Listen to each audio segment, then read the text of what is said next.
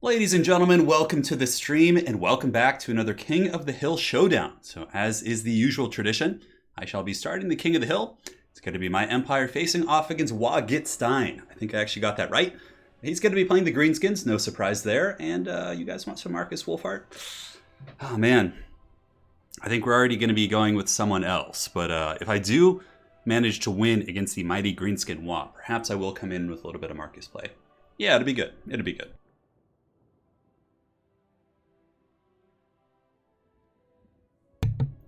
Does anybody know if I used to have braces? No.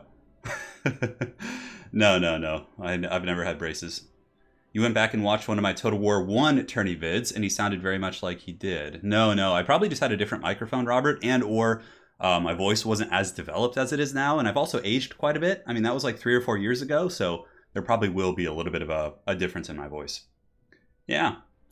Alright, so it's going to be Sigmar against Gork and or Mork, perhaps both. It's going to be my Empire facing off against his Greenskin, so let me go ahead and make some final tweaks to my build here. I think it's looking pretty good. Maybe you might want to change one thing. Nah, I think that's alright, to be honest. We got everything we could possibly need. I mean, we have Sigmar. What else could we ask for? It's going to be good. That's actually not... That's a face swap of myself and Italian Spartacus. So yeah, it's a face swap picture. It's not actually me. At some point during the stream, I'll put on a face cam.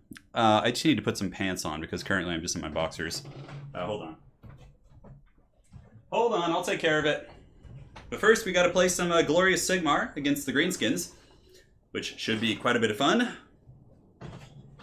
Wagitstein, certainly a ferocious foe, I'm sure. Archlector? No Archlector. It's usually going to be Franz or Marcus for me. Those are my two favorite characters in the Empire. As a matter of fact, in my Empire tabletop army, I'm rocking Karl Franz. Karl! Every time I hear Karl, it makes me think of The Walking Dead. Karl! Alright, so let's go ahead and get rid of the screen blocker. I know that would be another tradition, to leave the dreaded screen blocker on the entire time. So hopefully Wagitstein can eliminate me so I can rest my paws. We will see. But as far as the army goes, I mean, it's obviously the Greenskins are going to crump us pretty bad in the front line. So basically, I just like to go with some unbreakable troops just to hold, while our Empire Heavy Cav and other assets do the heavy lifting. So those in Group 6. Franz will be in 1. We'll get the Knights of the Blazing Sun in 2 and 3. Knights of the Blazing Sun are such a freaking cool unit. Get some of them up in the tree line. Outriders will be in 4, and they are basically to deal with Stone Trolls. We have our Wizard back here, who can be in Group 6 with our Infantry. And the Empire Knights can be in Group 5. They can go like right up the pipe. Ride now. Ride out and meet them. We'll get some loose spears back here as well. Very good. I think we're all set. Intensive noises. Yeah. Bobby, put your damn pants on right now. I love King of the Hill. I know. King of the Hill was one of the best shows ever. God damn it, Bobby. Hey. Feel like I had fun. So it looks like Wagitstein is ready. I'm ready to receive the wrath of the Greenskin Warlord himself. The cannon will be shooting trolls. He might come in with like a full Vanguard or something really cheeky like that. You never know. Alright, so let's go ahead and just start shooting here. And now we can basically just square up our army to meet him. So Knights of the Blazing Sun, you guys can kind of lurk in the trees here. We'll get our Outriders going. And what does he have? He's got some Stone Trolls and Wolf Riders and different things like that. So that's fine. So as a matter of fact, we could actually like offset our army a little bit, move the cannon back here, get you guys back here, and get this main force going like so. Franz should definitely go scout. I have to watch out for like rampages and things like that. That's something that I need to be very, very wary of here. And these Knights of the Blazing Sun, I mean, I could take a full... Yeah, I mean, with the whole Greenskin army being in the trees like that, that's going to be very, very risky, so... We'll just kind of reposition our forces until he wants to come out. We'll do a little bit of skirmishing. Alright, that's fine. I'm curious who his lord is. This looks actually pretty similar to my build. He might be using something very similar. Yeah, he's got like Stone Trolls, he's got Daka, mostly a Goblin front line. Goblin Wolf Riders coming in hot. We have the Outriders here. The Outriders are basically just to try and smash some of the weaker things in the army. Want to make sure I don't get caught in a bad situation. I could start using the Outriders on the Goblin Wolf Riders, and it looks like it is going to be Wurzag. Yeah, I got to watch out. Wurzag's pretty scary for sure. So, let's go ahead and get in position, pull you guys back, get you Empire Knights ready to rock as well. And now we need to kind of square up in front of our cannon.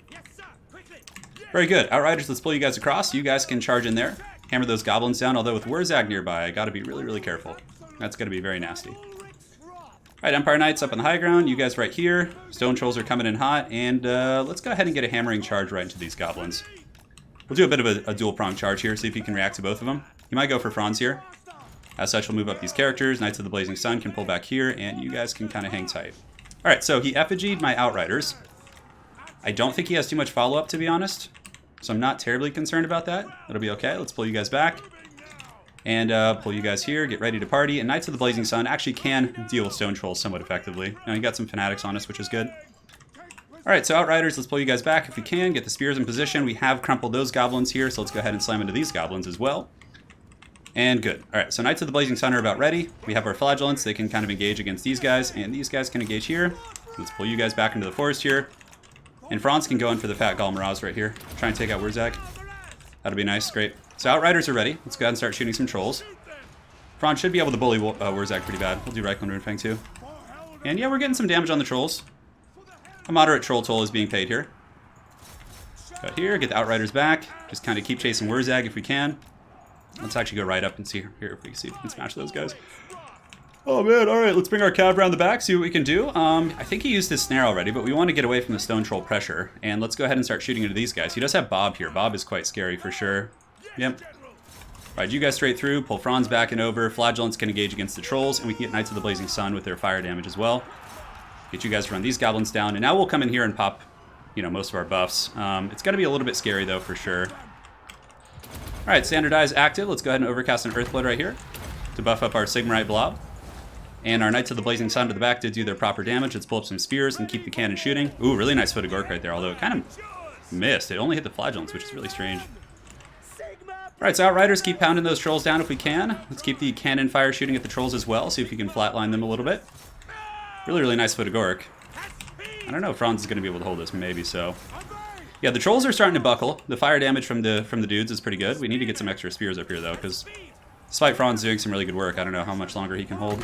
Alright, so we'll overcast on Franz. This will heal about 2,000 HP, which is pretty frickin' insane. Pull the Jade Wizard back. Our Cav in the back lines have gotten into the Archers, which is good. They are Orc Air boys, so they're no slouches. And good, the Trolls are broken, so let's go ahead and make sure we chase those guys, if we can. We need to get Franz back up in the sky. Currently, we're a little bit behind the bounce of power, but if Franz can get up, we should be okay. But he's really having some problems here. Alright, so let's chase here. Chase here. Make sure those guys don't come back. Our Cav are in the back line, and Franz is actually broken, which is really surprising. Alright, so we have some Empire Heavy Cav. Let's go ahead and see if we can salvage him. Drop an Earthblood here. We'll get you coming in. If we lose Franz, we might actually lose the game. And yeah, I mean, the Archer line is very heavily compromised. We have some Knights of the Blazing Sun who've come back. Let's see if we can liberate the Franz. Man, he's taking so much damage. Yeah, hopefully we can save him. If we can't, we probably just lose straight up. Alright, so those Trolls are shattered. We need to pull you guys back now. Pull you guys back as well. Seems like our Unbreakable troops are doing their job. And this is actually Wurzag here, so he's not like super strong. Pull the Jade Wizard back. Alright, so these Outriders, we need to pull them back and just kind of reroute a little bit. You guys can start shooting here.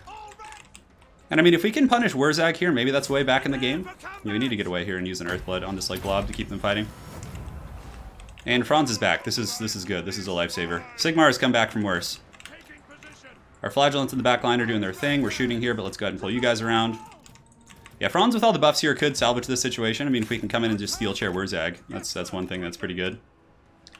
Alright, so Franz is back. Let's get the Outriders shooting. We can go after Wurzag a little bit. Black Orc Big Boss is here, Bob. Yeah, let's shoot the Broken Chest Mob, actually. We'll use the Reikland Runefang here, just to, like, buff up the guys fighting on the ground. Yeah, very good. Outriders, we shattered one Troll, but the other Stone Trolls have come back. So we're getting some good pot shots. I think it's time to make Bob pay the toll here of Sigmar. Yeah, he's gonna get wrecked by Franz. Yep, you can see that Franz hit so freaking hard. We need to start targeting the Stone Trolls again downtown. Alright, Bob is in trouble. He's charging in with the pigs. Franz takes a little bit of a blow, but it takes much more than that to break the mighty air of Sigmar here. Stone Trolls are getting outridered, which is good. Very good. Franz is back. Could keep the Knights of the Blazing Sun here, but let's go ahead and move up our spears. And now let's actually switch the cannon onto Wurzag and see if we can like snipe him out. That would be really nice. Alright, so he's going in. Let's pull back our heavy cav. Get you guys back, pull you guys back. We have a heal here. Let's go ahead and use this on this blob. Yeah, if we could snipe out Wurzag, that'd be pretty good. I mean, sniping Bob is good as well. So the Trolls are close to breaking. It's a really, really good game so far. This guy's playing great. Yeah, if we could just snipe out the characters, though, we have the advantage in that respect. Let's pull you guys back, pull you guys back. We have some extra spears here, and we have a Jade Wizard, who, of course, can still kind of fight. And good, the trolls are broken, so let's go ahead and chase them off. You always got to make sure you finish off the trolls. Yeah, and Bob is running. Get our Knights of the Blazing Sun here, screen up, and now we can start shooting Wurzag. The cannon's shooting Wurzag as well. What is he saying to me here? He's saying, good luck, have fun. Very, very good, man. Yeah, we're having some fun. All right, let's go chase down those trolls if we can. Hammer the witches, or our cannon. Wurzag has gotten popped in the face. The Outriders have sniped him, which is good. Slowly picking apart the Greenskin army here. Oh, the trolls have come back, so we got to stop our kind of efforts there. Let's move the spearmen up. Trolls are shattered from just breaking so many times, and let's get our Outriders to chase down the big boss here. And now the loyal Sons of Sigmar, they endure, baby. We go in and try and finish off this battle. Yeah, so let's get you guys in. We just got to make sure we don't stupidly lose Franz to anything. Knights of the Blazing Sun have shattered those pigs, so we can pull the Outriders back, have them start shooting here. And the Empire endures once again, man. Once again. Do I have any heals left? Man, that was a scrappy game. He played really well. Back and forth. So Wagenstein, if you ain't playing in tournaments, man, you definitely should be. What has he got in the trees? He has some Wolf Riders. Let's pull him back. Franz can go manhandle those guys. Probably get a terror out almost instantly. We'll do a rear charge with Outriders here, maybe? No, that's risky. I mean, the game's still not over. We have our 9 Empire Knights breaking them. We have some Knights of the Blazing Sun we can pull back. We actually performed pretty well against the trolls, to be honest. The cannon has been an MVP, though. Because, like, as the battle kind of stagnated a little bit, it allowed us to really kind of get our bearings. Alright, so these are goblins. We obviously don't want to be shooting them. We can move up some spearmen. And our reserve spearmen, we can pull them up. And the Jade Wizard. He's not bad in combat. I mean, for what's left on the battlefield here. Franz will intercept. Do I want to use any buffs? I don't think so. So we'll get the Outriders to intercept those guys. They're broken. Very good. Spearmen will go in. Get our Knights of the Blazing Sun to chase down all these archer units. Go. Jade Wizard can fight here. We use an Earthblood because Franz is at his healing cap, so there's not really any point to doing that. For Sigmar! For Sigmar! That was a great game, man. Well played, Wagenstein. That was really, really good, man. Woo! I mean, if he had I can't believe Franz couldn't get away, but that build, I think that's actually the same build I use against Empire, yeah. Except, I don't remember if I use a Wurzag or if I use Skarsnik. They're both really good choices. Honestly, his builds are great. Stone Trolls are really good against Empire Heavy Cav. Wolf Riders are good disruption. Broken Tusk Mob beats Heavy Cav as well. You can win the front line with just, honestly, Fanatics and, like, Goblins. It was really good. All right. So, my apologies during the game. We got a donation from Mean Opossum of 50 bucks. He says, Ope te boys, give it a right proper crumpin', but I want to give you some scrap for all you fighting and yelling you do. Thank you so much, Mean Opossum. I love the sentence as well. Thank you so much, Mean Opossum. And then from Robert Leach, we have a $5. Thank you for introducing me to Gotrek and Felix. I'm on the second book now. It's so fun, dude. It's such an easy read. Yeah. And Samuel Christensen, glad to hear you finally got your braces. I've never had braces. I should probably have had braces. Man. Very well played, Wagenstein. You definitely played very well. That was like a very close game. All right, so next up we have King of the Dead. No, wait. Is it King of the Dead or Mole Spaghetti? I think it's... Let me check. Hold on. Yeah, very solid performance, man. A Gorst game? I'll try and squeeze a Gorst game in. Well, Franz is like... He's not super squishy, but he's certainly a bit of a glass cannon. Which is... I think it's fine. It's like his playstyle, you know? All right, so... So let me see who was... I'm going back up. All right, so we got Wagenstein and then King. Yeah, so King of the Dead, you're up. But Franz still hits like an absolute truck, and he can endure. That's... I mean, you pretty much just always have to bring regrowths with him, but if you do, you'll be fine. All right, so King, I need you to beat me here, man, so I can rest my hands, please. Come and do it. All right, man. Thank you so much, Mean Opossum, Robert Leach, and Samuel. I really appreciate the support, guys. All right, yeah, great opening game for sure. So King is on the way. We'll do the... I should fight that choke point map. I'll go Empire again, probably. Well, I guess we'll do the triple pick and ban system. That'll be good. So we're just picking the maps now. Empire games are really fun. They're often like that too, which is what makes them so cool. Like back and forth, just really scrappy. Robert Leach, I didn't miss your donation. I saw it. I read it and everything. I said, yeah, thanks for introducing me to Gottschalk. Yeah, you said Gottschalk and Felix books. Yeah, absolutely, man. And I'm on the. I kind of stopped reading a while back, but I'm currently on the Vampire Slayer. It's, dude, my favorite one is probably Demon Slayer. Like I don't want to talk about it too much because it's a spoiler for you. But when you get to Demon Slayer and which one is that? Demon Slayer and then, God, the one where they're in Prague and then the one where they go to the Chaos Wastes. Those are my favorite ones. They're so good. Yeah. Holy Romeo! Feels good to finally catch another King of the Hill tourney. Yeah. They're good. So let me go ahead and invite King of the Dead. The King of the Dead. Yes. Sigmar be praised. Wagenstein played well. That was a solid build he had. The Stone Trolls are so hard to deal with, but the idea is you bring a single cannon, you pound the Stone Trolls, and even if you don't like do a ton of damage, you break them because you stack on the leadership penalties from being rear charged and shot at, and then you have to chase them off. If you don't, they come back and you just lose the game, basically. Yeah. It's not my birthday. Oh yeah, I gotta update the scoreboard, thank you. Sorry guys, I'm like half awake right now. I'm like super lightheaded. Not in a bad way, just, you know, that early morning because I slept in pretty bad. Alright. Empire is like rapidly becoming one of my favorite factions to play. I feel like they don't have any, like, aside from the dwarves, they can like win every matchup, you know? That's what's like so cool about them. They do pretty well against undead too. Like the Empire wrecks Vampire Coast, typically speaking. I mean, they can lose it, but they do well against Coast, and they do well against Tomb Kings, and also have a decent matchup against Counts too. I think Counts is probably the hardest matchup of the 3 undead for them.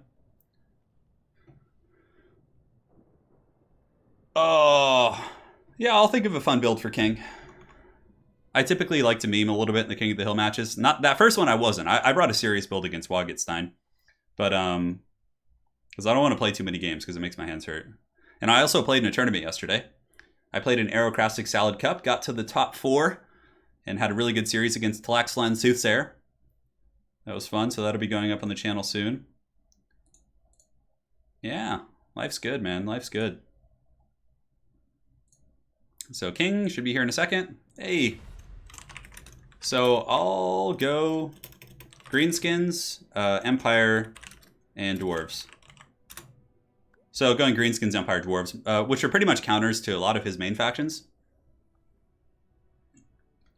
Like, if I have Dwarves, he can't play Tomb Kings or Coast. Like, it's just, it wrecks him too hard. Mole Spaghetti, I'll try, dude. Any thoughts on 9th edition 40k? Yeah, dude, Anthony, I'm so excited, man. I'm literally checking their pages every day just to get more details. And also, the Death Guard Psychic Awakening is the next one coming out. So that means, like, in the next week or two, we will be getting updates pertaining to the Psychic Awakening for the Death Guard.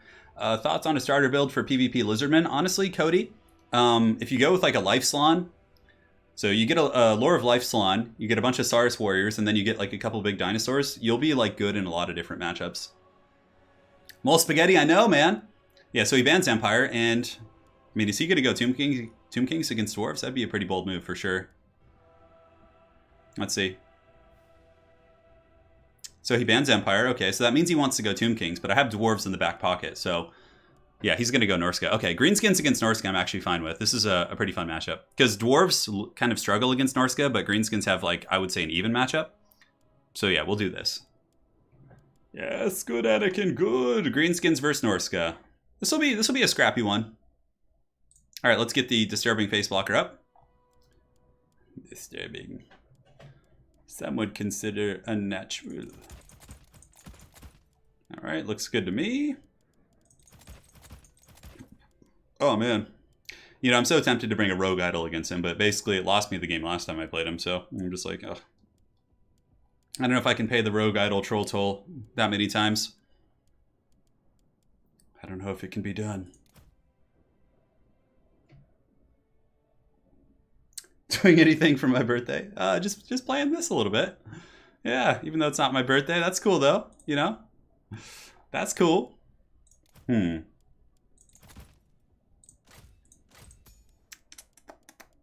that looks good to me. That looks good to me as well. Although it's not quite as exciting as what I had planned before, but we're not going to complain here. Very good. King of the Dead. The blocker is very disturbing indeed. I mean, do we want to bring one of those? Probably not. It's not really worth it. Just going to lose that. Yeah. Probably want to get some of these dudes. Looks good to me. So we have answers for most of the Norskin things, I think. Not all of them, but most. Yeah, I mean, how does King like to play? I'm trying to remember like his playstyle for this matchup. It's been a while. The screen blocker is not blocking well. Yeah, I mean, it's just, King isn't actually going to stream snipe me, all right? It's mainly just so, like, if he's accidentally opens the stream, he doesn't see my build. You know, it's kind of a precaution in that respect. Don't you guys worry about it. Oh, man, I really want to bring these guys, but they're just so jankety. I really want to try them. They were so bad, though. Oh, Anakin, I'm too weak.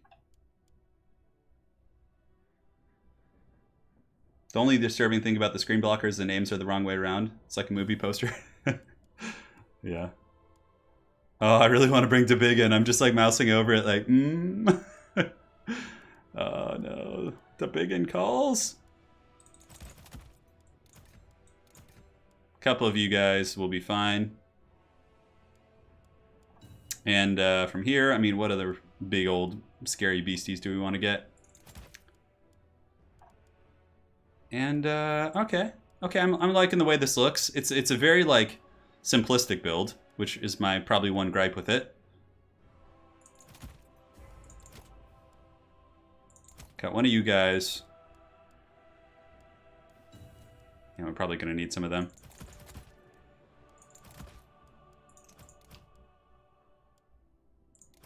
Alright, well, we'll see how this goes. I mean, it could just be horrible.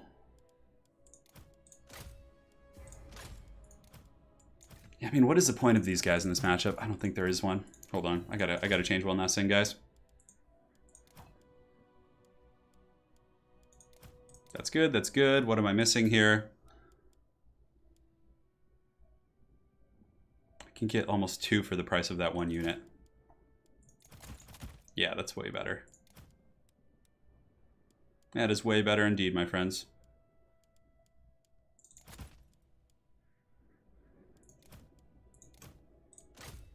All right, looks good.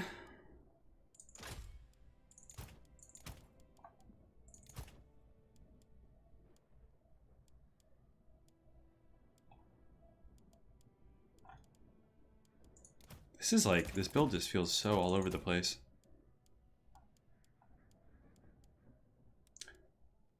Oh, Lady Turin wants the webcam.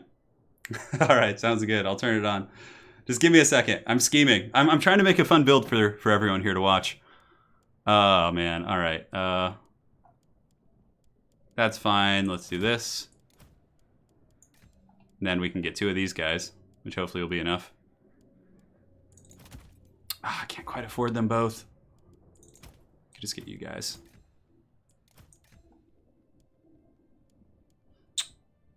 And it's like so close to being able to afford everything I want. That's fine. All right, let's do it. Let's have some fun. Who cares? Who cares if I get wrecked? Let's just do it. Let's get it over with. Yes. Anakin, please. I'm too weak. I can't hold any longer. I feel like this build's all right. I don't really know. It's very like, eh. It lacks in some areas, to say the least. It's not like a meme build, but it has some fun unit. I brought one really fun unit for you guys. So, I don't know if I even have the webcam set up. It should be. It might be in the wrong spot. I think the green screen is almost perfect. One sec. All right. So after this game, I'll switch to the webcam. So you guys can see the mullet. It's like totally unbrushed and haggard right now, but it is what it is. So the unit I brought for you guys is the Swamp Things. I think. Yeah, I brought the Swamp Things. Yeah. And aside from that, it's mainly just like Biggins. Biggins are just like so freaking good against like everything, I feel like. Like even against armor, you're like, hey, why not bring some Biggins? Like they seem to do the trick like always. We have a bit of a Daka line, a Savage Orc Air Daka line, which will be good against like Mammoths and things like that. And, you know, if he does Blitz in, we have the Stone Trolls to really kind of absorb that. So it's very much like a tight army. Yeah. Very infantry heavy. Not messing about too much. We got some orc biggins as well on the flanks. Just because obviously I'm playing under you know, tournament rules of a sort, so yeah, I get the swamp things back there. Get you back here, and then the fanatics can be back here. All right, that should be fine. Yeah, I don't know. We got Skarsnik for Rampage, and then we have the Hag for Spirit Leech and killing Wolfric and things like that. Good luck, have fun. Nope, I got the blocker. Don't worry, guys. I did that on purpose. The blocker was completely intentional. So yeah, we'll go over the army once again. Anakin, no, please. All right. So yeah. So basically, we have Savage Orc Biggins. We have the Skarsnik. We have Life Leecher with the Giant River Troll Hag. It's very much just like a Biggin spam army with a bunch of Savage Orc Airboys as well. So we have Swamp Things and then some Stone Trolls, and that's pretty much it. So I don't know what to expect. We'll see how it goes. I'll actually deploy over here, which would be fine.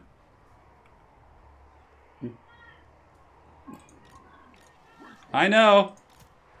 Because there's a huge delay, so basically the whole screen blocker thing gets a little bit pushed back. Oh, he brought Norscan Ice Trolls, which are going to be horrible against my Biggin front line. Oh my goodness. Okay, let's get the Hag in group 2, Skarsnik in 3. Like, I don't know. Like, even if he does dive in with the Hounds, I have pretty ample defenses against him.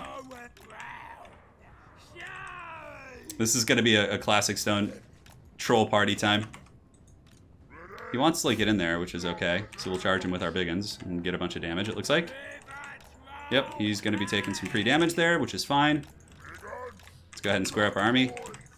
Get the Daka focusing down the Trolls first because they're pretty much the low-hanging fruit. Get you guys set right here. Those Hounds got beaten down. Those Hounds got beaten down. We'll get you guys back. And I could have sworn I'm, like, missing something here. Yeah, these Fanatics need to get back there as well. Alright, so let's square up the army again. Let's go ahead and charge here. We'll charge here. Get you guys back, and we'll get our Archer line to start shooting against the big old Feral Mammoth. Get the Stone Trolls in there to block it up. River Troll Hag is ready as well. You guys engage here, back. And yeah, we need to get the swamp creatures back there, I think. Actually, to try and stop that pressure. Good, so we got some pressure going. We'll go ahead and Spirit Leech down the Mammoth as well. It's rampaging, which is outstanding. We'll go ahead and use Spider to Bad Moon as well on this pocket. And yeah, the Hounds are coming, but it's not, like, honestly too much of an issue. We have things to intercept them on pretty much every front. So the Mammoth is going down. The Biggins are piling in on pretty much every engagement. The Burning Head did do some big damage, but it's all right. It's not a huge deal. Go ahead and mither the... do we want to mither anything? Yeah, we'll go ahead and do this. Oh, no, we got the... I was like a second too late on that. That's really unfortunate. Let's get some more Biggins piling in there. Skarsnik should be able to finish off the Mammoth. All right, so we got some werewolves kind of causing some drama on the flanks, which is all right. Skarsnik is battling the Mammoth. We have our Wa now, so let's go ahead and pop that. We have the Trolls piling in. Hopefully we'll be able to get some peeling. And let's get the Giant River Troll Hag to help out there as well. Very good. So the Mammoth is down for the count. Who do we have here? We have, ooh, yeah, we have Throg. Okay. Skarsnik can actually do pretty well against Throg. We don't have too much, like, follow-up, though. Many of our Trolls were broken. Hopefully they will come back. Let's go ahead and go here. And yeah, we crumped over there pretty hard, so that's a good crumping.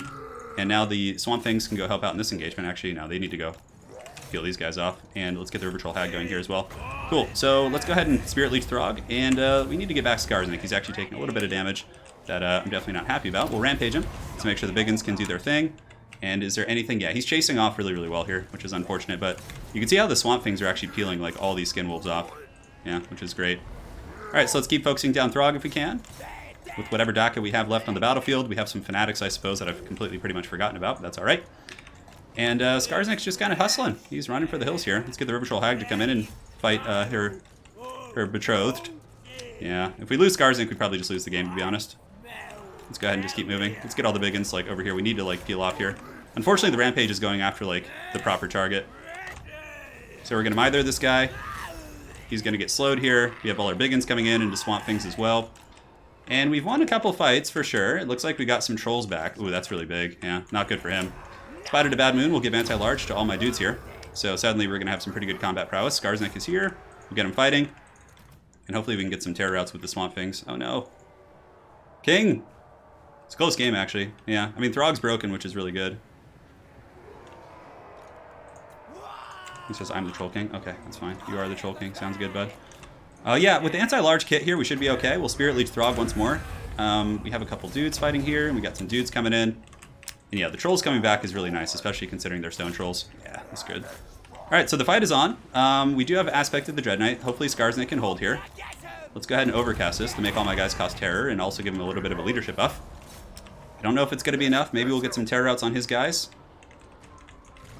Oh no, the troll city. We need to pull all these guys in. Skarsnik is broken. Oh, and the Norskins are like stabilizing. I lost it. I lost it. Oh, I felt so good that game too. I guess, yeah. We probably just had too much of a simplistic build. It's good though, it's good. Because now I get to rest my hands. Although, there's still maybe a glimmer of hope. Stone Trolls here taking a bit of damage, but I mean, maybe if Skarsnik rallies. Yeah, he's got the Ice Trolls. I was hoping to get a battle like this too, where like it could be like some troll on troll. The Swamp Things are back, so let's go ahead and turn and fight. See if we can stabilize that situation. Just kind of shoot here, pull these guys back if we can. Oh, the Greenskins are rallying. The rabble. No, Skarsnik. What is he sniping me with? All right, let's go after Beast of Tashnar. Shoot some of these trolls here. Oh my god, the Swamp Things are going crazy. Oh, Skarsnik, come on, buddy. Oh, juke it. That looks like it kind of missed. That was really weird. Do I have like any anti-large here? I feel like the fermented fungi like got Skarsnik chased super hard. All right, let's go after the mammoth. Sorry, Bull Spaghetti, you're gonna have to play King of the Dead. Yeah, I gotta work on my Greenskin Norska build. I always freaking lose this matchup. All right, GG. Yeah, we couldn't get the Troll King, and Throg showing the Stone Trolls who's boss. Oh man, he did it. He did it. Oh, did I just forget these goblins the whole game? My Fanatics! That's what I get for playing right after I wake up. Come on, let's go, Fanatics. God, these would have been so useful.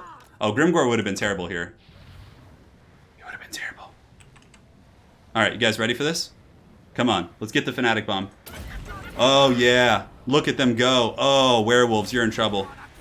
Okay. That didn't actually do anything, but it looked really cool. We had the mammoth so low, too. We couldn't finish it off. I probably shouldn't have been Spirit Leeching the Troll King. I probably should have been doing it to kill the mammoth. Yes, it's very true. I don't know why it's lagging so bad right now. Hopefully it's not my bitrate. Let me go ahead and check that. Well, thank you, King, for saving my hand. After playing in that tournament yesterday, my hands are killing me, so this is actually good. All right, yeah, we'll just concede defeat. We'll spare you guys. That is actually gonna take like 30 seconds for that to go. Yeah. Yeah, the Skin Wolves are so tricky to deal with. I mean, even with the Savage Orc Biggins, I guess we did okay in the front line, and we did break them initially, but then they all came back and really did some nastiness. I don't know, maybe a different lord other than Skarsnik, too. Grom the Paunch could be good, but again, he's not good against all the monsters and stuff. The Fanatics did. Yeah. GG. GG. Okay, so remake. I will close out the stream if there's an opportunity. I'll show you guys some fun stuff. Please don't troll my game lobby. All right.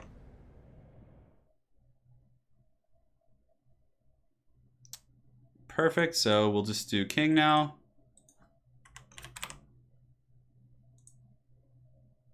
There we go. I should have gone gyrocopters too. That would have been sweet. All right, so next up on our list, we have Mole Spaghetti. Mom Spaghetti. Hold on, let me tag you in the right place.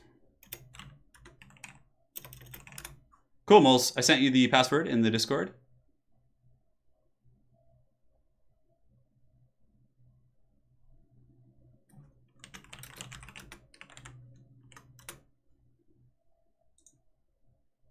Excellent. So we got King in here. Dwarves could probably do well against Norska with how gyrocopters are now. You basically just get the brimstone guns and maybe like one gyro bomber, and I feel like you could wreck pretty hard. I probably should have tried that. That would have been fun. All right, so let's go ahead and check the caster's desk. Hey, look, it's kind of working. We got the early morning mullet. Hell yeah, baby. One sec, guys. I just have to adjust something on the channel. Although the green screen probably needs to be modified a little bit because I'm kind of sparkling like a Twilight guy right now. Just one sec, my friends. Just got to take care of one thing. All right. Tremble, mortals, in despair. The mullet has come to your world. Yeah, I don't really like Grimgor there. Yeah, because honestly, he just gets trampled by the mammoth is what my experience is.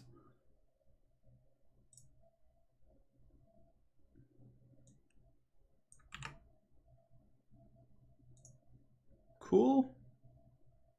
You guys like it, yes. in all its glory. Okay, perfect. I just had to edit some settings here. Let me make sure Mole Spaghetti can get in. All right, so yeah, they'll do their picks and bans, and then we'll get this party started. Shirtless too? I can't do it. I'm sorry, guys. I can't. I'm too weak. Oh, one sec.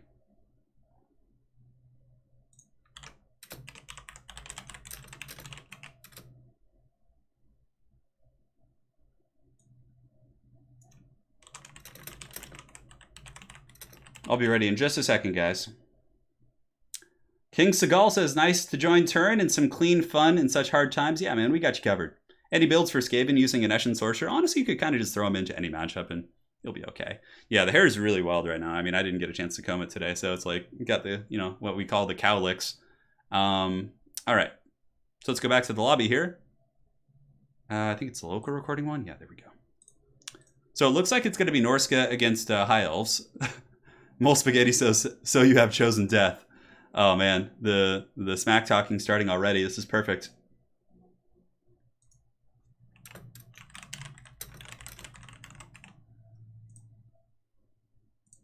All right, perfect.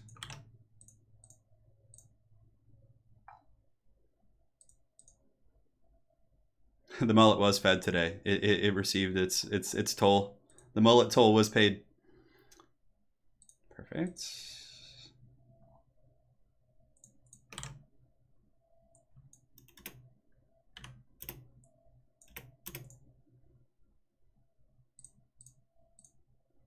Great.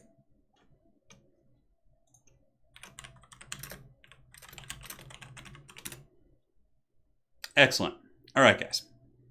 So the battle is ready. It's going to be Norska versus High Elves. Mole Spaghetti coming in potentially to provide the upset against King of the Dead. King of the Dead, of course, him and I always go back and forth on these King of the Hills. He's like the gatekeeper to see if I can get up to my 6 or 7 wins or if I can get taken out after 1 or 2. It's like watching an 80s sitcom. Yeah, it kind of is. Yeah, absolutely. Absolutely. Yeah, I played Greenskins. I did lose the game, but it was still a good match. It was fun. It was like a troll city. Throg was actually a pretty good pick there. Oh, I forgot to change the map, but it's okay. So for the forces of Mole Spaghetti, let's go ahead and take a look. He does have a bunch of Reaver calves, so in total it's going to be 3, which are pretty good against wolves. It's got Lothern Seaguard and a million archers. Goodness gracious. Spearmen mixed in with some Silvern Guard, 2 Warlines of Crace, a Metal Caster to cast the Plague of Rust on the big Armored Mammoth and, I guess, Famir. And he does also have a Prince on a Griffin. Whoa, this is a very, very rare sighting. So it's basically like a Walmart Karl Franz type character, but we'll see how he does. Yes. Yes, we will see. We will see, my friends. Thank you all for joining, by the way. It's been an absolute pleasure. I'm just changing some of the settings around here so I can see everything and all the chat. Cool. So I'm going to stand back and do some stretches while the players get their armies ready. The current win record, nobody's won more than 1 game right now. Yeah. Mole Spaghetti in chat saying, somebody say a prayer for me as he thinks he's about to lose to King of the Dead. Honestly, Moles, let me look at your army. So King does not have that much backline pressure. So honestly, if you can like get the Plague of Rust on the Famir and just like focus him down 1 at a time and then use the War Lines to block his mass when he tries to push through as well as your Prince, your build can win this. I think that Mole Spaghetti's build certainly has the teeth to win this matchup. Again, it's going to be micro-intensive for him, but yeah. Another thing too, when you're playing High Elves, I would recommend not putting your archers so close to the front line against Norska. I would set them like deeper set, and I would also put them in an uneven formation, because if Norska's running Pendulum or Burning Heads, you want to make sure they're not in a straight line. So basically what I'm saying is you have 1 here, 1 here, 1 here, 1 here, and kind of like a bit of a checkered pattern. It makes it much harder for Norska to get you with Sea Fangs, Pendulums, Burning Heads, all that sort of good stuff. So I do think this build can work. Plague of Rust can wreck the Famir with all like, 6 archers shooting. He needs to use the Reavers to run interference. I would also probably split the spear line a little bit wider, like have them kind of, fan out more. But yeah, okay, a little bit of lag. I think King might be having some lag. Yeah, hard to say. Maybe it's me. Hopefully not. I don't think so. I don't think so. Ah, yeah. Maybe Mole Spaghetti was listening. If he is, there's some free advice for you. It's got Reavers and Deep Vanguard. Also, I wouldn't recommend this because Deep Vanguarding against Norska, there's not really any point. I mean, maybe you'll ambush some Javelins, but it's really not terribly cost effective. I would just use the Reavers as a roadblock unit. Basically sacrifice them into the Mammoth and into the Famir just to buy time for your archers. Mr. Erlinson asking if he grows a mullet too. Can he keep it? Lady Turin loves the mullet now. She does. Yeah. My smoking hot wife. No, the winner can play 3 factions, basically. Yeah. Good luck, have fun. But I think Mole's build has teeth. I think it could work, especially against King's build. King didn't bring any like hounds like he usually does, or backline pressure. It's very much like a frontal blitz build. But again, I don't know. I feel like Mole is not going to be able to defend it well enough, because like his cav and war lines are a little bit out on the flanks, and they should be behind here reinforcing the archer line. That would just be my 2 cents. Anyways, he's going to get some shots in, go after some of the hounds. The Norscan Warhounds will take a couple little volleys here in the face. Yeah, this definitely asking for Burning Head. Granted, King did bring a Bunicaster, which is not going to be good against what Mole's brought. And now the Soul Crusher is being focused. I would imagine Plague of Rust will be following up soon. And King, of course, uses the Enrage mechanic. And yeah, just see what I'm saying? Like, the War Lines could be blocking these Chariots. They wouldn't be able to get past them, but now he's going to be able to go into the Archer line kind of willy-nilly and do whatever he wants, basically. And the Reavers are out of position, so they're pretty much a non-factor. There's many things that are going pretty poorly for Moles. And I think it's going to be a very fast game now. Like, I think his opportunity to react to this pressure has kind of already passed. Yeah, a little Searing Doom right here on some Marauders. Does some pretty good damage. That was not a bad cast. But yeah, the Chariots are just running amok now. Look at the Sea Fang from Wolfric. Just goes right down the spear line and wrecks those guys. And also Moles is a little bit slow in the micro here. He does have the Prince and the Hounds and the other units kind of in the back line. Whereas like going after the Norscan back line doesn't yield any fruit. Yeah. And you can see the Heilf Archer line is kind of in shambles. He is able to isolate some Famir in the back with the Reaver and Warline combo. But yeah, his front line is completely destroyed. He's about to lose his mage. King is going to be running over this game pretty quickly, I would imagine. The Younglings are trying here. They're definitely trying. And I actually, did like Mole's build, but I just don't think he was in position. Like, with his going after the Norscan back line when you have this many archers is kind of pointless. He does get a good engagement, though, on the Deathcaster. He is able to get down there with the Prince, Walmart Karl Franz, and actually do some damage to the Shaman Sorcerer here. But, yeah, you can see the Prince here. With all those cool items popped. Deadly Onslaught, the Blade of Bel Corhadris, yeah. Archers are shooting still, to an extent, which is good. Nice little Searing Doom going down there as well, but the Prince here just got whomped on by the Soul Crusher and Wolfric, and that's going to be GG. I don't see any way the Hives can bring this game back. Although, Mole, I do think your build had the teeth to win that. I think you need to just listen to some of the stuff I suggested in the beginning, using your cav and your lines to block up and buy time for your archers to focus down big threats. And also staggering your formation a little bit too would be helpful against Sea Fangs and things like that. Yeah. Yes, we did. Yes, we did. And that's going to be it. Heil's pretty much getting routed. And this wasn't so much a circumstance of one player, having a much better army, I don't think. I think it just came down to micro and execution that game. So the archers pretty much being routed across the board. There are some Silver and Guard holding in the tree line, which is to be expected. They are Silver and Guard. Those bad boys are very, very tanky. But Wolfric pretty much going ham on his chariot back here. Should be able to overrun these archers. No problem. GG being dropped by Mole Spaghetti. I think he knows. Another Sea Fang coming in from Wolfric. The haggard Viking longship. You can see all the Marauders there just like glitching out. It's pretty funny looking. Just imagine that actually happening in a battle. Like some huge pirate ship just like flies over. Rangers aren't bad against Norska. They can do okay. Yeah, honestly, I like the Ranger idea. I think against Marauders they can trade pretty well. But yeah, King just pretty much had the outplay here. It wasn't necessarily an army. I think Mole's army was actually not bad. Like, he had a lot of good answers there. It was just the execution was a little bit off. So, King is going to go up 2. I think King is going to be the Hunter of Younglings today. There's always one. So, next up we have Guac. Yeah, I've seen Guac has been playing quite a bit, so we'll see if the Guacamole. And, okay, Guac, you're up.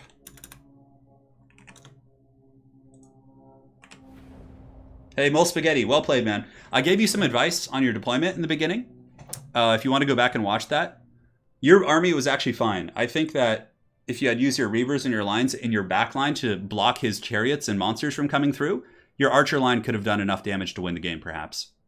Yeah. Milna Boy from Germany. Hello, my friend. Hope you're doing well. Mole Spaghetti, I gave you a pretty in-depth rundown, but basically, yeah, go back and watch the commentary from that. Yeah. And that'll give you some pretty good feedback. All right, so Guac, let's get you in the game, man. You're up. So step back and do some stretches. Yeah, Moles. So you needed to use all of your cav units to block his advance. Like, so if he charges your front line with a chariot, you need to be ready with some war lines to stop the chariots because they have good mass. And then from there, he won't get into your archer line, right? The same thing with the mammoth. Use some Illyrian Reavers to block it up. You don't need to like deploy behind him. You need to deploy like defensively. Use the archers, focus down one target at a time, cast Plague of Rust, and use your lord in the back line as well. So when, for example, Wolfric comes in with the chariot, your general can just smash him and then pull back. It's very much a defensive thing. Yeah. All right. So Guac is here. Let's go and change the map so we don't play on that one every single time. You know what? Let's do this frickin' map. Let's have some fun. Sorry about that, guys. Nothing triggers me more than getting phone calls. I don't know why. It's like one of my biggest triggers. It actually makes me annoyed. All right. Phone's off. Sorry about that, guys. He did, Moles, but you had the tools to defend your archers. Yeah, and I would deploy your archers deeper set and stagger them. So you want them like further back in a bit of a staggered formation. Yeah. Guac really wants to play Bretonia. So Greenskins, Tomb Kings, and Norska. You know, as a matter of fact, Guac, Soothsayer picks Bretonia against Tomb Kings all the time. Yeah, and he won yesterday in the grand finals of yesterday's tournament using Bretonia against Tomb Kings. So, I mean, Bretonia actually apparently in some people's eyes has a good matchup versus Tomb Kings if you know how to play them in that matchup. Yeah. Slytherin Guard, 0 points for Griffin Dwarf. That's funny. I know. Everybody probably thought they were getting a phone call. It's like the most generic ringtone. And it doesn't have to call because we're here together all the time. The call was for the mullet? Oh, man. Well, I guess I can't disappoint. Better bring that bad boy back online here. All right. Where the hell is it? Yes, the freshly arisen mullet. Got to change the light a little bit, too. There we go. That should light everything up better. Make me look like a ghostly form. I know, it's a terrible ringtone. I've never changed it. It's just like the basic one, so. Yep, so he's picking High Elves and banning Norska, so it's going to be High Elves again versus, what, Greenskins or Tomb Kings? High Elves have a decent matchup here. And we are doing a very funky map. I don't know if the players are aware. This is like an old Warhammer 1 map that doesn't really get played anymore.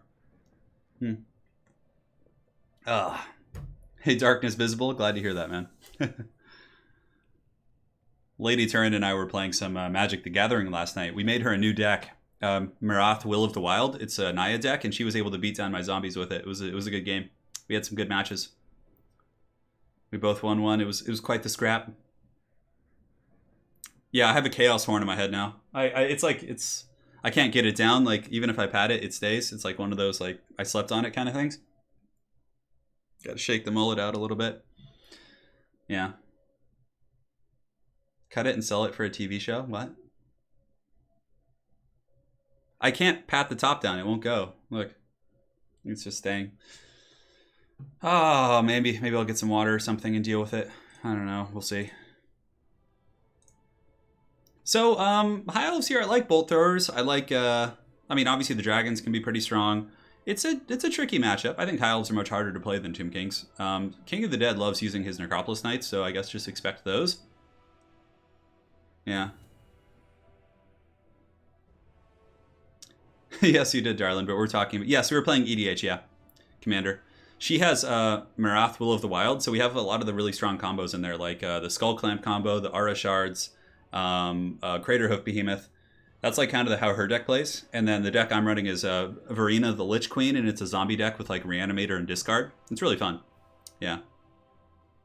Yeah, High Elves have like... I think High Elves have a bad matchup against like Norska, Greenskins.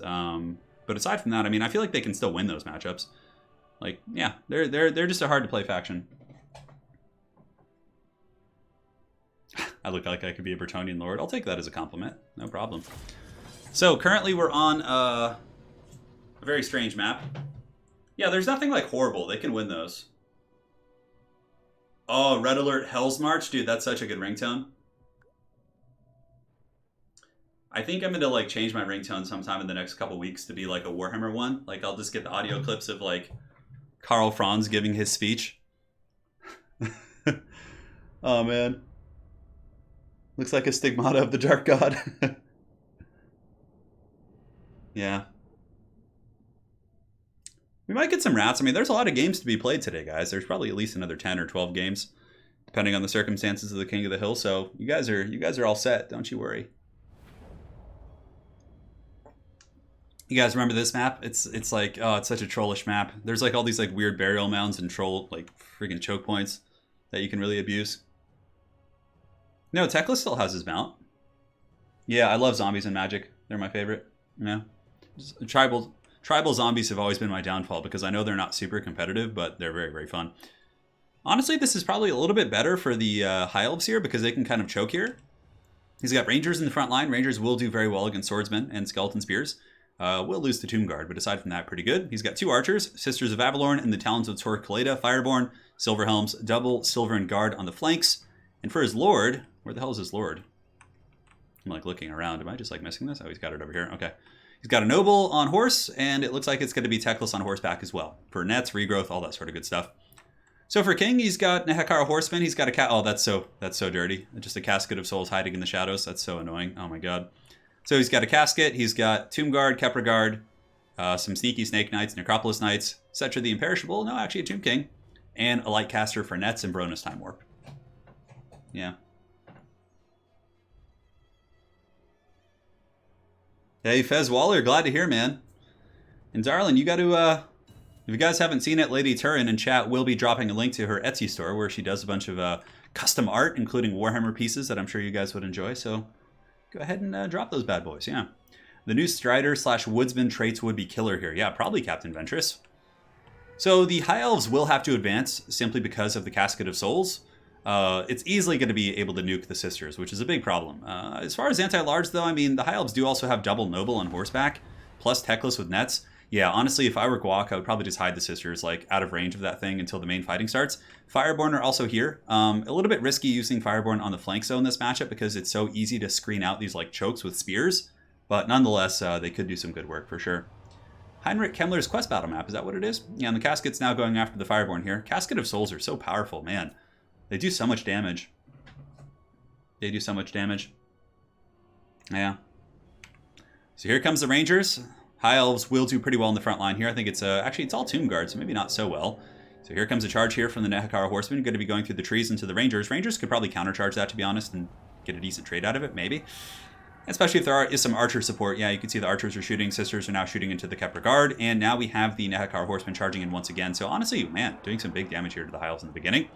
In the back, though, King is able to sneak some horsemen around the back. A little bit of a misplay here from Guac, not paying attention to his back line. And that's really why I think the Fireborn should be in the back line sweeping. They could easily be cleaning up the Skeleton Horsemen, but now it's pretty much going to be probably a very quick win for King of the Dead, unless there's some big misplays, because he's going to be able to shut down the Talons. The Sisters are going to get pounded next, just sandwiched here by the Skeleton Horsemen and the Nehekara Horsemen. And there's a little bit of, infantry support. And also King is winning the front line, so the Rangers are, winning here, or losing. These Rangers are losing. The double Nobles against Tomb King will do well. But aside from that, I mean, the Fireborn really are just in a horrible position. Yeah, and Guac is like, what is he going to do? He's going to have to ride through King Nikesh's Scorpion Legion. Guac definitely would probably want to have them in the back line. They just cover you. They allow your archers to advance. And yeah, King is in a very, very dominant position right now. I don't see any way that the High Elves can win this. So again, just came down to deployment and not having the stuff in the right position and defending the back line, really. I do like the Ranger choice, though. I think the Rangers could have some teeth. I mean, they did pretty well to the Kepra Guard considering the circumstances that they were being attacked by like a Tomb King and different things like this. But yeah, it's going to be a clinic by King of the Dead, currently playing very, very well today. The Fireborn in the back taking the long route, but that's, almost 2,000 gold. That's been very combat ineffective this entire game.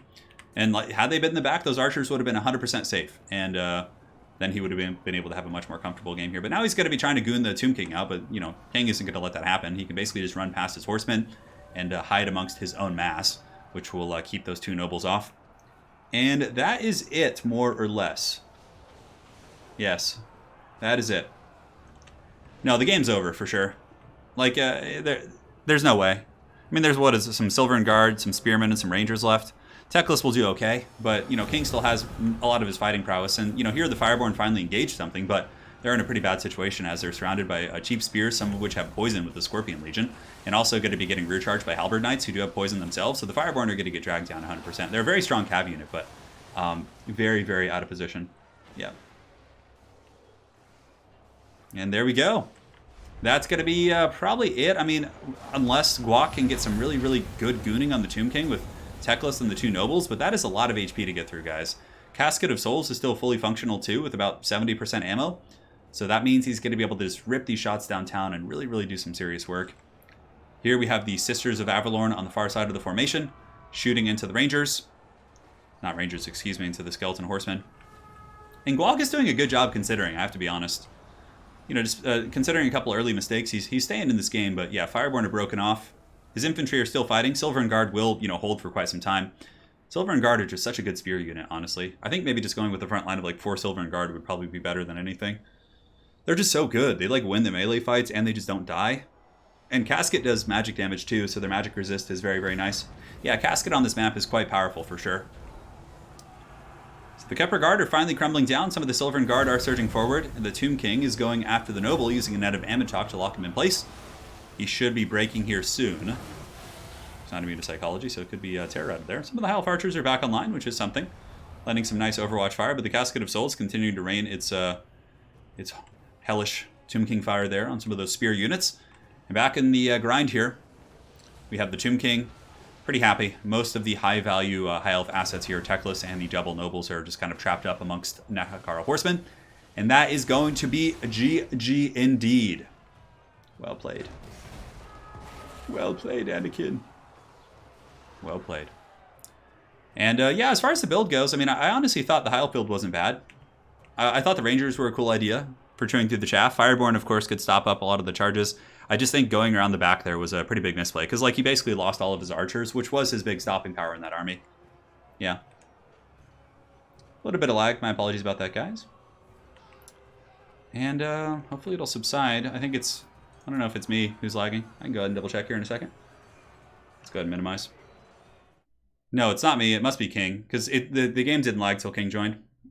I'll have to check in with him, make sure he's all good. I'm going to tell him, King, stop lagging. We'll see if he notices. Yeah, but the Hiles have some Nobles left. I think one Noble, the other one's broken. And yeah, Halberd Knight should be able to make pretty quick work. And Kepler Guard and just a morass of Tomb Guard should be able to drag down the Silver Guard here. No problem. No problem. Casket of Souls still going, man. That thing is just the Scourge. Casket is so good in so many matchups, too. And King plays like such a different playstyle with Tomb Kings. Like, people often don't use Necropolis Knights, or, you know, Caskets are somewhat rare, too. But, man, he really just does well with those things. Oh, yeah. And there goes the High Elf army.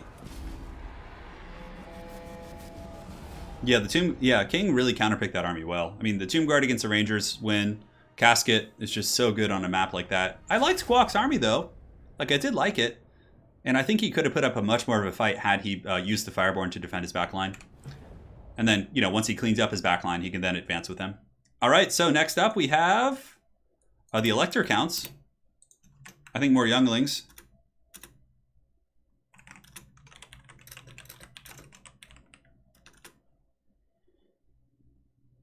He says, Oy vey. I'm coming. All right, I think King has got 3. Very good. The Elector counts are here already. We'll put them on the Pillar of Bone map set.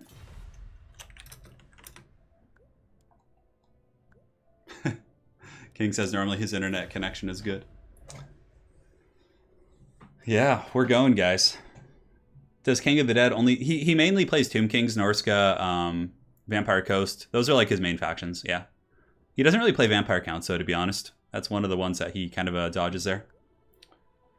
Vampire Counts are certainly the weakest of the 3. If you were to compare all the undead factions, they're the hardest to play and the weakest.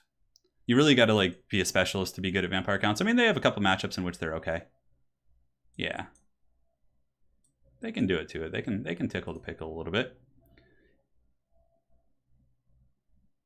Yes. This action does have...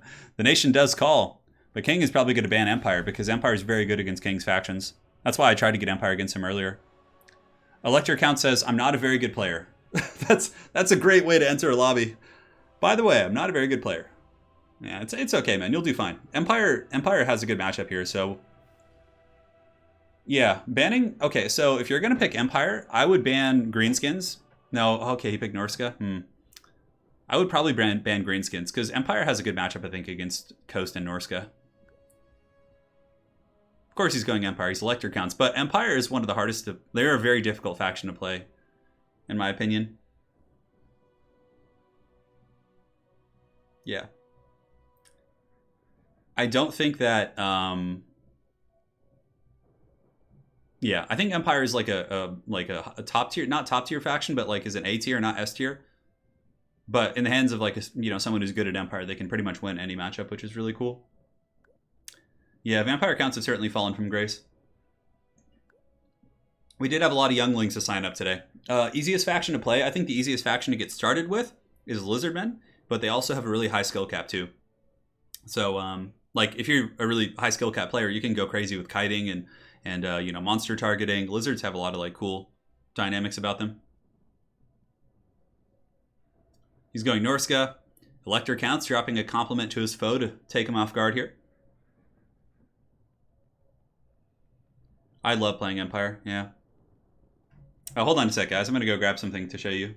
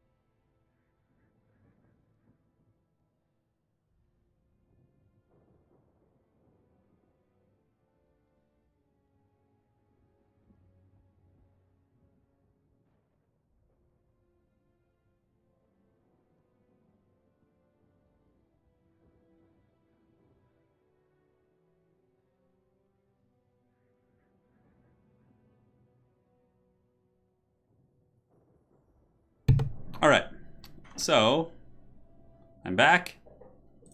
So yeah, what I wanted to show you guys. Hold on. So this is, if any of you guys haven't seen it, this is the Carl model from Tabletop. So I haven't painted him yet. This is Carl Franz on Deathclaw. So you can see, it's actually a really freaking cool model. Like in the front there, it's really hard to see because my webcam quality is so poor. But it says Franz right there. And then obviously, yeah, you got the man himself up top, wielding Galmaraz. It's kind of like tricky to see. Yeah, there's good old Franz, man. It's such a freaking cool model. So eventually I will paint that. Got them all built up. And then here, Franz can hang out on my desk. I don't know, vampires need a unit with javelins or something. So both players are ready. So the other model here I'll show you guys in a second. And this is the paint scheme that I'm going to be doing for the rest of the army, I think. It's not completely done. I need to do some highlighting, but I'm doing a Knights of More. Yeah, I'm doing a Knights of More themed Altdorf army, so it's going to be like they're all going to have like black armor and like gold trim, but they'll also have the blue and red of Altdorf is kind of what I'm thinking I'll do. So this is the Demogryph Knight I painted. He's not like done yet, and he's like in dark armor, so he's like really poorly lit. But basically, this is one of my Demogryph Knight models. You can see. So he has like black armor with gold trim. He's got his big lance. Yeah, and they have like a gaunt kind of flesh tone. Yeah, that's one of my Demogryph Knights. He's not. The lighting isn't doing it justice. The gold trim actually really pops out and looks quite good. Anyways, all right. So back to the battle.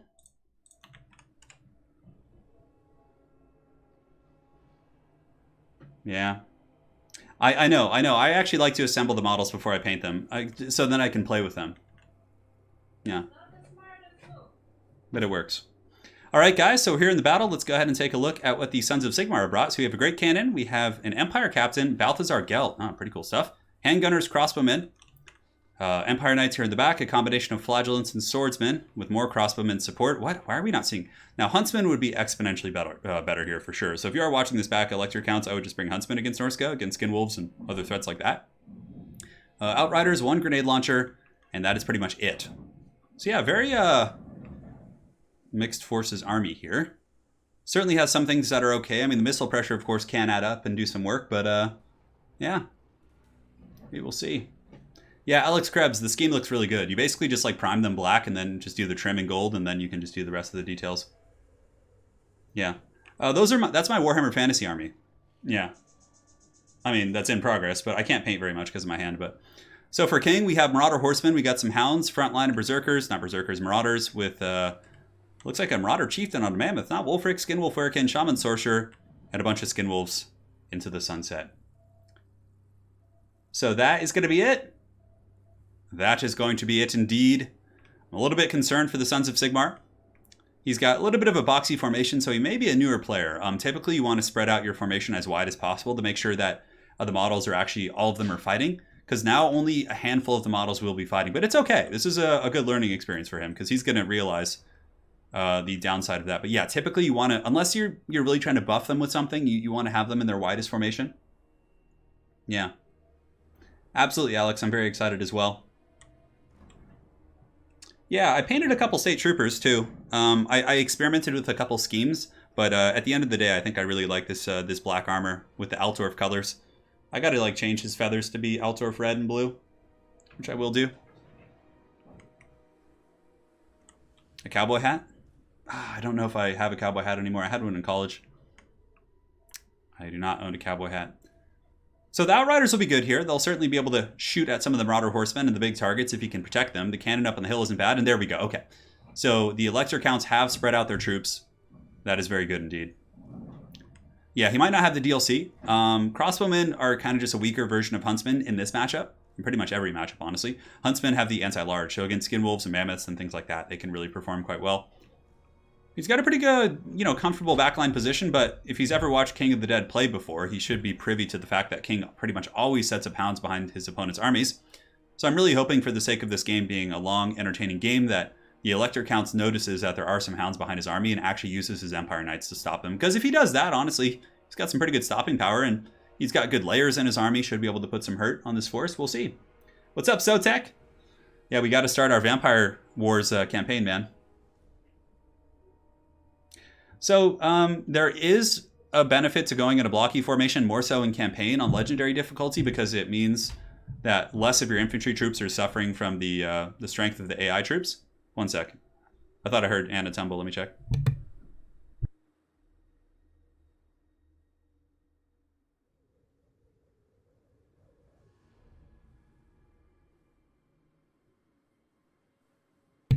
All right, she didn't tumble. False alarm. She was just hopping about. My favorite faction to play these days is honestly the Empire. Yeah, they're so fun. All right, guys. So the battle appears to be underway. King of the Dead will be advancing on the Sons of Sigmar. The Outrider should be able to rip a couple shots, but will want to fall back immediately. And it looks like he does have them on skirmish mode, which is good. So at the very least, they will pull back, even if he lapses in micro there. And the Empire Knights, suspicious of King of the Dead's antics, were able to find some Norscan Warhounds and should be able to at least push them away from the main engagement. And honestly, Lecter counts with some pretty good screens here, able to push back those Norscan Warhounds with his Empire Knights, but he just wants to make sure he doesn't overextend here. And these Outriders, of course, are still shooting and getting the favorable trade here against some Marauder Horsemen. And now they're going to be retreating. So far, so good. Empire was able to secure their initial battle lines. The Great Cannons are shooting. Not really sure what the Great Cannon is shooting at. So we'll see. I would imagine it's going to go after the Marauder Chieftain. That's probably what I would just sit on the entire game. But it looks like he's actually shooting at the Skinwolf Werekin. So up in the high ground, handgunners are opening up, really just doing a number here on King's skirmishing elements. But in the back line, we'll see if the micro of the Elector counts holds up, as King is now pressing in from a couple angles. Here in the back, we have the Norscan Warhounds, and it seems like he overchased pretty hard here with his Empire Knights. Granted, he did catch the Warhounds and was able to get them, which is nice, but there's another group coming in the back here, which is going to be able to get there and cause some problems for sure. So yeah, the Great Cannon is shut down. A little bit of a lapse of micro here, not paying attention to the back line, and that's pretty much all it takes to lose, like, all of your goodies, especially with the Empire guys. Yeah, like when you're playing Empire, if you're going with like a handgunner line or anything like that, they're not like Dwarven Thunders or things like that hold really well. Yeah, their melee stats are really, really bad. So he might actually use some of the Outriders to charge them, which I probably would with the Empire Captain, and now Norska is going to be coming in full effect. Yeah, and then maybe he'll be able to save the Great Cannon with the Empire Captain and some other troops here, but now Norska slams into the front line, and the whole gun line is just so distracted by the backline harass that Yeah, look at that. And the Great Cannon is shattered. And the Hounds are now going to be able to pour over onto the Handgunners, which pretty much spells doom for the Empire, I think.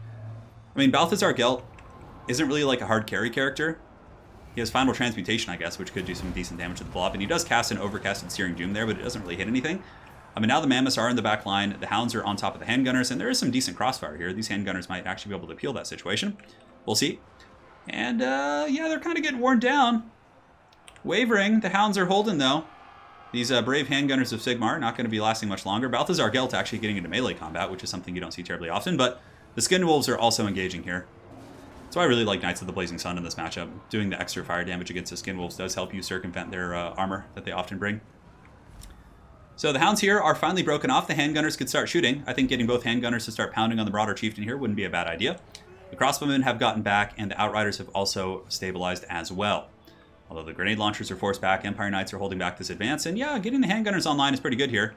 We'll see what kind of firepower he can bring to bear, as there are Halberds kind of surging in, but currently King is pulling ahead. So many things have been destroyed in the back line, like the Handgunners, and they've all been kind of displaced, and the Empire doesn't win the frontline engagement here. You can win it by going with like Volkmar and a bunch of like, you know, troops like that, and occasionally some greatswords, but I found that to be a little bit risky, yeah. And yeah, too many crossbowmen. I would probably cut the crossbowmen too. They feel like they're not going to do a whole lot. Handgun are certainly a little bit more impactful. Silver bullets are also very strong. But the Marauder Chieftain here is going to be taking some damage from the Halberds and the Empire Captains. That's good. And honestly, Elector Count's played pretty well, considering he's a newer player and he's playing against King of the Dead. I have to say, he put up a good fight. Because King is, you know, obviously a top-tier player. He's played in like Everchosen, so, you know, frequently plays in tournaments. So putting up a good fight, you know, with a build that I would say was very suboptimal, certainly isn't bad. And in the beginning, Elector Counts did good. His skirmishing phase was solid, and, you know, he's forced back many of the Hounds. But we'll go ahead and take a look at his army here on the post-battle screen, and I will give you guys some tips. Yeah, King of the Hill is on anyone who wants to join. Veterans, newer players, it's a combination of both. So it's a chance for everyone to kind of play against upwards or downwards as well. So, surprise King, yeah, he's going to get this Empire Captain here, no problem, and that is going to be game. The Empire will crumble, and GG indeed. It's whoever signs up first, yeah. It's the first 10 to 12 people to sign up. I always say 10, but then I end up letting 12 people in. He just had far too many missile pieces to defend. Crossbowmen, Handgunners, Outriders. Honestly, like, you can just go with just Outriders for your missiles and bring, like, Demogryph Knights with Halberds to deal with the Skin Wolves. Like, that's oftentimes very strong. Did we just see a Buna there? Is that what that was? Yeah, a couple loose Crossbowmen still fighting. Grenade Launchers are doing good work. You can see here the Sons of Sigmar punching it back in the fourth quarter a little bit. Hounds will push off those Handgunners, and these Crossbowmen will be hunted down by the Condom Wolves, the Skin Wolves, the premier Condom brand of the old world, and that is going to be all she wrote. Yeah. Pump up the jams, my friends. Pump them up. The Empire Knights are back in business. Outriders, where art thou? We got the Outriders with Grenade Launchers here. Yes, good Anakin, shoot. That's a pretty cool looking shot. So many of the Norscan troops getting blasted by the grenades as they charge in there. Army losses, I feel like it's like taking longer than usual to kick in. I don't know, maybe it's something in this beta patch, like army losses just takes a little bit longer. Yeah, King's army more or less intact. You can see his heroic squad is very healthy, though. Yes, Optimus Fine, that is correct. Alright, so let's go ahead and update the scorecard. King is going to be continuing to slay the younglings today. Very well played, Elector. You tried, man. It's a tough foe to play against for a newer player, but we're all proud of you, brother. Alright. So, next we have the Golden Eagle. I don't know if he's a youngling. We'll find out. The mighty proud Golden Eagle. See if he's on the beta build. So, yeah, probably too much. I would cut the crossbowmen, maybe like even cut the handgunners and just use the outriders because they're much harder to snipe. Yeah. We'll see. We'll see, guys. Yeah, grenade launchers are really good. Electric counts in chat saying I was not sober. No worries, man. You honestly did pretty good, especially considering you weren't sober. Yeah, your army comp was just probably your weakest point. Your army was not a proper pick against Norsca, in my opinion. How do you sign up for these? You just have to be in my Discord channel, and when I announce it, you got to be one of the first probably 12 people. Golden Eagle says yes, he is a youngling. Okay, cool. So King will continue probably going after these younglings. All right. So send me your Steam ID. Steam is so stupid. Like, how it makes you... Like, they can't see the lobby unless they're on my friends list. Just freaking end me, dude. Why do you have to be like this? Why must you be this way? Alright. Then what I have to do is go through my friends list and find people who haven't been online for like a year. Yeah. So if you find yourself not on my friends list, it's not because I wanted to remove you. It's because I needed to for one of the sake of these tournaments. So he sent me his Steam ID. The golden eagle shall rise from the ashes once more. So if you are a newer player and you're going into one of these tournaments, I would recommend, if you're playing someone who's much better than you, at least you think they are, much more skilled, you want to come in with like a monster build, like something that's like very all in one area. Don't like try and have a well-rounded army. Just go crazy with like monsters and healing and just like charge, right? Yeah. Elector Count says I kind of accidentally signed up. Dude, Elector, you did well. Oh, Elector, you didn't even mean to join the King of the Hill? All right. You just said you've been summoned and I signed you up? It's all good, man. Don't worry about it. To the essence of chaos for this one. We'll see if the Golden Eagle can go fisticuffs here on a very small map. Hold on, I gotta adjust this a little bit. There we go, that's better. Cool. I don't know, I wouldn't like people who are better than me toying with me. I would good meme against Turin like I did with the Ice Trolls because they're evenly matched. Yeah, the Ice Troll thing was really unexpected, King. But I brought the Swamp Things, so I suppose we had an equally haggard showdown. The Swamp Things battling the Troll King. Come on, doesn't get much better than that. The Cruel Pain, this map a bit. Lizardmen, Tomb Kings, and Vampire Coast. Okay. Oh, we're going to see King on Lizardmen. Interesting. Vlad, you would have had to sign up before because people sign up and there's kind of a list. But if you're in my Discord and you just pay attention to the King of the Hill section, typically, you know, in the mornings my time, that's your best bet. Yeah. So Vlad, we can get you, if one of the mods in chat could drop a link to my multiplayer Discord, that'd be greatly appreciated. That's where we run all my tournaments. And after this stream today, so after today's stream, we're going to be having signups for my next Eternal Challenger League, which is 100% open. So if you guys are looking to play in a tournament for the first time, signups will be going up after the stream is over. So we have Empire versus Tomb Kings. And honestly, this is a matchup that is normally pretty good for Empire. But obviously, it's still very difficult because Empires are hard to play faction. So if you're playing against King, it's going to be tricky. Yeah. Thank you, Misha. Yeah.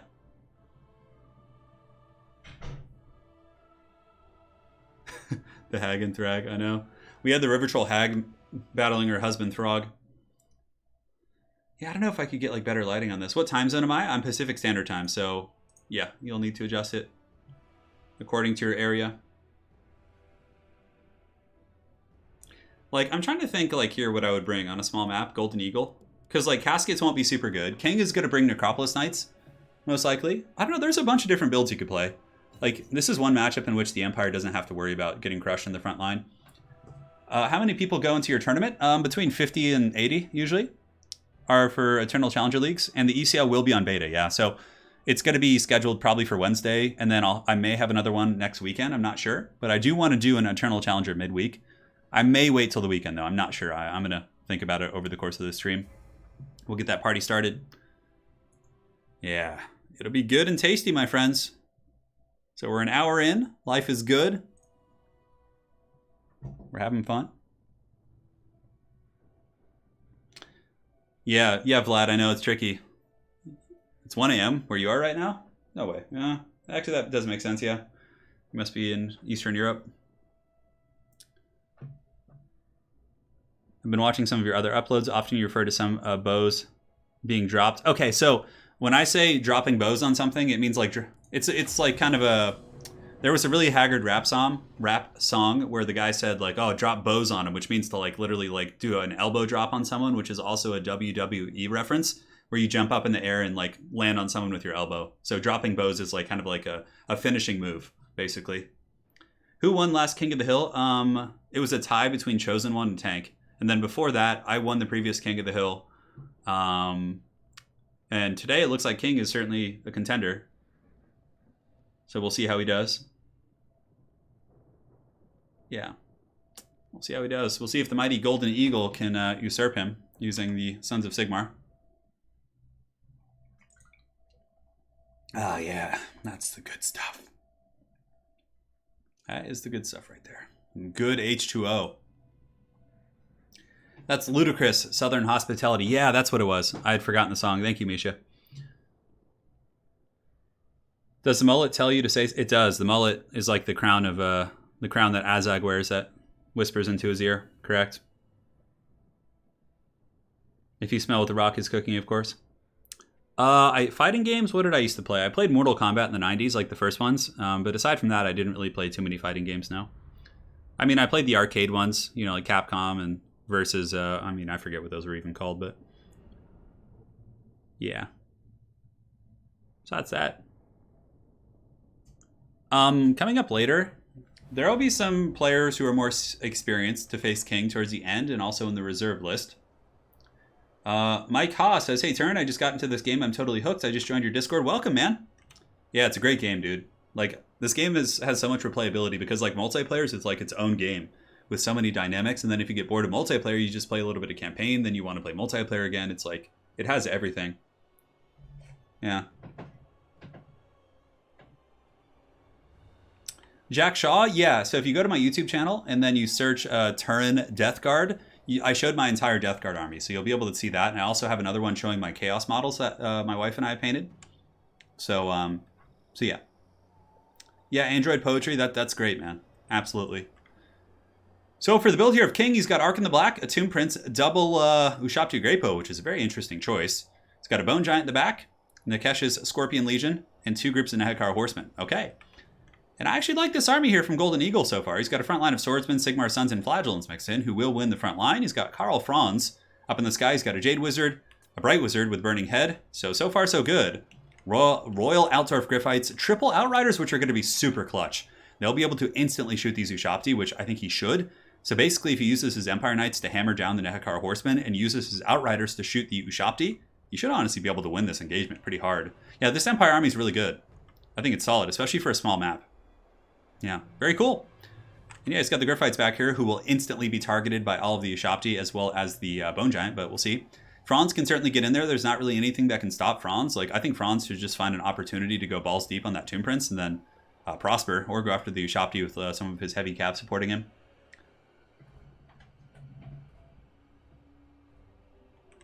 Yeah. The battle is underway. I have the perfect army, says King. 666, the number of the beast, he says. That's pretty funny. Is that the actual size? Yes, it is. Wow. Yeah, Golden Eagle's army's good. If his micro's good, I think he can win this. I really do. I think he's got some good answers here for King's Ushapti. The Outriders are already in firing range, so as long as he just switches them all into the Ushapti, uses his Empire Knights to block up the Nehekar Horsemen, those Ushapti will get wrecked pretty good and will be forced to the back of the map, which obviously then they're not shooting. Yeah, we'll see. We will see. It's all going to come down to execution. We'll see if one of the younglings is able to do this. We'll see if the youngling can do it. Yeah, we got the build here. We got 666 and 882 for the army sizes.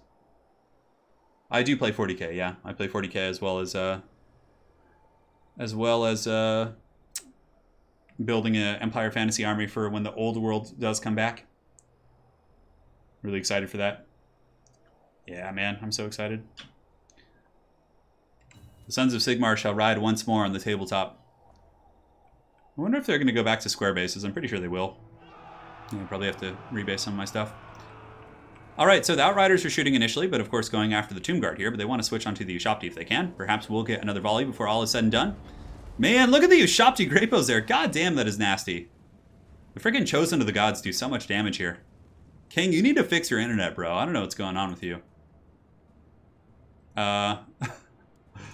Yeah, a little bit of lag. Damn it, King. It's like intermittent lag. It's not nonstop, so at least it's not too bad. But yeah, the Outrider's getting some decent damage against the Ushapti here. The Empire will be surging forward. Sorry about the lag today, guys.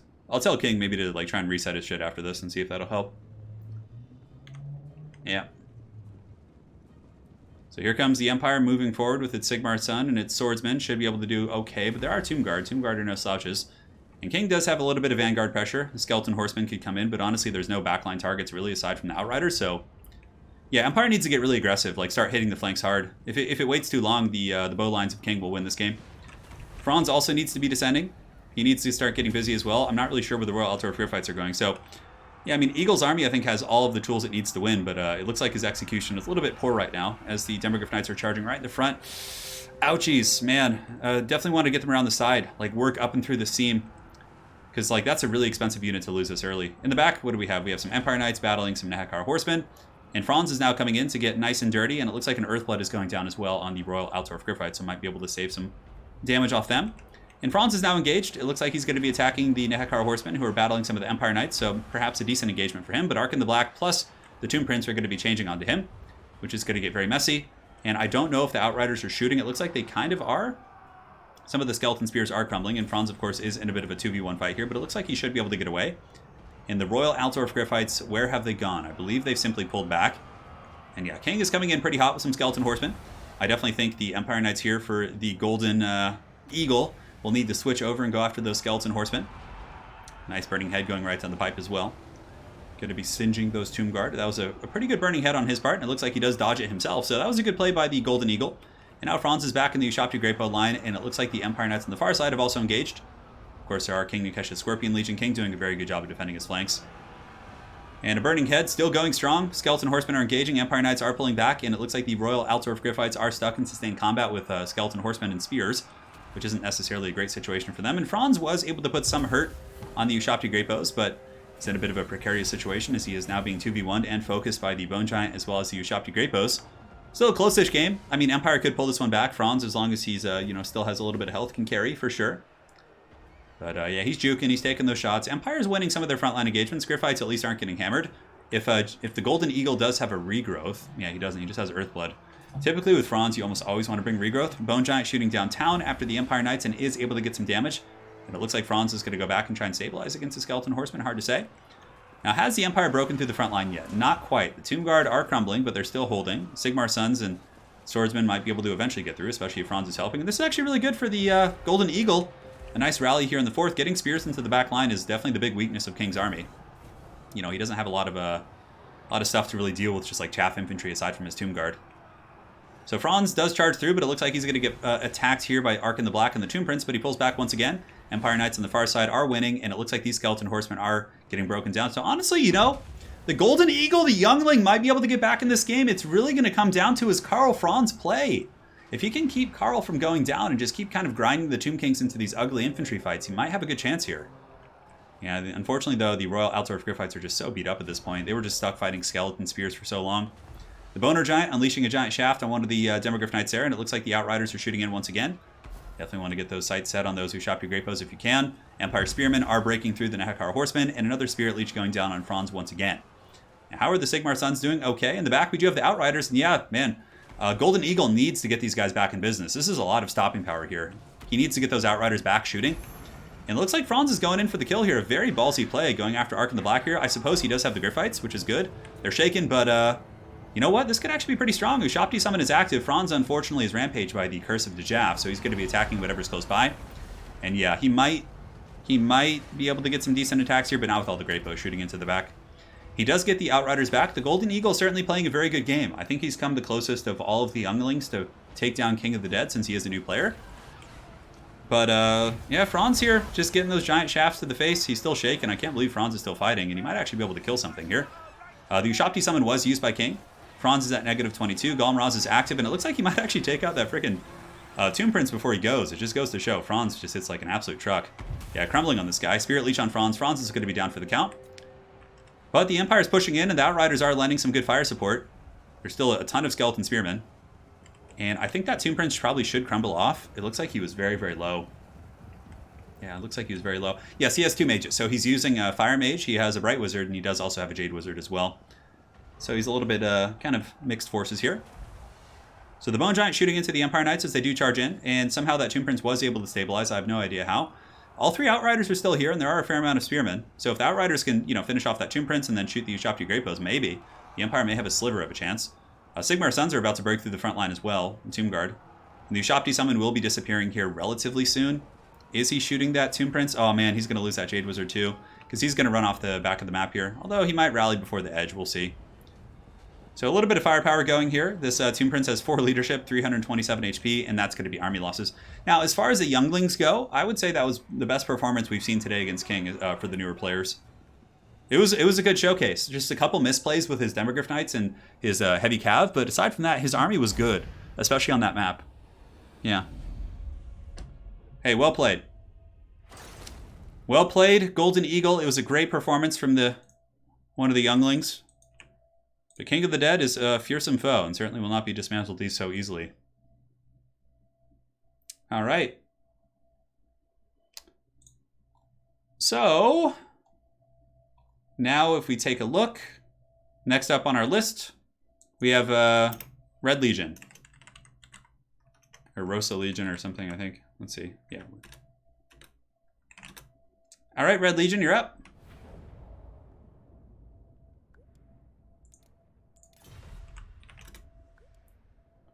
Well, you could have brought a cannon for sure, Eagle. Even on that map, it would have been okay. But yeah, your build was good, man. It just came to your Demogryph Knight play. I think was one of the things that may have cost you.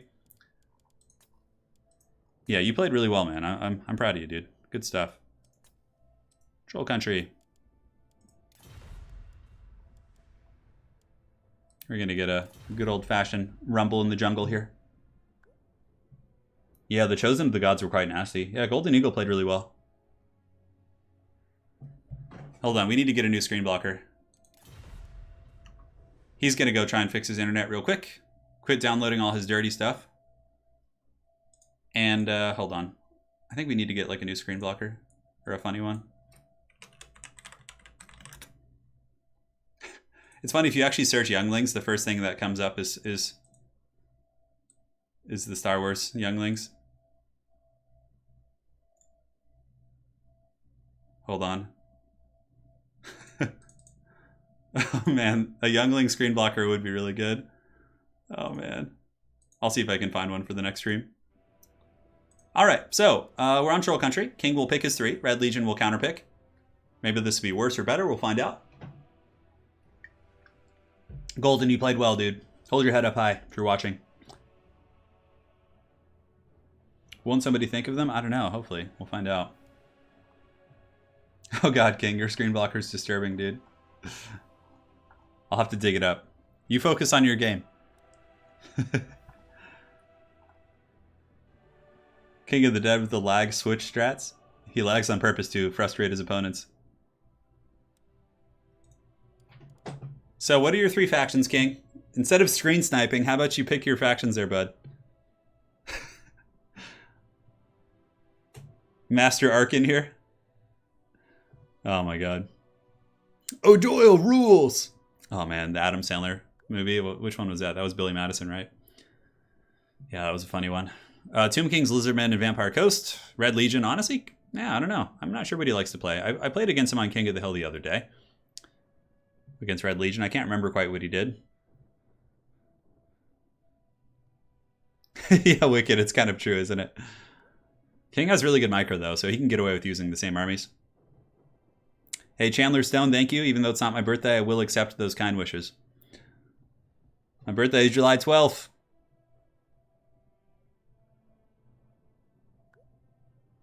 Yeah. King of the Dead? I don't know if it's... I don't think it is, Eli. So he's banning Coast and going High Elves. So many people picking High Elves against Tomb Kings today. We'll see if the Red Legion of XMT Clan is able to dismantle the King of the Dead. After this, we have Dying Sun, F-Pod, Dactyr, Wicked D, and Willow. And then in reserves, we have A-Move Hacker, Ice Power, Swarv, Energized Shidoku, and Captain Ventress. I don't know if we'll get that far, but we will try our best. We will try our best. So guys, we also have the legendary Skarsnik campaign up on the channel now, if you guys haven't seen that. For some reason, YouTube didn't really send out notifications for my first one, which is a bit of a shame, but it is up on the channel now. Yeah. Another ever-chosen face swap.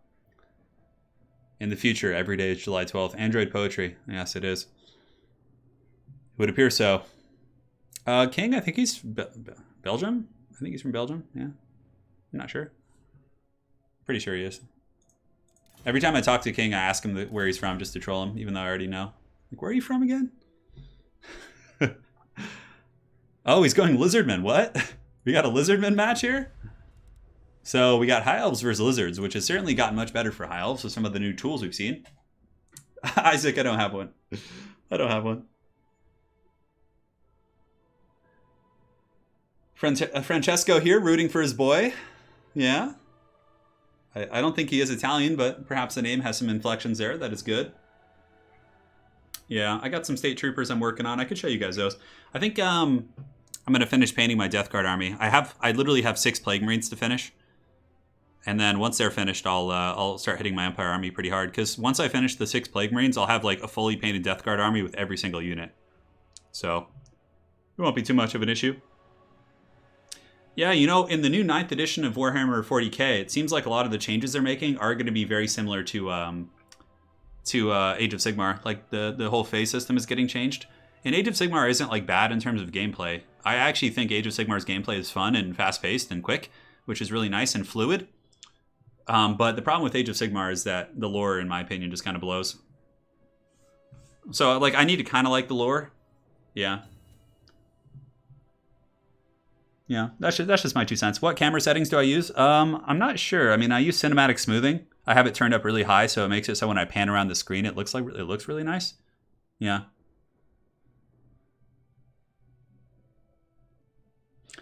Turin, you do have one. It's just filled with pics of Wookiee.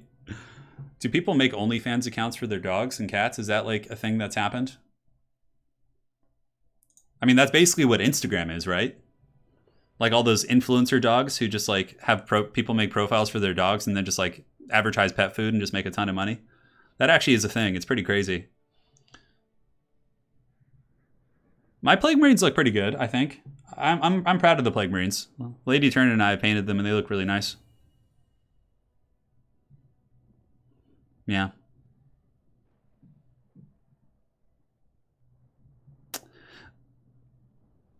Yeah, you know, in Android Poetry, I've heard that opinion as well. And, you know, perhaps if Age of Sigmar didn't end Warhammer Fantasy, the lore wouldn't be, like, as hated. I think it's just kind of hated because it has hints of the old world in it, and it kind of reminds people of what they've lost. I think that's a big part of it, honestly. Like, I think if you just had Age of Sigmar lore on its own and Warhammer Fantasy had never existed, people would probably be fine with it. I think you have a really good sentiment there, but, of course, I'm in that category that really loves Warhammer Fantasy lore, but, like, it kind of makes me hate Age of Sigmar lore because of, like, you know... Yeah, that's kind of like how I feel about it. I'm just looking at glorious Karl Franz over here, and then I just see the stupid Stormcast Eternals who are basically just Space Marines, you know, and I'm just like, what happened to the real Sons of Sigmar? Didn't I host a professional player a few years ago? I mean, if you're talking about professional Warhammer Total War players or Total War Warhammer players, then yeah, I mean, they're basically playing on almost all of my streams, and, you know, I mean, like, anyone who's like won money in tournaments is technically a professional Total War player. So, yeah. Yeah. I'm not really sure. Unless you're referring to a different game. Are you talking about Tabletop 40k? Yeah. All right, guys. So here we are. King of the Dead. For his army, he's got Saurus Warriors. And in the flank, he's got Skink Cohorts, Coldon Riders, an Ancient Salamander, a couple Coldon Spear Riders as well, and a Feral Carnosaur up in the tree line. And for his lore choice, he does have a glorious Toad of Life. Yeah. Pretty standard stuff here. I dig it. I dig it indeed. And now, guys, we're back in business for the forces of the High Elves. We have a front line of Silverin Guard, a secondary line of Archers, a Bird Teclis with Nets, Enfeebling Foe, and Regrowth. We do also have a Moondragon. In the back, we have some Fireborn, and that is it. A very elite small army, but we'll see if he's able to defend that Archer line. That's my only concern. With just the Fireborn defending 3 Archers, including Sisters, that's going to be a little bit taxing for sure. Yeah, and Red Legion does have a YouTube channel. Wicked, if you want to drop a link. You know, the thing is, Hannah, about having painting streams, I can only paint for about 45 minutes at a time before my hand starts to give me a lot of sharp pains. So, in my wrist. It's not my hand that's messed up, it's my wrist. My wrist will give me sharp pains after painting for about 45 minutes. So, like, if I streamed, it would be a very short stream, you know? Yeah. Magic the Gathering lore is actually really good. Yeah, I love Magic's lore. And that's kind of like, I feel like Age of Sigmar kind of like with the whole plane system just kind of jankily rips it off. Yeah, Magic's lore is really good. Like the Brothers' War and Phyrexia invading Dominaria. That whole series, the invasion block, was so cool. And like Urza setting off like a giant plane. Oh, it's like, man, I love Magic lore. Yeah. Yeah. Rob Blakely says, "Hey, Turin, tell us a joke." Grimgor Ironhide. There's your joke. Even still. All right. Arcane Teclis is strong, but he's not OP. You have to remember, he costs almost like 4,000 gold. He's really expensive, so it really takes away from the rest of your army. And if he doesn't make a huge difference, you kind of just lose. Yeah. I could do like a quick painting video where I like film me painting the basics. But like, guys, to be honest, I'm not a great painter. I'm just very average. I'm very good at doing base painting and washing and like a couple basic highlights. Like, I'm not a good painter. You guys would learn much better looking up other YouTubers who I basically just rip off. Yeah. Yeah, I need to get back to streaming Magic. I do. I enjoy it. I really enjoy it. Yeah, I love the lore of old Magic the Gathering lore. Like, I like Ravnica's like storyline. It's pretty fun. I really like Dominaria original when Phyrexia invades for the first time in the Brothers' War. The early Magic lore books are so good, talking about like Mishra and Urza and like, oh, it's so good. It's so good. Yeah. And Grimgor is not OP. He's still terrible. Not terrible. He's mediocre. Yeah. He's still a meme. Like, all the other Greenskin Lords are just so much better than him. Alright, guys. And now we have a Royal Rumble on our hands. Is the Red Legion going to be able to stop the King of the Dead? We'll find out here in the next episode. The Ancient Salamander. If I were Red Legion, I would probably net that thing down and just blast it with all of my archers. Like 100%. And King is probably going to see this coming. I mean, if he doesn't, it's going to be pretty painful. But you can see the Ancient Salamander incredibly effective here against the Silver and Guard. Just really pounding those guys to dust. But yeah, now the archers have switched on to the Ancient Salamander, so it should start taking some damage.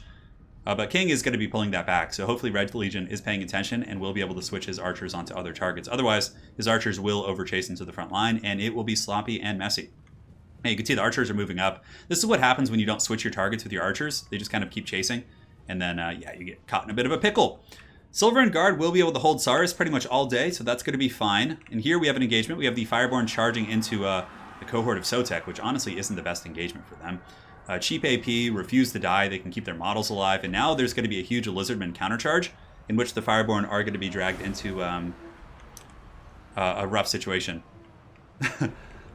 My love, Anna, I did talk about how we paint our minis together. Yeah, I was telling you about the Plague Marines and the different models we painted. Perhaps you weren't listening to the stream. So here comes Teclis. Bird Teclis is in mortal combat here with the Feral Carnosaur, and it looks like the Dragon's going to be coming in as well. And the Fireborn pretty much surrounded, and a very unfortunate engagement, also being poisoned as well. Silver and Guard, of course, doing their piece in the front line, but they're not going to win it. The Fireborn and Bird Teclis and those other characters need to win this battle, but I feel like this is going much better for the High Elves here, and here comes a Banishment in the back line going down. Oh, look at that. Yeah, able to go all over those archers. I'm surprised he didn't use it on the Sisters, but it looks like his Salamanders are dismantling those Sisters of Avalorn pretty effectively. Excuse me. Got something caught in my throat there. Oh, man. I almost choked again. Anakin, I'm too weak. So yeah, that was a pretty disastrous engagement for Red Legion. He should not have sent in the heavy cav against the skink cohorts. Probably should have just like peeled off some spears maybe. I don't know. It didn't seem like he had enough to really fight that fight. Granted, Bird Teclis might be able to carry this. There is some terror routes going down on the Golden Riders. Frontline engagement, it's pretty much a wash. I mean, Silver and Guard just kind of holding back Saurus. It's very much a wet noodle contest. And it looks like those archers are broken off. These archers soon to be broken off. And the Sisters of Avalorn have 26 models, but they're certainly not long for this Earth. The regrowth did go down to the Fireborn, and they may be able to come back in and charge, but there's a ton of anti-large here. I think these are Golden Riders. No, they're just Golden Riders. So they're not anti-large riders. There might be a chance that the High Elves can actually stabilize this engagement. Did I just see a net going down on that Slann? Yeah. I'm not sure. Yeah. So Teclis here is continuing to fight. Regrowth could perhaps go down on him and salvage that situation. Balance of power is pretty even. Certainly a little bit favored here for the Lizards, but the Silver and Guard seem to be holding pretty well. The last of the Fireborn coming back to fight. Some archers have also rallied here for the Red Legion. If you can get those guys back in business, that would be very, very strong. But yeah, I feel like it's only a matter of time before King wins this game. Like, the monsters aren't going to be able to deal with all of these bodies. And this, like, I don't know, what's really his horde killing power? I guess his Dragon Princes, maybe? Yeah, it's hard to say. Yeah, Teclis is tanking, but I mean, what is he being hit by? He's being hit by tiny little skinks and like 3 or 4 Golden Riders. It's not like he's being hit by a lot of stuff, and he's still taking damage. The Teclis is going to pull back. The Moondragon is probably done for. Yeah, negative leadership, and that's going to lead to a really quick downfall here for the rest of the High Elves. Silver and Guard performing well, though. You can see they trade evenly with Saurus in the front, which is great. Allow you to really do some other stuff for sure. Yeah.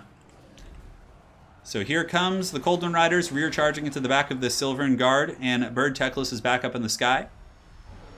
Looks like a big old net is going to be dropped there. And Teclis is going to go in once again, charging into the Coldwind Spear Riders. Some of the Fireborn, of course, still alive. There's only 6 models, though, and the Salamander's been able to pretty much blow its load the entire game. It's just been doing so much damage. Yeah, 55 kills, but most of which are against pretty elite targets. And I think that's going to be game. He's saying, my army is dumb. Let's see how this goes. That's always a great way to join into a battle. You know, supreme confidence. Yeah. Supreme confidence indeed. And it looks like that's pretty much it. I don't think there's much more the Red Legion can do. I think he's going to be surrounded by the Coldwind Spear Riders, and then, you know, the Slann is going to come in with his thick girth. There's also a Feral Carno here, too, a dedicated anti-large monster who should be able to win the fight. You know, the one thing to say, though, man, Silver and Guard, really, really good. Nice breath attack by Red Legion. That's actually quite strong. You can see it actually pulls the bounce of power back a little bit, but I think it's too little too late, as Bird Teclis is basically being dragged down by a big, giant, angry T-Rex. Yeah. And here it comes. The Moondragon descending upon the battle, trying to save its Lord and Savior, Teclis. Bird Teclis, like you guys had predicted, is very tanky, but it doesn't matter if you're fully surrounded. His killing power isn't that insane. Maybe if he gets like a big fiery convocation, but there's still so many high mass units here, including the Feral Carno, who could probably 2v1 that fight. Some of the Silver and Guard are piling back here, but the Moondragon will be breaking as far as kills. They did get 70, which isn't bad. And down goes Teclis. That is going to be it. High Elves are a good faction, Samuel Christensen. The reason why they're losing so much today is because the players probably are not as good as King of the Dead. Yeah. Correct. Yeah. Yeah, darling, I agree with you. Yeah, so Lady Turin and I played a couple of Commander games where we made a werewolf deck, and we found that the werewolves just like couldn't really keep up with the other decks because they just don't have enough cards to choose from. Werewolves were only printed in 2 sets, so like compared to other tribes, they just don't have that many good cards. So we had to remake her deck. So we remade her werewolf deck into Marath, Will of the Wild, and it's really strong. She actually beat me pretty good last night. Yeah, so she's got a solid deck now. All right, so next up we have F-Pod. No, wait, no, Dying Sun. Dying Sun, yes. Sorry. So King of the Dead going on one of his classic King of the Hill runs. It can happen. Especially if you get a lot of newer players. Torguard, I can't remember if Torguard is nice. Yeah, Lady Turin, of course, has painted like probably like half of my army. Yeah, absolutely. Tabletop. She's a much better painter than I am.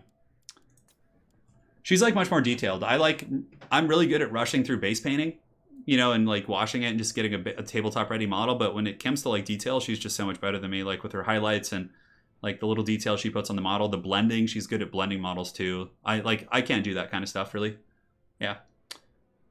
The card game we're talking about is Magic the Gathering. Alex Krebs, I bet. Yeah.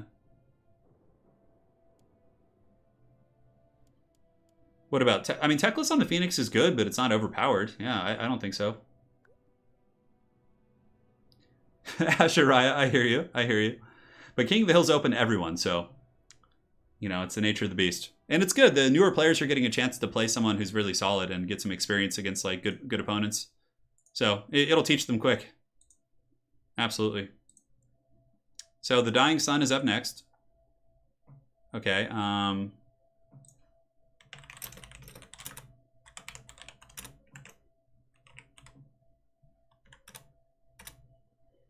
He'll send that to me. Then we'll get this party started. I'm just getting started.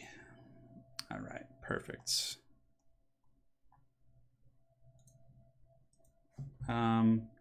You should have a number to paste. I should be able to find him with that though. Let's see. Okay, so he sent me something that's not his Steam ID number, but I should be able to find it nonetheless.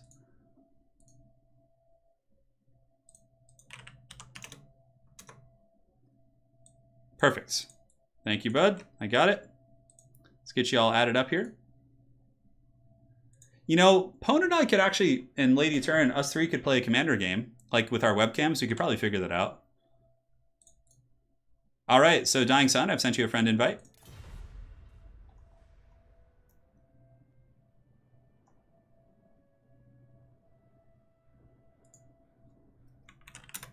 All right. So King said he's going to take a quick smoke break. King, you shouldn't be smoking, man. Come on. What are you doing over there? King of the Dead, man. Look at him. He's too young to be smoking. I guess in his country he's not.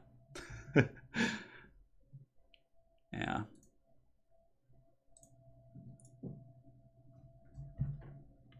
All right, so King is going Tomb Kings, so his opponent can just pick whatever he wants, he says, while he's on his break. Pone, dude, you can get a webcam for like $30 on eBay. It doesn't have to be good. I don't have a Rats deck. Oh, Wicked. Okay, got it. Oh, I see. Fair play. The younglings are coming for blood today, guys. The younglings will have their vengeance in this life or the next. Wicked, if it does get to you, and King, you got to be the defender of the younglings, dude. You got to avenge their suffering today.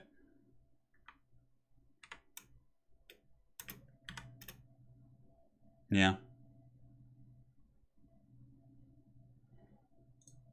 I think in the States, so, hey, so he's TK, pick anyone you want, he said. So Dying Sun is going to get a special privilege to pick any counter pick he wants to King's Tomb Kings. We'll see what he picks. We're on the Tower of Hoth for our map, which is good for Tomb Kings and for Vampire Coast. You can make a deck full of rats and Magic the Gathering. Sounds good, Wicked. Get those decks, man.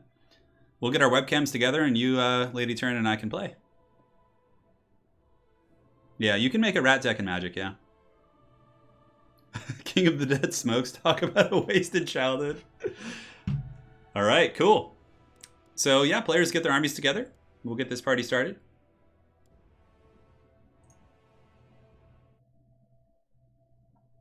Yeah, very good. Lady Turin just dropped a link to her, a bunch of photos of her work. If you guys want to see it in chat, make sure to check that out. You can see all the different journals she has done. Pretty freaking epic stuff.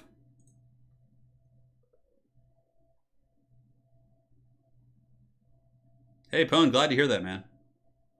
I just play 40k. I don't play Kill Team. I prefer the bigger battles. You know, my inner 10-year-old gets excited seeing a huge battlefield full of guys just going fisticuffs. Oh, a Marrow deck, a Marrow Gnar deck. Yeah, is that the rat guy? Oh man. Webcam EDH? Yeah, I mean we could do webcam EDH. No, I hear you. I hear you, Hunt 42. Fair play, man.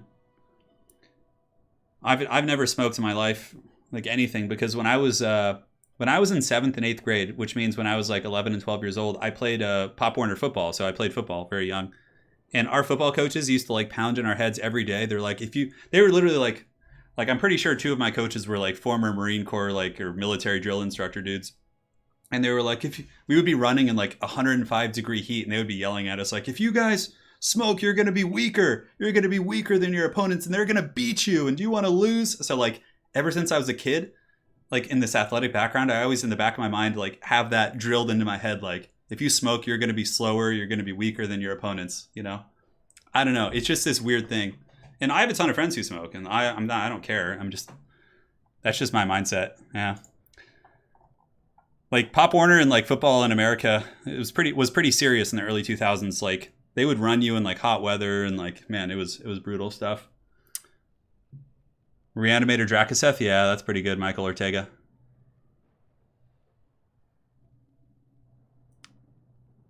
Yeah. Bardzo dobrze. I agree. Bardzo dobrze indeed. So ready up when good. I think Coast against Tomb Kings is a fun matchup. I think it's really fun, actually. I know, it definitely looks really cool smoking, for sure. Yeah.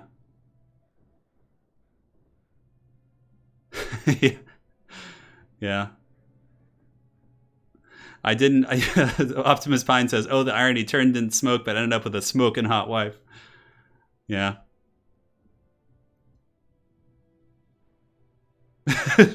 My assistant football coach always said, "Give it 110%." Oh man. Yeah, it's funny because the way our coaches treated us as 11 and 12-year-olds in like Pop Warner football, you like that would not fly today. Parents would be complaining. Like they would literally like kind of like bully kids who were like out of shape.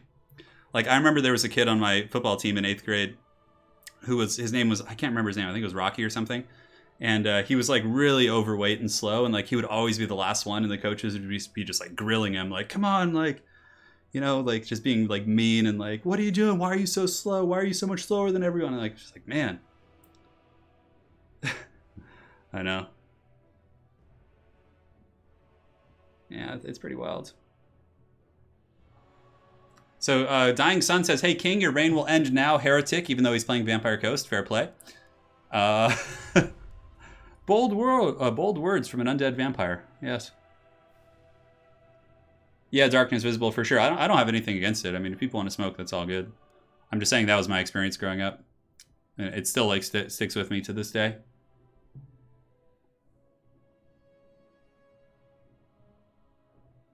Dennis Olofsson says, we've got snus in Scandinavia, thrice the nicotine, none of the cancer, and your teeth turn into crispy brown.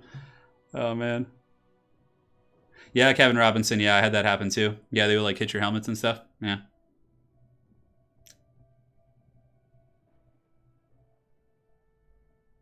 Yeah, American football gets pretty crazy. I mean, in California, it wasn't even as bad as it was in the South, and like Texas and like areas like that. It's like a whole different world. Yeah. Yeah, Xander, good for you, man.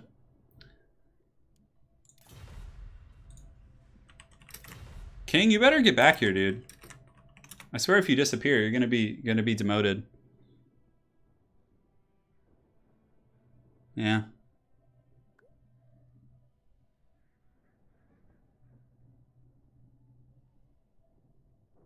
Yeah, man, gym class. Oh, gym class in the 90s was something. Man, I remember that. That was just like, oh, man. No king rules forever, my son. A nice Arthas Menethil, or King Menethil reference there. Not Arthas, but yeah, his dad.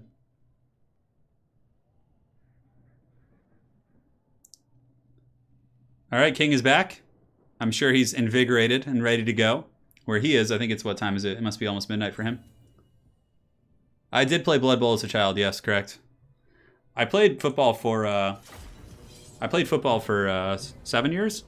Yeah, 7 years I played. I played all through high school and then 3 years before that. And then I ran track and field in college, and I also ran it in high school. I played soccer, or what Europeans call football, also for 3 years. And then I played club soccer as a young adult on a team representing my hometown. Yeah, so I got a sports background. From Texas, my high school had a 7,000 capacity football stadium. Confirm we are insane. Yeah, it's like a way of life down there, man.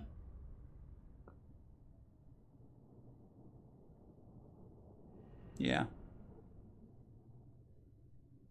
Yeah, man, it's pretty funny. Like, yeah, the way teachers and sports coaches treated their kids in the 90s would just not pass today. But I honestly felt like it built some character, you know? Like, going through it prepared me for, like real life jobs, right? Because, like, you know, you go into, like, a high school sports coaching program. Hold on a sec. Oh, I missed a couple donations. My apologies. So we got a donation from Mercata. Love the streams. Keep up the good work for $6.33. My apologies for missing that, but thank you. And then from Cry and Hope for $2. Happy birthday. Thank you. It's not my birthday, but thank you. Yeah, like, I don't know. Like, so going into high school, like playing in high school football in America, like the coaches were kind of like that. They would intimidate and yell, but like if you did well, they would really like be quite, you know, complimentary and rewarding. And I know it's kind of like, seems like it might be a little cruel, but at the end of the day, also, like, when I went into the workforce, like, I wasn't, like, if I had a boss being mean to me or, like, you know, I didn't, like, take it personally. I kind of, like, had been there before. So, I don't know. Yeah, it's pretty late in Belgium, almost midnight. All right, guys. So here it is. We have King of the Dead coming in with Nakara Warriors in the front line. King of the Lag today. Of course, our lagging player is the one that wins all the games. What is this? But it's going to be Nakara Warriors in the front line. Double Ushopti Great Bow triple with the Casket of Souls Katep. We got a Tomb Prince also. We got some Nehekar Horsemen in the back. And that looks to be it. So very much a defensive artillery build, but if the Tomb Kings have come in with plenty of artillery, they should be fine. Mortars, though, actually. Wow, okay. So looking to counter the skeleton archer builds, which of course are pretty common, but mortars will be okay against the infantry. 2 mortars, a bunch of deckhand mobs, a couple crabs, so rotting Prometheans, and it looks like Count Noctiluss with some gunnery mob support. Yeah, I mean, the crabs can be imposing, for sure. The thing is, Ushabti Great Bows will wreck the crabs pretty hard, but obviously if you can close the distance, yeah. We will see. Blood Bowl. I actually enjoy playing Blood Bowl, the tabletop game. And, of course, the computer game. Yeah.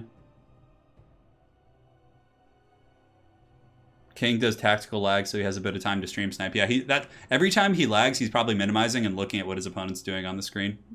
That's probably what's going on with King. Oh, yeah, that's some good water. Oh, no, not the Vanguard unit being stuck.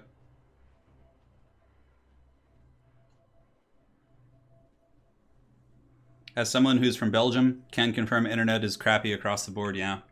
It's pretty bad in the States too, to be honest, for like, you would think we would have really good infrastructure considering all the tech companies we have out here, but it's still really bad. I don't know why. Hadries is here. What's up, man? The battle should be started soon. The Dying Sun is here. He's got some bombers in the front, which is good. Double mortar. Noctiluss will be good against Ushabti Great Bows, but against triple Great Bow, he's going to take a ton of damage back. But as long as Dying Sun is able to get his big old Noctiluss firepower on the Great Bows quick, and definitely just ignore the Chosen to the Gods. They're not as good against single targets. The mortars are shooting in. I wonder what they're going to go after. It looks like the Dying Sun does also have some Scurvy Dogs hiding in the back. Casket of Souls. God damn, Casket of Souls hit so freaking hard. Look at that damage. Hot damn. Yeah, just taking off like half HP off those zombie powered deckhand mobs. That's really nasty. And now all the Ushabti Great Bows are going to start shooting into Count Noctiluss. I think the crabs need to rush forward right now and start pressing. Otherwise, Noctiluss is just going to get out traded by these 3 Great Bows here. Yeah, the Casket of Souls, of course, raining some hot fire in as well. Oh, sorry about that, guys. And in the back, there are some Scurvy Dogs here from Dying Sun pushing in, but Count Noctiluss is getting wrecked by the triple Great Bows. Dying Sun saying good luck, have fun. But yeah, he needs to press up with his tools and force the Ushabti Great Bows to move. And also he needs to start healing Count Noctiluss, who is shooting into the Great Bows and returning fire. But yeah, he's already like below half health. And the Casket of Souls is just wrecking the mortar blob too. Man, this is nasty. Thanks, Hadries. Much appreciated. Yeah. Much appreciated. Even though it's not my birthday, I do appreciate the sentiment, brother. So Count Noctiluss, 9 kills, down to 3,000 HP. This mighty Colossus is going to have to run, maybe too little too late. I think the crabs are going to be sent forward. I think King is in a very comfortable position. Getting your enemy lord, especially a vampire lord, that low, that early is like extremely devastating. And Dying Sun does have some Scurvy Dogs in the back. A couple Carronades would have been just a lifesaver for him here, but now Noctiluss is moving and trying to juke. Scooting and shooting to the best of his abilities, but the crabs are going forward, but he really needs to cast an invocation on himself. I don't know what he's waiting for. Also, you don't want to chase King's Cav here with the halberds, probably. You just stand on top of the artillery, because now the horsemen will be able to get around and actually push in on the mortar teams. Carrion coming in as well. Oh yeah, it's looking really rough. Man, Noctiluss is already dead. And he's down. Boom goes the dynamite. Noctiluss and his mighty peg-leg beast do fall to the ground. And that's a painful start, because now, you know, the crabs will come in, but King was ready for this. He's just going to roadblock them with some of his other assets and his horsemen. And then from there, the Chosen to the Gods and the Ushabti will turn around and just waste them. I don't know why he wasn't using invocation on himself, though. Kind of a strange thing. Balance isn't point of no return. I mean, in the back, some Scurvy Dogs have jumped here and gotten on the Ushabti. If only he had used Invo and gotten Noctiluss back. He's playing pretty well here with his Hounds. Like, getting onto the Ushabti is very, very clutch for sure. But I don't know. I just feel like it's too little too late. You know, the crabs, I guess they're doing okay for themselves. The Ushabti are kind of being pinned in by the doggos here, which is incredibly solid, but yeah. That is going to be it. No, definitely not. I mean, King is a really, really good Total War player, but I don't know what kind of big tournaments he's won. I'm sure he's won some at some point. I can't really recall, but yeah, I mean, obviously, like, people would probably consider Soothsayer to be one of the best. I mean, obviously, we've had Aerocrastic wins, whoever chosen. Soothsayer, Falcon's won so many big tournaments. I mean, there's obviously so many good players, but yeah, King can definitely contend with them, but yeah, it's hard to say. Oh man, Wicked, give me some of that fiber, dude. Yeah, and this is going to be a quick battle. Tomb Kings just kind of picked him apart. Honestly, King's army was so ready for Count Noctiluss. It's just the triple Great Bows just pounded him to dust for sure. So the Tomb King's forces, the Nehakar warriors, able to grind down the Prometheans just with sheer numbers, and of course having an anti-large Tomb Prince there. Dying Sun did a good job with his Hounds, though. His Hound micro was good. It's just the play with his Count Noctilus was very, very punishing. When he just should have fallen back out of range. Noctilus has more range, too, so you can actually range them in advance. But, like, the mortars were also not terribly useful in that situation. I would recommend using, like, cannons, too. Like, cannons are really, really good against Tomb Kings. And then you can use, like, Scurvy Dogs to just harass the Ushopti Great Bow lines and different things like that.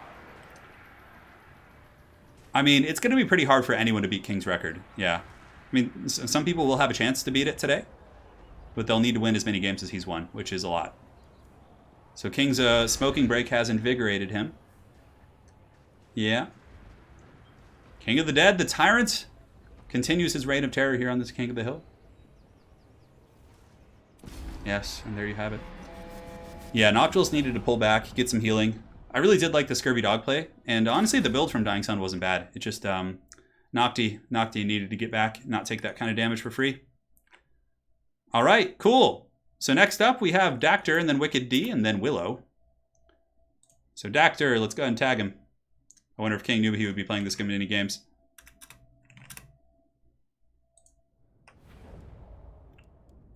GG. The younglings continue to be hunted. Do the Warpstone Mine next.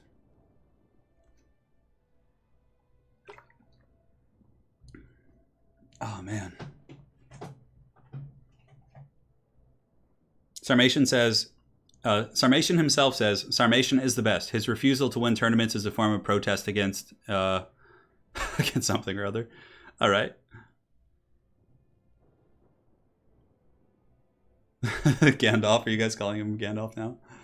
So we got F-Pod here. Wait, is F-Pod, did I skip F-Pod on accident? Let me check. No, wait. It's you. It is F-Pod. Sorry, I got it backwards.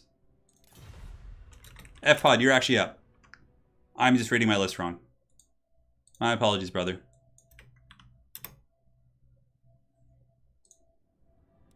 So, yeah, now we have the match. We're on the Warpstone Mine. It's going to be King's pick and ban here. Yeah, Luther is pretty good there. He can juke those shots pretty well by just flying back and forth. Against Tomb Kings, I used to use 2 cannons, Count Noctilus on a peg leg beast, to counter Ushopti Great Bows. Yeah. We got F-Pod. Yeah, we got him, don't worry. King of the Dead says, I smoke the bones of Nehakar and priests to gain their insight. The Great Bows did a lot of damage. Dylan Gast, no, we usually just stream on YouTube. I don't know, I've never really wanted to stream. I don't like restreaming too much because it lowers the quality of the stream. Yeah. So Greenskins, Lizardman, and Norska, and F-Pod gets to ban 1. It looks like he already is very predisposed to want to play his Greenskins here. He's sitting on them quite eagerly.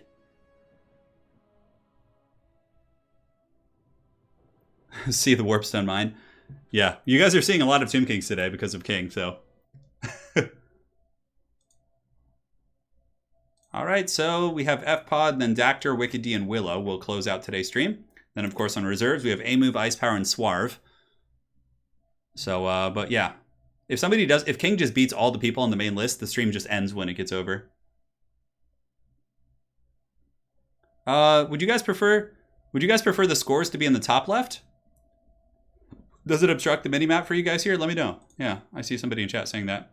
So we have King of the Dead going Greenskins, and we have Skaven versus Greenskins. It's actually not a bad matchup for the Rats. I think Skaven have some good tools here. I played Soothsayer in a tournament yesterday. Flex on Soothsayer, and he used a Skaven against my Greenskins to pretty good effect.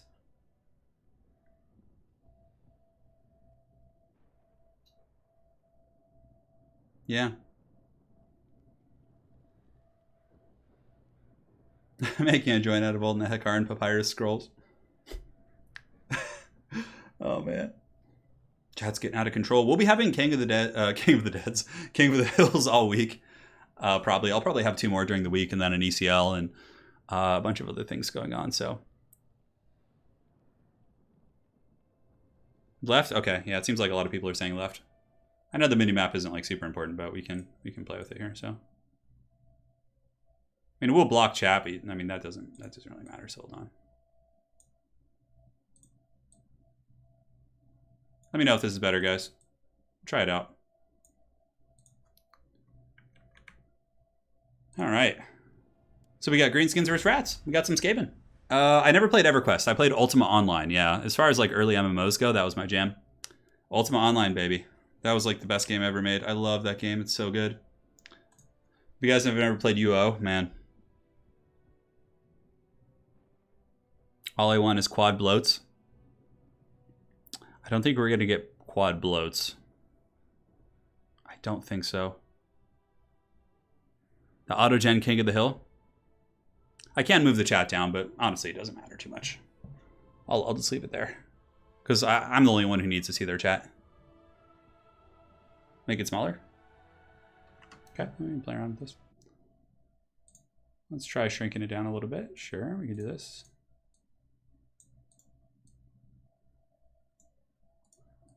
Ironic, really. King of the Dead is King of the Hill. Damn you. Being so difficult.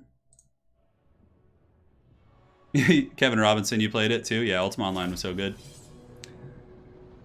Yeah, Rando Howard, thank you for the 20. He says, shout out for the please make Stormwing 200 cheaper campaign. That's the amount for Eltharion, yeah. The Walmart Carl Franz. Thank you so much for the 20, Rando. I'll see if I can preach that a little bit. I'll start saying it in more videos. Yeah, Dark Age of Camelot. One of my best friends played it, but I didn't, yeah. I was just super into Ultima Online. Yeah. And here we go, my friends. We are on the Warpstone mine here. You can see there's a giant crater. This, of course, was the map for the glorious Helmengorst versus Volkmar the Grim. Happy Puppy in chat says, keep clapping those cheeks, King, you bay. Well, he's certainly clapping some cheeks today.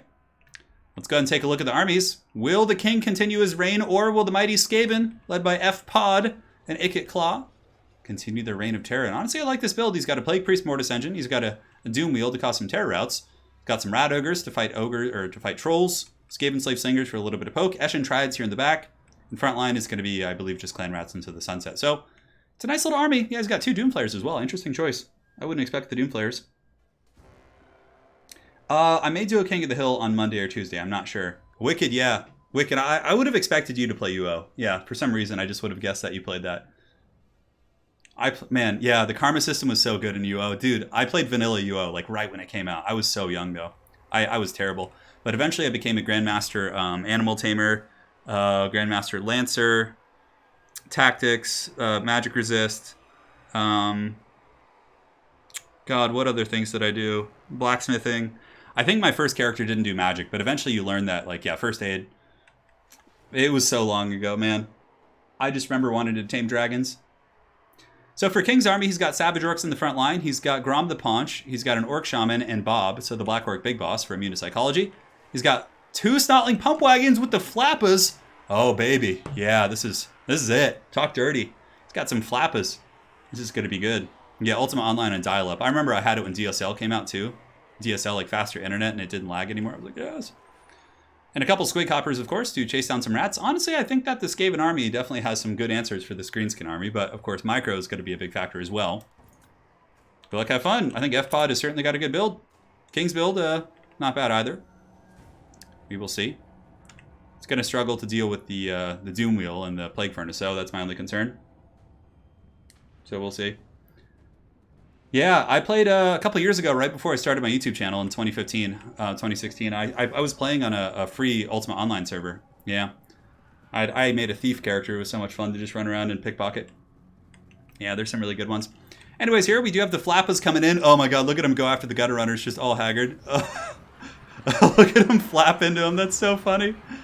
But there are more skirmishers here.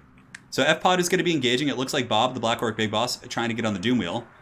And the Skaven Slave Slingers are throwing King of the Dead using his classic lag tactics to try and intimidate his opponent with a little bit of lag before the fighting starts. He only lags like once, and then it seems to just kind of subside, but yeah. Yeah, we'll see.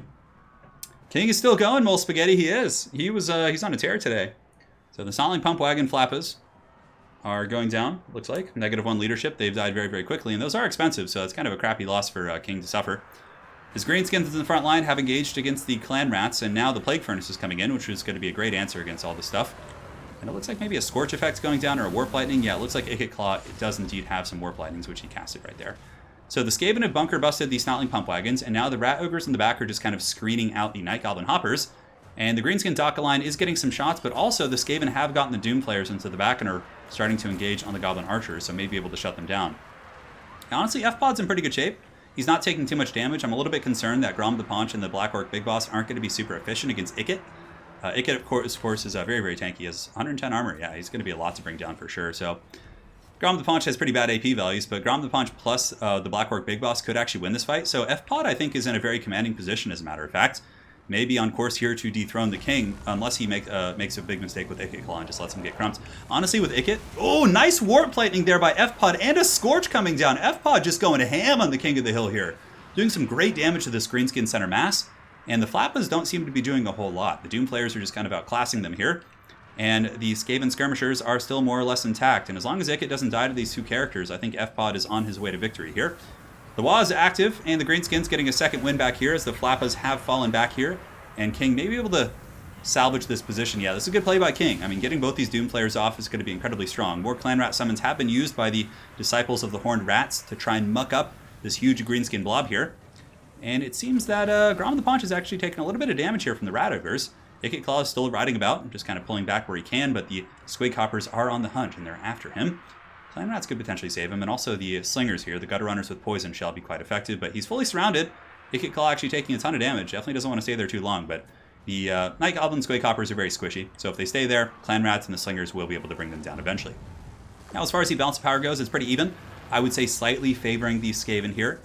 It seems like FPod able to break those guys back once again. Plague Priest, of course, with the Mortis Engine effect is basically a counter against the entire Greenskin army, more or less, and the Goblin Archers aren't going to be putting a ton of dock in. They're not like Orc Airboys, which have much better AP values. Nice Scorch going down right there. It goes right through those Night Goblin Fanatics, and the Fanatics are unleashed here. Might be able to catch the Gutter Runners, but FPod does kite back there. I don't know if that was intentional, but it looks like it was. Now, Ikit Claw's got to watch out. One of the ways King could win this game is if Bob is able to snipe Ikit. That's quite literally the only way the Greenskins can win at this point, is if they're able to goon out Ikit and the Skaven leadership. So as long as FPod is careful and conservative with his choices with his Lord, he should be okay. But it looks like he's taking a lot of damage, which may give King of the Dead a way back into this game. So the Mortis Engine effect going down. More rats are being summoned by the Plague Priest to disrupt the Goblin Archer line. Ikit Claw, for some godforsaken reason, runs into the middle of a bunch of Squig Hoppers, and they might be able to capitalize on this. I mean, they're probably going to break here. Yeah, their leadership really, really tattered here, but down to 1,000 HP on Ikit. He definitely needs to just stay away from Bob. Bob is giving a ton of damage to him, and probably just grab some of these Rat Ogres somewhere and just attack the Black Orc Big Boss. That would probably be enough to keep him off. So the Flappers are coming in. The Flappas are going to be charging it as well. I mean, King may be able to pull this game out just with tenacious gameplay and good micro. The Plague Furnace being used to kind of muck up Bob for a moment, and now Ikit Claw is in mortal combat here against these Snotling Pump Wagons. And the Greenskins still have a fair amount of Savage Orcs. Grom the Paunch could hard carry this game as well. Grom the Paunch is very, very strong. He's tough to kill too. Now, and you see Ikit Claw's going down, and honestly, that does pull the game back for the Greenskins here. And that, like I was saying, that was pretty much the only way. And oh, and Ikit goes down! Is he going to nuke himself? I don't think he actually does when he's on the Doom Wheel. I think that's only when he's on his flare. Oh, he does! And the explosion goes off. Ikit Claw meeting his demise at the hand of Grom the Paunch and the Flappers. So a couple small misplays with Ikit. Not protecting with the Ogres may cost FPod this game, in which I think he was winning quite decisively. Currently, King is pulling back the bounce of power and rallying as the Skaven are now kind of on their back legs. And some of the Skirmishers are chasing pretty effectively. And yeah, the Plague Furnace could still obviously drain out the entire Greenskin army, but I don't think it can kill Grom the Paunch or the Black Orc Big Boss. What do we have left for the Skaven? Are there any Ogres left? It looks like here in the back we do have some Rat Ogres going after the Pump Wagons. They have 8 models, but they're very low, sitting at 9 leadership, fighting Savage Orc units. And here the Skaven are falling back with the Plague Furnace being chased by Bob, and Bob needs to be focused down to something, but like I said, that Ikit Claw misplay might be the biggest drama. What is the longest win we've had in a King of the Hill? Well, the format doesn't necessarily allow them to go as long as possible, but I've seen people win 9, 10, 11 in a row. You know, when they're having a very good day and or their opponents aren't, you know, quite as skilled as they are. But this was a very even game, honestly. FPod, I think, was in this one and was very much in a position to win it, but I think his Ikit Claw control allowed King to snipe him and potentially get back in this game here. 7 leadership on the Furnace here. 21 might be able to stabilize. A really nice Scorch going down to those Savage Orcs here. Now we have some Flayers charging into the back of Grom the Paunch. Gutter Runners are locking them up. We have some Rat Ogres coming back, some Skaven Slave Slingers. Might be able to do something. Yeah, the Mortis Engine probably needs to be in here as well. FPod played a great game. I mean, he was winning that game, for sure. That was definitely one of the closer games we've had on the stream. So here comes the Plague Priest, surging in once more. And there he goes, draining all those bad boys down, but that is going to be army losses. As King of the Dead, Crump and the boys, Bob able to pull out the big victory. FPod almost saved the younglings, but not quite. He played very well, so let's hear a round of applause for FPod. He certainly did well, but in the end, the King of the Dead was able to scrap it out and maintain his crown. So now we have Dactyr. Cool. And looks good. Well played. That was a close game. Well played, FPod. You're smoking hot, Lady Turin. That's right. Yeah, man. That was a game. FPod, well played, man. It was a good scrap. And now we have XMT Dactyr in here. He's, I believe, a youngling as well. But we'll see how he does. We'll do the Zuhua Lake. For the next map. Map set. King almost tasting defeat. Almost tasting it. Hey, FPod, you did well, man. Hold your head up high. Hold that head up high. It just came down to Ikit Claw taking too much damage for free. If Ikit had just been kept with some Rat Ogres, I think he would have won that game. Yeah. I know, it was a really good game. Hey, FPod, dude, your build was fine. You almost won that game. Like, it just came down to you letting Ikit Claw get beaten down so much. If you had had your Ogres defending Ikit instead of pushing his back line, you could have slow pushed him with the Mortis Engine and just used summons to win. Because then Ikit plus the Ogres could defeat Grom and the Black Orc Big Boss. Yeah. You did well, man. You did really well.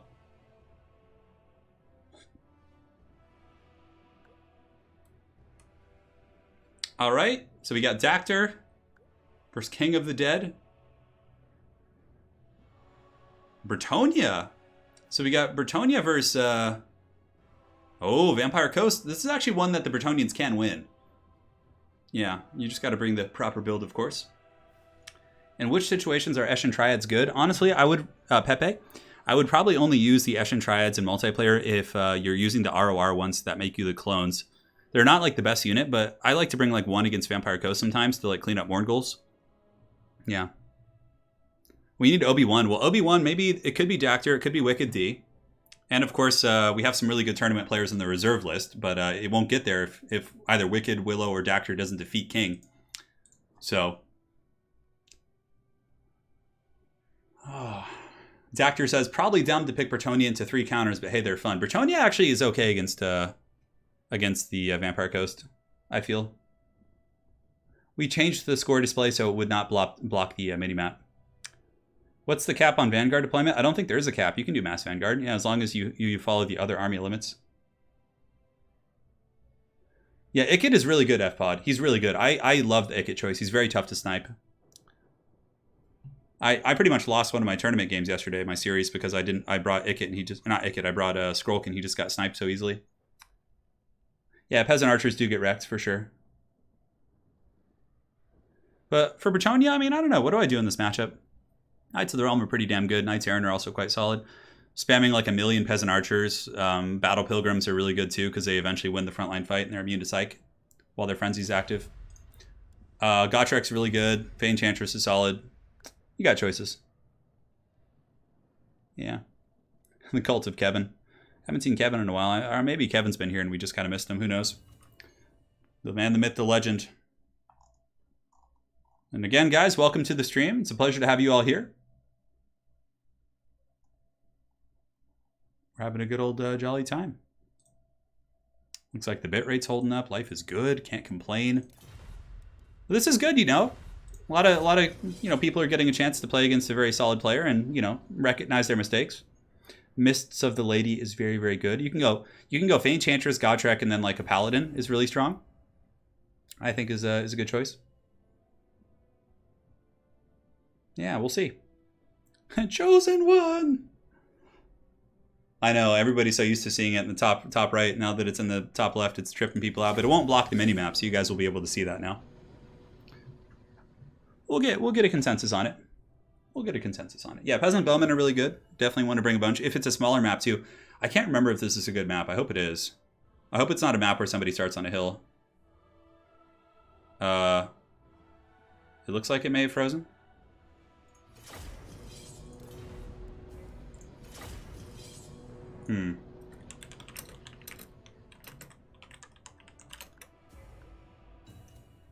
Let's see. Let's see if it starts. Come on. Okay, I'll remake. Save your builds. Yeah, the lobby's bugged. We need to make a new one. So what map are we on again? It's the... Okay, they saved their builds. I'm stuck here. Alright, cool. The players can rejoin. I think it was Zuhua Lake. Yeah, I think that was it. It could be the map that's bugged too. So they'll rejoin. Hey, Dennis Olovson, thank you for the 25 SEK. The king is dead. Long live the king. Well, the king is certainly living quite long today. King of the dead, going quite ham. If we're voting, I think it should be top center. I'll do a poll on it after the stream, Old Spaghetti, see what people think. So Dactor is here. Game can't handle how sexy my build looks, says Dactor. Fair play. The great battle for our time is here. Will King of the Dead hold on to his crown, or will he be smited by the noble Knights of Bretonnia? We will see. We will see indeed. In the meantime, we'll whip out the mullet. I think it's time for me to greet all of you guys. I'm wearing a hat now, so we're going in hard. Yeah, we're doing it. See, yeah, the mullet's flying out the back in all of its primal glory. Grom the Paunch, my co-caster over here today, doing his bit. King of the younglings. I know. That happens sometimes because, like, obviously when I have a King of the Hill sign up, the skill level of the players who signs up is all over the place. So sometimes you get like big mismatches, but it's a good learning experience. It's a casual format that we just do for fun. So yeah, so King's back. You're not Norska. No, go to your Vampire Coast. There you go. So the players will ready up here.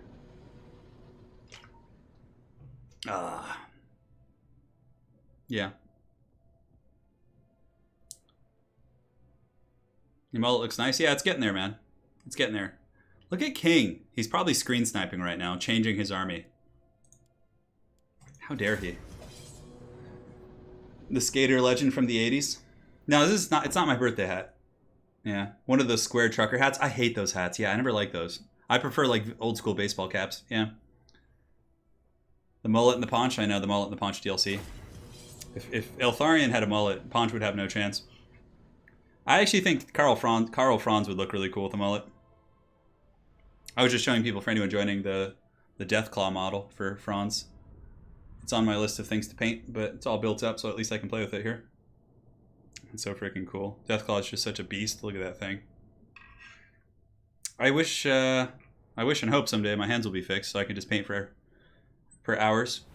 I sound down? No, I'm not down. Just a little bit tired. I'm never down. All right, local recording. Here we go. We're in. I might play a game at the end. I don't know. We'll see. Lady Turin says, I'm literally in a league game right now, but got to stay at the hottie instead. Diego, yeah, I put on a little bit of weight, for sure. Not too much. I can still run a mile. But I've always had kind of chubbyish cheeks, like my whole life, yeah. Except when I ran track and field and I was like, literally had no body fat. But aside from that. All right. So here we are, guys. The battle is underway. It's going to be the Noble Knights of Bretonnia. All right, this map kind of sucks, actually. Because there's a fat hill. I mean, both armies have the hill, but it heavily favors Vampire Coast up here. Although, actually, this kind of sucks for King of the Dead because the Deck Hunters are not going to be able to shoot unless they're right at the edge of the hill. Yeah, we'll see. So, yeah, probably won't pick this map again, but it's okay. So we got Battle Pilgrims, Peasant Mobs into the Sunset. In the back, we have Knights of the Realm. It looks like 4 of those. King Lewin, a Damsel of Life. Looks like 5 Peasant Archers. Honestly, a very, very solid army for Bretonnia. I like it quite a bit. Now for King, it's going to be Mortars and probably Deck Gunners. So yeah, he's got 2 Mortars to kill Archers, or 1 Mortar, no, 2. Count Noctiles, Double Deck Gunner, Gunnery White Bombers, Zombie Park Gunnery Mobs, and that looks to be it. So, yeah. I thought it was a different map. That is true. I actually thought this was a different map, so yeah. The mullet does weigh a lot. It's added a lot of weight. Yeah. So, you know, the thing is like, even though, like, King is not going to be able to get line of sight until he moves up on the hill, which actually forces him to close the distance. So, in a way, it's actually not terrible for Bretonnia. And it's a very wide map, so Bretonnia can use this whole tree line over here to avoid King's gun line and then slam into his battle line. So really, it's not terrible for him, honestly. Yeah, we'll see. As long as he advances quick. I mean, the Bretonnians need to press fast. And before King gets to the top of the hill. And there you go. So the movement orders have been given. Peasant Archers should be used to focus down bombers. So get 2 Peasant Archers on each of the bombers. Wear them down before your Battle Pilgrims engage. And yeah, we'll see how this goes. We will see how this goes indeed. Confirmed. Rigged by Big Tobacco. That's pretty funny. Yeah, man. All right, so the battle soon to be underway. Bretonnia Knights of the Realm are going to be coming around the flanks. I actually love playing Bretonnia in this matchup. Bretonnia is really, really fun. Yeah, glorious faction indeed. He is quite literally the king of the hill here.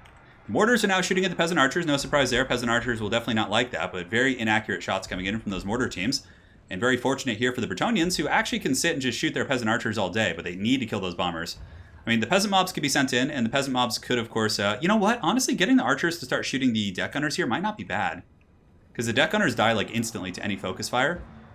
Yeah, you know, that might not be terrible. Yeah, so, like, who cares? The Peasant Mobs lose half their health from the bombing salvo, but that's only, like, what? 50 gold? And the Mortars aren't doing that much damage, to be honest. I mean, right here, I guess a little bit on these Peasants. Battle Pilgrims on the flanks. He definitely needs to screen out the Scurvy Dogs if he can. So Peasant Mob's going to be trying to intercept them here. And it looks like that's just 1 Scurvy Dog. So far the Archer line's doing pretty good. Battle Pilgrims are falling back to peel those deck end mobs. And here the Peasant Mobs have finally engaged. And yeah, the Bombers have been forced back, so not bad. Both players trading pretty evenly here in the beginning. Granted, the Mortars are doing some substantial value for sure. I could maybe get my hands on a cowboy hat for you guys if you really want it.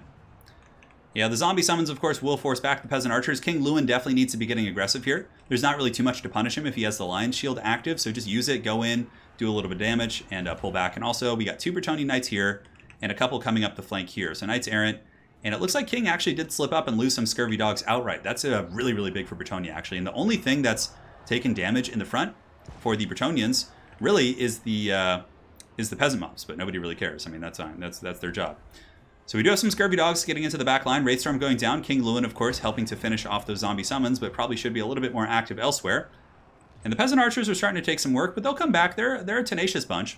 You can see the Zombie Pirate Bombers here are taking some decent HP damage as the Peasant Archers with the fire arrows do rain in. It's a pretty close game right now. King probably will lose his Scurvy Dogs here, but he needs to make sure to follow up with Lewin and maybe chase him down or something. Yeah, he's got to be careful with those guys. The Vampire Coast Army taking some damage. And here the Deck Gunners are scooting back, but if they scoot back too far, they actually won't be able to draw line of sight, which is the thing. So honestly, in some ways, this map is actually punishing the Vampire Coast because it's not flat, so the Deck Gunners aren't able to get the shots they want. So now we have Battle Pilgrims coming in, but unfortunately the Battle Pilgrims will get bombed. You might want to lead in with Knights of the Realm on the front, actually. That would actually be really, really strong. But yeah, the Bombers are going to be able to get those Pilgrims, but I think that the Bretonnians are just sick of the shit and they're going to be charging in. So Knights Errant somehow broke over there. I have no freaking idea how those ones broke. Many Peasant Archers are broken as well, but the Bretonnian Knights have hammered into the front line. Ah, the Shade Wraith Gunners must have gotten them. And back here, this is a good opportunity for Dactyr to win the game, actually. If he gets these Knights Errant, hammers in, and is able to get on the Deck Gunners, just ignore the Mortar. Go straight for the Deck Gunners and kill them. That could probably give him a chance to win. Lewin also, for Dactyr, needs to be back here, just diving. There's, like, nothing really to stop Lewin back here. Just go in and kill those Deck Gunners, 100%. I mean, the Bombers are... You know, I'm probably not going to get them at this point, but the Deck Gunners need to die. Those are the answer to the Bretonnian Heavy Cav. And also, Peasant Archers will come back. It looks like he's going to be charging into the Bomber line, which is okay, but really a big missed opportunity in that King had a huge back opening here for the Shade Wraith Gunners. And now it looks like Lewin is going to be going after Count Noctilus, which probably not the right play. Yeah, here he goes. Dactyr bouncing into the gun line here. Nice play by Dactyr. Good rotation. Getting on top of the deck gunners. And it looks like the other Knights Errant should be able to come in and cause some disruption as well, as Lewin is able to chip some HP off the dreaded Vampire Coast Lord. Granted, Bretonnia, I think, falling a little bit behind on the bounce, but most of the Vampire Coast troops are starting to wear down as Battle Pilgrims do get through. The Knights of Bretonnia are able to finish off some deck gunners, and now these Knights Errant are able to push in as well. And though they're slightly intercepted by some of the halberds here, which is unfortunate. Bretonnia keeping in the bounce of power. Bombers are getting worn down. And what Knights of Bretonnia have? Yeah, they have a lot of stuff coming back. A lot of Peasant Archers who, of course, in the fourth quarter here could be huge difference makers. Lewin's really healthy, though. He's going to continue chasing Noctilus. Sword of Crone is active, and Noctilus is actually taking a bit of work. Unfortunately, he isn't able to finish off the deck gunners. I think at this point, just ignore the bombers and go after the deck gunners if you can. They're crumbling. -12 leadership. Yeah, might be able to put him down here. Battle Pilgrims, of course, winning most of their frontline fights, but the remnants of the bombers are able to clean them up pretty effectively. Knights of the Realm being used to fight here, but they definitely don't want to stay because there's halberds there. Lewin is carrying pretty hard. He is keeping these deck gunners crumbling with -5 leadership, and the Peasant Archers are back in business. With a couple Battle Pilgrims doing their thing, and these Knights also able to shut down the mortar back here. That's really, really clutch. Will Dactyr of XMT be the Avenger of the Younglings? Maybe so. It's a very close game, but a lot of King's army is crumbling.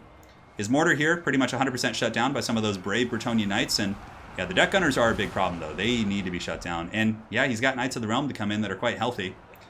Like, this whole mortar-like situation back here is completely undefended, so these Knights of the Realm getting a huge Bretonnian charge here could be very, very punishing. King does have some zombies here, but man, this is going to hurt pretty bad. There's a gunnery wipe back here to defend, but deck gunners are super squishy, so they'll take it like champs. Alright, so the mortar does get hammered by the Knights of the Realm, as do the deck gunners. Probably will lead them to crumble once again. Lewin is just balls deep on this hunt right here, going after Count Noctilus the entire game. Doing a good job of it. Noctilus is pretty low in the danger zone. Those Knights do cycle charge back into the front line to finish off some bombers. The deck gunners are in critical binding, but they're still shooting, unfortunately. The Peasant Archers, though, how are we doing? We have 2 over here, 2 over here. Yeah, it looks like a ton of Peasant Archers could come back. Lewin, in the meantime, still working on Count Noctilus, who has used an Invocation of Nehek to try and save himself. Honestly, this battle is pretty much dead even. And in many respects, there's not much that can deal with King Lewin, as long as the Bretonnians still have some chaff. So much of the back line is so low. Yeah, the Bretonnian Knights need to maneuver around their remaining halberds and try and do it. Lewin getting a little bit caught up amongst a bunch of deckhand mobs. Definitely needs to be given an order to keep chasing. If he sits here and takes his damage for free, that's really unfortunate. And these Knights of the Realm have a free mortar kill right here, which is a huge mistake if they don't get it. Man, he pulls back and doesn't get it. Lewin is staying in combat here. He needs to get away. Yeah, he's leaving him amongst halberds, which is honestly losing him the game. Like, Lewin just took like half HP damage for free. He did not need to take that. And it looks like King may have stabilized his back line.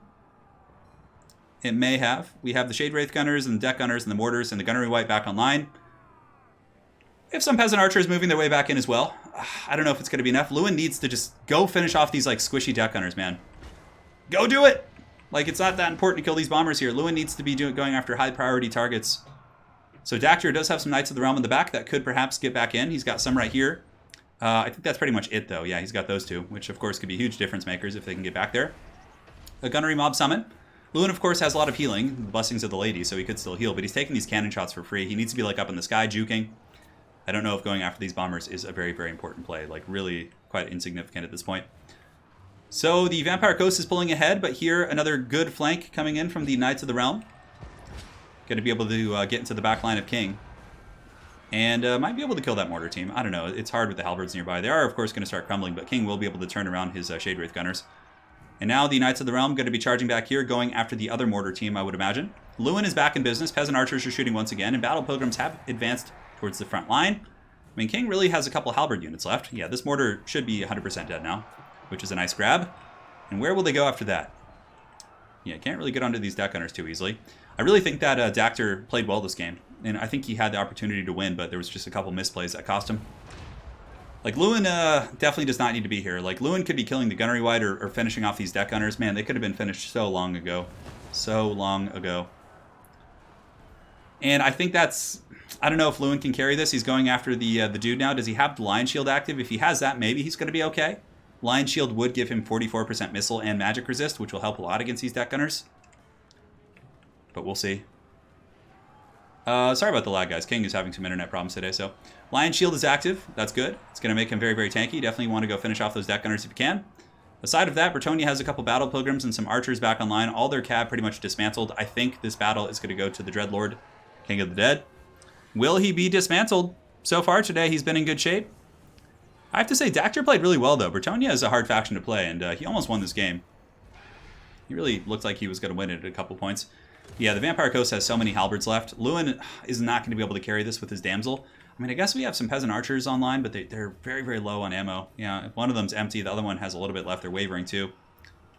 Yeah, go and finish off these deck gunners. That's the play. Like, just try and snipe all the artillery and gunline pieces out. Let the Damsel just get mucked up amongst the halberds here. The lag switch is active. Yeah, he doesn't have, like, consistent lag. It's just a little bit here and there. And he finally gets on those deck gunners. They're critical binding. Lewin is at about 1,000 HP. Some of the Knights of the Realm actually have gotten on top of Noctilus back there, which is quite impactful. Able to pull some of the halberds away. The Damsel's holding her own, but fully surrounded by zombies with pole arms, which is not fun considering she's on a horse. And like this could have been done so much earlier with Lewin. Yeah. The deck gunners, -51. They're crumbling, but that is going to be army losses for Bretonnia. And King of the Dead continues his reign. Man. Well played to Dactyr, though. That was a solid game and a very good build, too. He just wasn't quite able to get into those sweet spots. And, yeah, a little bit of inactivity with Lewin in the beginning, I think, cost him the game. So that is that. So next up, we have Wicked D. Wicked, are you going to be able to take him down? We'll find out. All right, so Wicked. Very good. Dactyr, really well played, man. That was a very solid game. So let's put him on the Northern Threat. Yes, we shall do this map.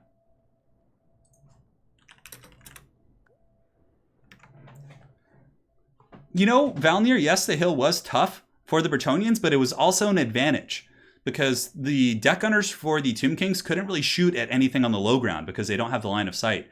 So the Bretonnian archers were safe from the deck gunners. I think the map was actually good for Bretonnia in some ways. Now, the bomber engagement in the front line, it made it worse, but as far as not worrying about the deck gunners in Noctilus, yeah. You see, and King in chat is even saying it. My deck gunners don't have an arc, so they just didn't shoot. He was able to get the deck gunner shooting when things got into his back line, but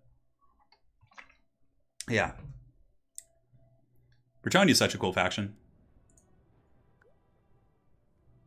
So we got Billy Sunday, who is Wicked D. And let's see what they pick. So, King is going to pick his 3 factions.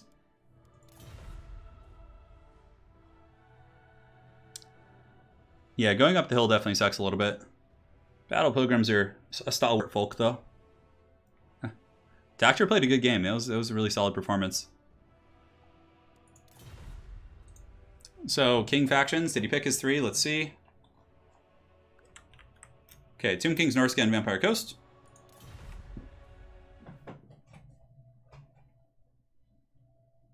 Yeah, well, the archers probably should have been shooting the deck gunners in retrospect. I mean, the bombers were a good initial target, but the deck gunners were actually in range at one point. Yeah, Dactyr in chat saying, I don't blame the map for the loss. King outplayed him. Yeah. Yeah, I would agree with that, man. But you played well, too. Like, you didn't play bad at all. So we're on the Northern Threat, a map that I played on a tournament, in yesterday's tournament with Aerocrastic. See how this one goes? We will see how it goes indeed, my friends. Wonder if these guys are in chat together. Let's see. Doesn't look like it. So we have Willow after this. And then if King beats Wicked and Willow, he just wins the stream and that's over.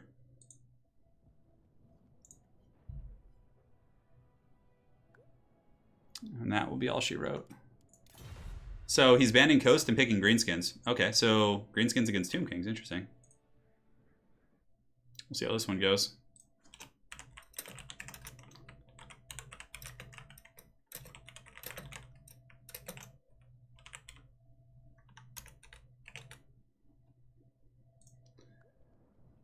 I have an army I want to test. Very cool. Billy Sunday says, he says, go Norska. I have an army I want to test. And King, let's see if King will take the bait. 1:30 a.m. another night with Turin's live stream. Let's go, dude. Let's go, man. We're spending this night together. Glorious Warhammer action. Yeah. Too bad this ain't a testing turn, he says King of the Dead. King doesn't want to lose. He doesn't want to lose. He won't oblige. He's staying on his Tomb Kings. Oh, man. So Wicked asked him to play Norska because he wants to try a build, and King is like, I ain't switching. I'm staying on my Tomb Kings. Yeah, if you guys are enjoying the stream, do drop a like. It helps me out as much as I hate asking and as cringy as I feel it is. I do appreciate it. There's only space for 9 wins in the UI. That's true, actually. What is he at? 8 now? Well, yeah. All right. We'll see. So it looks like it's going to be Tomb Kings versus Greenskins, which is an even matchup nowadays, I think. But I know King's exact build for this. I've been testing my Greenskins against it, and I've been having a lot of trouble against his Tomb Kings with my Greenskins. So I think I have an idea what he's going to do.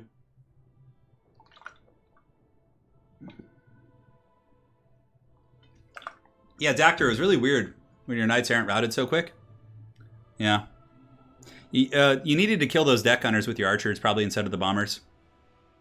Yeah. And, like, focus them down more, because without those, like, Lewin could have just gone balls deep and killed everything. No, Knights Errant are really good, man. You want to bring them. So King is ready. Wicked is preparing his schemes. Yeah, Lundgren, I don't know. I've always just disliked it, but it is what it is. Thank you, man. Anders Graham, yeah, we have some players playing who are certainly pretty well known in the community, but we also have a lot of newer players playing today. I would say on this stream, it's mostly newer players on today's stream, but with a couple veterans mixed in. Yeah. Absolutely. I don't know, I'm trying to think, like, maybe I'll do like a FFA tournament. Like, normally I don't like doing them because of the lag, but maybe if I can, like, confirm with the people before and, like, test it to make sure it doesn't lag, we could do that. I really do like FFA. It's fun to do. Yeah, Knights Errant are really good. Correct, I agree. So Wicked making the final tweaks to his army.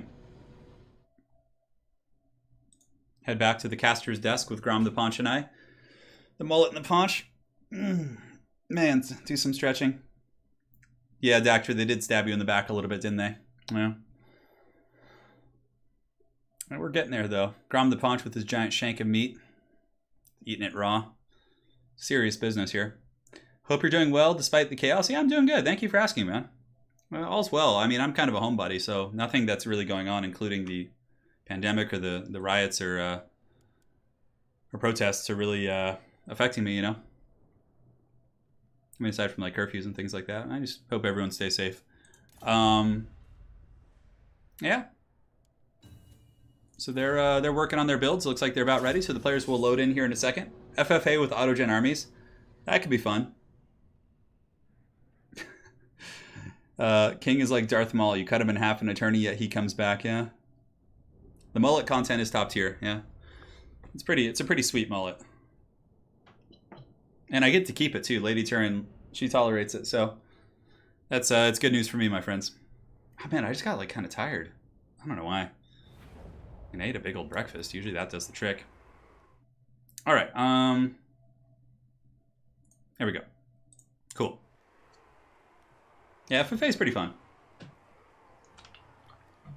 Oh. I do really miss playing tabletop games, though, for sure. Like Magic with my friends, and also I really want to get Lady Turin in some 4-player games now. All right, so if we take a look at the armies for King of the Dead, it's exactly what he brings against me, more or less. 2 Necropolis Knights to kill the Stone Trolls, Nahekar Horsemen, Tomb Guard, Tomb Prince or Tomb King, or Tomb Prince and Ark in the Black with the Casket of Souls. It's pretty much like his classic build. And yeah, the Black Orcs are cool, but I think they might actually take a bit of damage from that casket. Yeah, so he's got Black Orcs, he's got Biggins, Goblins on the flanks, 2 Goblin Wolf Chariots, just a metric ton of Goblin Wolf Rider Archers or Spider Riders. A fair amount of Daka himself. He does have the Orc Airboys. Up on the high ground, he's got AP Gloonies, Nasty Skulkers, Skarsnik, Orc Shaman, and it looks like I would guess a Big Boss? No, he's got a lot of sniping. Yeah, he's got Gorkle Fix-It and Brainbuster. All right. Nice little army here for Wicked. But I can tell you from experience, I played against this army of King, and it's very, very tough to beat for Greenskins, especially when he's playing it. Yeah, let's do it. Oh. Oh, you're playing a Corvold commander deck? That's the dragon guy, right? The Fey Cursed King? Yeah, he's pretty cool. You know what? Wolf Chariots actually get used by Soothsayer quite a bit. Like, every time I see Sooth play Greenskins, he usually has like one or two. He said he never did in the first place. He says, good luck, have fun, my friend. Wicked is coming for blood. Just got to watch out for the classic King backdoor with the Skeleton Horseman. He doesn't really have too much defending his back line, but we'll see. We'll see if it matters. The Caskets are going to go just ham on the Black Orcs, unfortunately. Skarsnik can Rampage. Probably going to be trying to Rampage, I would imagine, the Necropolis Knights. This is called the Northern Threat. It's actually kind of a cool map, but I ended up playing Soothsayer on this map yesterday in the tournament, and he put his whole army up here on this hill, and I was like, oh god, I have to like get them there. Yeah. Yeah, it's a cool map. It's a cool map, actually. The Northern Threat. It's a little bit unfair, because people can like kind of corner camp on this hill and like hide behind the rocks, but I mean, it's still cool. Yeah, I still like it. Yeah. Ryan, yep, yes. This is Wicked D, yeah. Billy Sunday is Wicked D, correct. All right. Winner gets Brussels, he says. All right. They're putting some stakes on this game. The Skeleton Horseman in the back, wait in the shadows. Of course, waiting to collapse. Wicked, I'm hoping we'll be privy to it. I mean, Goblin Wolf Chariots could probably stop the Skeleton Horseman. Skeleton Horseman have pretty terrible combat stats. And the Casket, 100% going to shoot Black Orcs, I would imagine. I mean, he could go after the Orc Airboys too. Both are relatively choice targets. But the Black Orcs are the way to do it. They're the way, as they say. So the Black Orcs here taking a Casket volley. It's going to be the first of many. Of course, the Black Orcs will win that frontline engagement quite happily against most of the threats. Paul, I'm definitely not the best Total War Warhammer player in the world. I can compete against pretty much anyone and win games off even the best players out there, but I am certainly not the best. No. No, far from it. I am a decent player. So the Greenskins are advancing here, and the Wolf Chariots are being pulled back, probably to intercept the Skeleton Horsemen. Now, these are Orc Airboys, so they're not, like, squishy. I mean, they have low melee stats, but they can actually fight back is basically what I'm trying to say. So the Wolf Chariots for Wicked here, able to get in there and cause some drama, and it looks like the Caskets have actually switched to start shooting the Orc Airboys, kind of realizing those are a bit of a threat. So now Skulkers, is he going to get his smoke bombs? That would actually be really solid. So the Skulkers get charged. He drops a single smoke bomb here and is able to trap those Nehekar Horsemen and drops one here. Ooh, look at that from Wicked. Very nice. Able to trap up both of those Horsemen, though. I don't know if there's going to be a big follow-up, though, is my question. Although, yeah, it looks like the Nehekar Horsemen are getting dragged down. Very nice smoke bombs right there by Wicked D. Able to pin down some of King's skirmish units and also using Gork'll fix it. Granted, I still think that those guys will get away despite only having 7 speed at the moment. I think one of the Nehekar Horsemen will be brought to heel and should fall. Over here we do have the Skeleton Horsemen being wrecked by the Goblin Wolf Chariots. Look at these little guys go. Skeleton Horsemen definitely losing this fight, and some Gobos are coming in to reinforce the position. Now the Black Orcs should be arriving in the front line. Fate of Buna used on these Black Orcs, which is quite solid, and now they're charged by Necropolis Knights, which is very nasty. Good AP and poison, and these are not the Halberds, so they're the anti-infantry variant of those good old sneaky snakes. Brainbuster going down right there does hit the Tomb Guard pretty hard, and Biggins, of course, chopping away pretty effectively, but the Greenskins have lost their Orc Airboys in the back, and it looks like a Rampage was used by Wicked, but a big mistake for sure, because Ark in the Black hadn't taken enough damage to actually be Rampaged. So a big misplay from Wicked could potentially cost him a lot, because now he doesn't have the Rampage on Necropolis Knights, which Rampaging them into Black Orcs probably would have been one of the best plays he could have done, but we'll see if it ends up mattering. In the back, we have Wolf Chariots pushing in. We do also have nasty Skulkers going after those guys. Tomb Guard are getting worn down across the board. Skarsnik, of course, doing his job. Players are saying something in the back. I'm not really sure. They're just chatting with one another. But, of course, the Biggins are chopping through skeletons. Black Orcs are still holding, but are getting a little bit beat up. And now the Waaagh has been popped. So the Greenskin army could be getting a massive force multiplying effect with the Waaagh being active. Tomb Guard getting crushed. But the Necropolis Knight Blob is certainly very strong when King of the Dead is using it. Those guys can rotate around and really hammer down many infantry. And now Skarsnik's going to be going in, using the Goblin Wolf Chariots to try and block up this engagement here and buy some time. And honestly, there are some nasty Skulkers here. They could smoke bomb these guys and really get some big damage. We Shopti Summon used in the back to shut down the Orc Airboys, it looks like. And here we have the Nehekar Horsemen shutting down the Greenskin Skirmisher lines. Battle's currently pretty even, but I would say King is in a slight state of advantage. Granted, a single good Rampage used on the Necropolis Knights could be very, very good. I would definitely try and Rampage those guys. I think that's going to be one of the more choice targets. Black Orcs are making their way towards the back line to try and shut down that Casket of Souls. King of the Dead, with his classic lag cheating tactics, is going to be trying to lag his opponent to a point of frustration. Hopefully he doesn't disconnect. We'll see.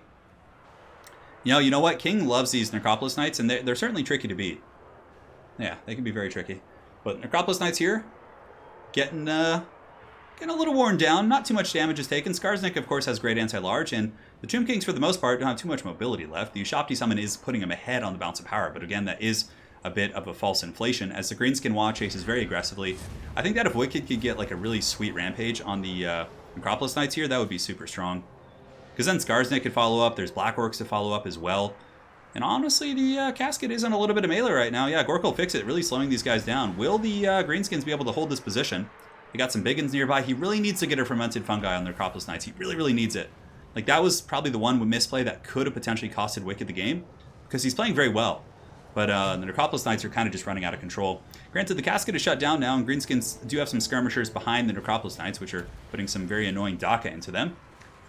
So we'll see how that goes. Skarsnik has reached the Casket of Souls. Ark in the Black is here with the Skeleton Summons. And yeah, the Tomb Kings are able to actually clean up the back line, so he did salvage some of those Nekar Horsemen, and all the Greenskin Archers are more or less offline, so it's kind of just a big, ugly Greenskin Infantry blob now, which, you know, they kind of like to play that way. Black Orcs might break, though. Goblin Wolf Chariots being used with their high mass, and melee here with the Glorious Casket. How are the Sneaky Snake Knights doing? They seem to be in good shape. Wicked needs to get a good rampage here, or else he's probably just going to lose this game. Because King still has a fair amount of mobility and like rear charging that could really break the Greenskin leadership. A Brain Buster attempted by Wicked isn't really able to hit home. Skarsnik still trying to get Ark in the Black, and he rampages Arkin again, but his rampages have been a little bit off this game because Rampage doesn't do anything unless the model is below 80%. So again, had he used it on the Necropolis Knights, they couldn't cycle charge, and he probably would have been able to kill him. So a couple big misplays with the Fermented Fungi from Skarsnik are really biting Wicked in the butt here, but aside from that, you know, he's pushed through most of the Greenskin lines. It's mainly just a couple tattered cav units, but I think that's going to be enough, especially with the Nehekar Horsemen chasing down all of his skirmishers here and really getting some good value. So let's go ahead and see. We got 14 Necropolis Knights here. Skarsnik is now being hunted by a pretty scary goon squad. Arkin plus a Tomb Prince should be able to put some hurt on him. The Black Orcs turning out to be pretty good. The Black Orcs are still fighting strong. Immune to psychology, of course, so they're not going to be breaking anytime soon. And maybe the Greenskins can pull something out here, some witchcraft. I don't really know. We'll find out here in the next episode. And Skarsnik, you know, how's his health looking? Yeah, he's trying his best, this poor little guy. He's got his shank. He's been able to bring down a fair amount of those Necropolis Knights. Black Orcs were a cool choice, though. I think that there's something to that. The Casket of Souls is back online, unfortunately, which is going to be causing some substantial problems, I'm sure. And the Night Goblin Shaman, fighting in the pits with the last of the AP Loonies and the Orc Shaman as well. But that is going to be game, and it looks like King of the Dead is going to be facing his last opponent on the King of the Hill. Will he have an undefeated run? We will find out. So if King wins the next game, that's the stream. And, you know, at the end of the stream, if King wants to, maybe I'll play him in a game just to entertain. But, yeah, we'll see. That looks like it's it. AP Loonies have done the job. It was a good game. I mean, look how beat up the Tomb King's army is. It just, the Casket fired most of the game, and the Rampages were on the wrong targets. Yes. Well played. So King at the Rockin', 9 wins.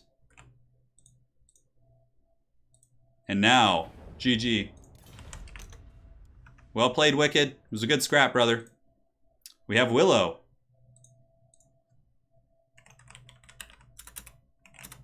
If he is not here, then we can grab the first person from the reserve list, which would be Emu Packer. I'm the final boss battle, yeah. Even though I lost earlier, I'll play.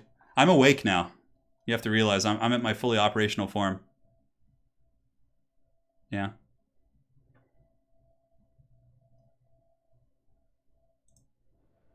So Willow is here. We shall do. We could do the Moonbow. just some ridiculous old map.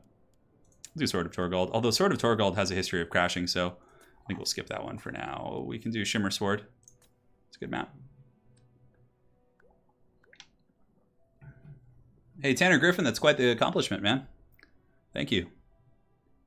Or not accomplishment, quite the compliment. Yeah, thank you for the kind words, man. Yeah, man, King is really good with those cav. Yeah, we can play King. If you win, we'll play. I'm awake now.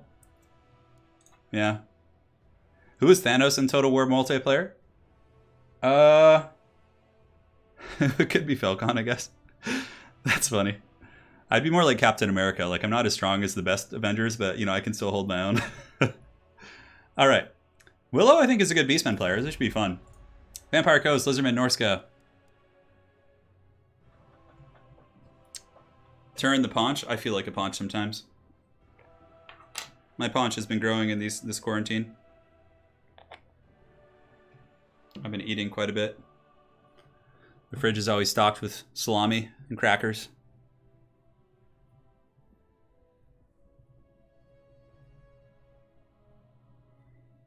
Yeah. So we got Vampire Coast, Lizardman, and Norska. The picks for King is his traditional kit. Yeah. Willow's going to go... Van Norska can pick Empire. So Empire is pretty good against Lizards and... decent against Lizards and also quite good against Coast. So King is going to go Lizardman. Yeah, we'll see. We will see. Captain Warhammer.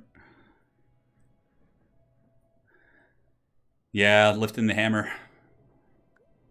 I used to have strong hands back in the day. I used to do a lot of arm wrestling.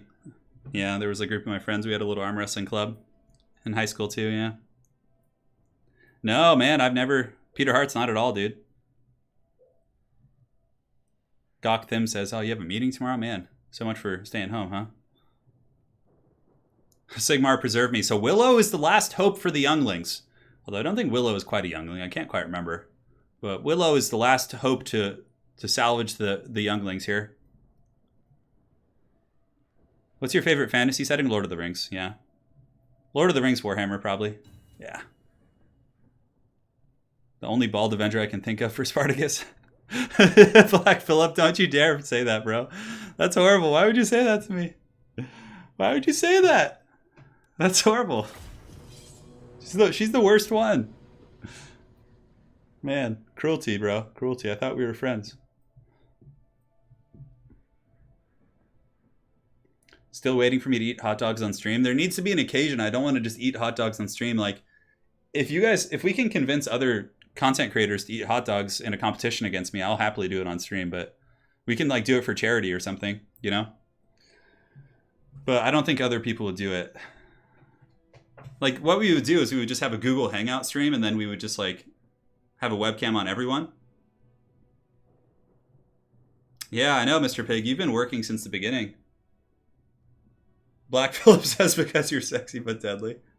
No, I haven't played the Lord of the Rings tabletop game. I might get into it someday. Yeah. Someday, perhaps, my friends.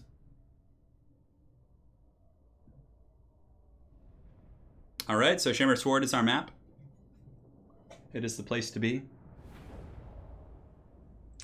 Yeah, you'd get bored if you were home for that long. Absolutely. I know a lot of people got pretty bored out of their minds. So we're on Shimmer Sword. It's a nice, fun map. We'll see how this one goes. It is potentially the last King of the Hill battle in the stream. If King wins this, then he just wins the stream, and then I'll face him as the final boss. But if he loses this, then his opponent will be able to play people on the reserve list until he loses in an attempt to beat King of the Hill's record.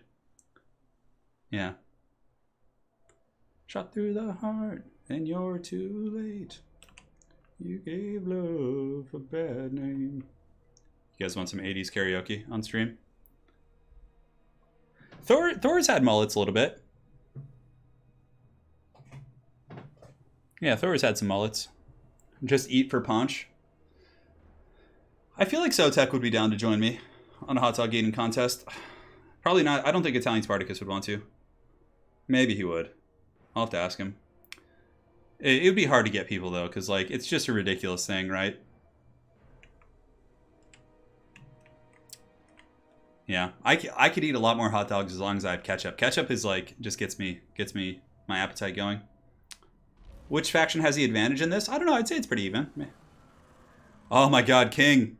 So King has the Slan Mage of Life. He's got a bunch of little skinks, basically. So cohorts and red-crested skinks with a bunch of Colden Riders, double Croxagore, and then he has a Feral Dread Saurian for his final beast. So King trying to go out with a bang here, guys. The Dread Saurian is here to stay. The ECL is going to be going on this week. Yeah. Would have Turin for a work, by the way. Paul, this is my full-time gig. So yeah, I do YouTube full-time. So when I'm not streaming, I'm basically recording and editing videos and campaigns and things like that. Because the thing is like, it might not seem like it would take that much time, but I go through a lot of battles, and I only end up using a couple of them. So, like, playing the battles and handpicking the better ones. Yeah. Pretty cool army from King.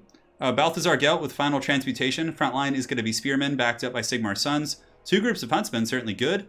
Double Cannon, Royal Altorf Gryphites in the back, and double Outriders. Honestly, Willow's army here is quite good. He actually has 2 Empire Captains on foot, too, which is very metal. So we'll see how those guys do. Can I do a campaign with all of us? I'm not sure what you mean, Paul. I am. I started a campaign on the channel. Yeah. Yeah. There is a campaign series. My 2nd episode went up today of Skarsnik, so you guys can check that out if you're interested. I don't even have any hot dogs at home right now, guys, so right now it would be pointless to try and talk me into it. So Willow getting a little bit aggressive with his Outriders. I think that is a slight mistake. Maybe pull them back and use them defensively. Because out here, they're only going to be screened out by Skinks and chased down by Coldon Riders, which is not what they want to be doing. But nonetheless, the cannon is tearing into the Feral Dreadsaurian. There is a Life Slon as well, so the Slon Mage of Life certainly can remedy that problem. The Croxagores are going to be a bit of an issue too. They should be able to paddle down these infantry with the Skink supporting them. And now we have some Empire Knights on the flank who should be hammering into the Skink cohorts for sure, especially considering King is a little bit out of position with those Coldon Riders, but he does react pretty quick. And King, of course, is one of the few people who does not use control groups, so yeah. Yeah, so we will see. In the meantime, these Outriders being chased out, so big mistake here by our boy Willow. He definitely wants to get them up and around the back so they can start being functional and useful again. And the Huntsmen should start shooting Croxagores and or the Dreadsaurian, but yeah, you could honestly shoot the Croxagores, bring them down, and then use the cannon to pin down the Dreadsaurian. And that's the thing, there's not too much to really stop this Dreadsaurian here. I might even just use some Empire Knights to try and stop it. These Outriders in the back are getting some healthy fire into the beast, and it looks like maybe Balthazar Gelt. No, that's an Earthblood. Yeah, I was going to say Gelt might be coming in with a Final Transmutation, but now the cannon is going to be compromised by the Dreadsaurian, and he needs to use his Empire Knights to roadblock it, even if it is a losing situation for them. Yeah, the Empire Knights do charge into those Lizard Cab, which is okay. Some of the Huntsmen back here, though, unfortunately are compromised by some Croxagores. Some Spearmen are surging in to try and protect here, and here we have the Royal Altorf Gryphites in a 3v1 fight. And they're doing very well, but with red-crested Skinks applying poison, I do not think that's going to be a winning fight for our Lizard people back here. So big old Final Transmutation and Plague of Rust going down. And here the Empire Knights are able to win their fight against Coldon Riders, which is pretty impressive. Empire Knights' armor really does go a long way. But I suppose also they were being shot in the back by the Outriders. The Empire Captain and Spearman lines are holding in the front. The Dreadsaurian is kind of low. It's at like half health. But yeah, I think the Gryphite fight here is a little bit messy for sure. Huntsmen want to get away from this, and the Outriders, like I said, are just being screened out by Skinks and taking unnecessary damage. Because like if these Outriders, for example, had been sitting back here and just shooting the Dreadsaurian this whole time, it'd be probably near death. So big misplay there, letting those Outriders get caught in a poor position, and this cannon team is pretty much feasted on by the Dreadsaurian. So that is going to be that. There you go, my friend. We will see how this goes. Dreadsaurian rampaging. Not literally, but metaphorically speaking, causing a lot of damage. And man, the Royal Altorf Gryphites are just such a good unit. They literally swept all of those Lizardmen troops, the Croxagores, the Coldon Riders, and stabilized that position. That's insane. And now this cannon's back online, which could start shooting at the Dreadsaurian again. It's a pretty close fight. Currently, King, I would say, is a little bit ahead. Empire Captain, Sigmar's Sons, holding the front line well, as is expected. A little cohort of Sotek there. Going to be scurrying from the hills from some of that witchcraft. But the Gryphites, of course, though they're holding, I think he should have pulled them back and started sweeping his back line with them, because now they're going to be swarmed by the Skinks, and they probably will be dragged through the mud. So, yeah, I think this may be the beginning of the end for the Empire. Here we do have Balthazar Gelt engaging in combat with the Dreadsaurian, which is a very questionable decision. I guess he's just trying to keep it busy, which I suppose isn't the worst thing in the world. The Empire Great Cannon, I'm not sure what it's shooting, but it should line up its sights on the Dreadsaurian. It is, and it misses a point-blank shot. I'm sure that's very stressful for the cannon crews, as the mighty Dreadsaurian does charge in. And yeah, good night, sweet prince. You guys are about to be feasted on. I actually need to turn the blood back on. I just noticed that. Yeah. So it is written. And there the Dreadsaurian going to town once again. The Empire still has a pretty good bastion of troops, but there is no Franz to carry this game. This pocket was lost by the Gryphites, who put up a great fight, man. They took out a lot of stuff on their own, but they were kind of left to their own devices, which is a little bit unfortunate. Some Huntsmen coming back in, but the Coldon Riders are rampaging and should be able to take them out. So honestly, you know, he played a good game. Willow played a good game. Just a couple small misplays, leaving his Outriders in the wrong position, and a little bit suboptimal usage of his Royal Altorf Gryphites may cost him this in the end. It's not 100% over. I mean, he still has the Empire Captains. Gelt's coming in with the Steel Chair to block up the Slon Mage. He has a ton of State Troopers left. But yeah, losing those Gryphites is very painful. And I mean, the Dreadsaurian should be quite happy here. So we have Outriders out here. Again, a little bit of King lag. Yeah, how dare he. How dare he? Melee Gelt strikes again. King of the Dead. King of the Lag is more like it. But that rider should be able to pile back in. And now that the lag has subsided and should be shooting here at the Feral Dreadsaurian. Or the Croxagores. They're both good choices, honestly. And the Slan might go down here. This would be truly a Sigmarite comeback. King of the Dead has officially finished slaughtering the younglings. He's playing very well today. He hasn't made too many glaring mistakes. At least in my experience. At least in my experience. Value, welcome to the stream. This is Total War Warhammer. It's a RTS / grand strategy game. It's quite a bit of fun. And now the mighty T-Rex is going to be going ham and feasting on the soul here of this Empire captain. Balthazar Gelt flies in the sky on his mighty steed Quicksilver, dropping one last dose of magic here on the red-crested skinks. But at the end of the day, the Sons of Sigmar are going to be routed, and the mighty Lizardmen shall be claiming victory. And there you have it. Down goes the skink cohorts. The Empire soldiers able to win this fight in the front line. And the mighty T-Rex is probably going to take out Balthazar Gelt, no problem. That is definitely not a fair fight. Those Sons of Sigmar are resolute in their faith to their divine savior. They're not going to be long for this earth, as the prehistoric times have come to the old world, and that is going to be that. So Sergio, basically, to sign up, you just need to be in the Discord channel, and just when I make an announcement for the King of the Hill, you just have to say, hey man, let's party. So King is going to be the King of the Hill. Victory is his, with 10 freaking wins. So he wins today's King of the Hill, even if I beat him here in this kind of fun little show match we're going to do. King is still the grand champion. He's got 10 freaking wins. Man, what a freaking run today. I'm surprised he can play that long. That's impressive. GG, well played. I'll rehost King. Yeah, King using his cheating lag. That's totally what it was. So if King wants to, if he doesn't want to, we can end the stream. I'm cool either way. All right. Cool. So, yeah, we'll do it. Empire's really good, but you guys have to understand, many of the games you saw today, King of the Dead was a much more experienced and skilled player than many of our opponents. They may become better than him someday, but where it currently stands, he has a lot more experience than them. So that was kind of, you know, part of the factor there. So, all right. Pick your 3. So King and I will play one more game. We could do Angry, I guess, is fine. What? High Elves, Dark Elves, and Wood Elves? What? He's going to play one of his non-undead factions? Yeah? Okay. Are you for real? He's picking High Elves, Dark Elves, and Wood Elves? What? What planet are we on?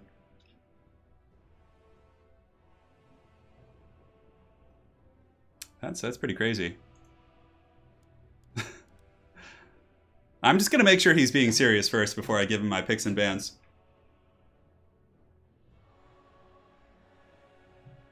Yeah, in the very first game of the stream was an Empire win, so if you want to go back and watch it, the Empire, the very first game. Okay, so I'll ban Wood Elves. Who do I want to play here? I kind of want to play Bretonia. I'll ban... You know, I don't care if he plays Wood Elves. I'll ban High Elves. No, Dark Elves. So let's get some love for the lady in here. Let's get some Bretonia. For the lady! It's time. He's tripping me out. He's been saving this one in his back pocket. He's going High Elf School. Alright, so let me get the screen blocker up. So King can't cheat and see my army here. I think I actually have a build for this. I don't know if it still works against the new rendition, but we'll find out. Alright, cool. I think this build's fine. I don't think I need to change too much more, to be completely honest. Yeah, there's a bit of a delay. I mean, King is good at other factions too. He just chooses to play those ones, so I think he's pretty decent at High Elves too. We'll see. He has to face the final boss. Is he just gonna go with like a swarm of lions? Probably.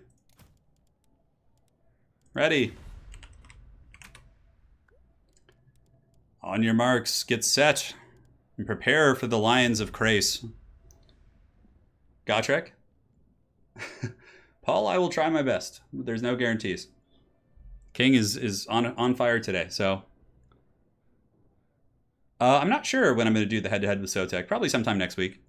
Yeah, for the head-to-head campaign I'm going to be doing with Loremaster, it's going to be... I'm going to be playing Volkmar, and he's playing Vlad von Karstein, so...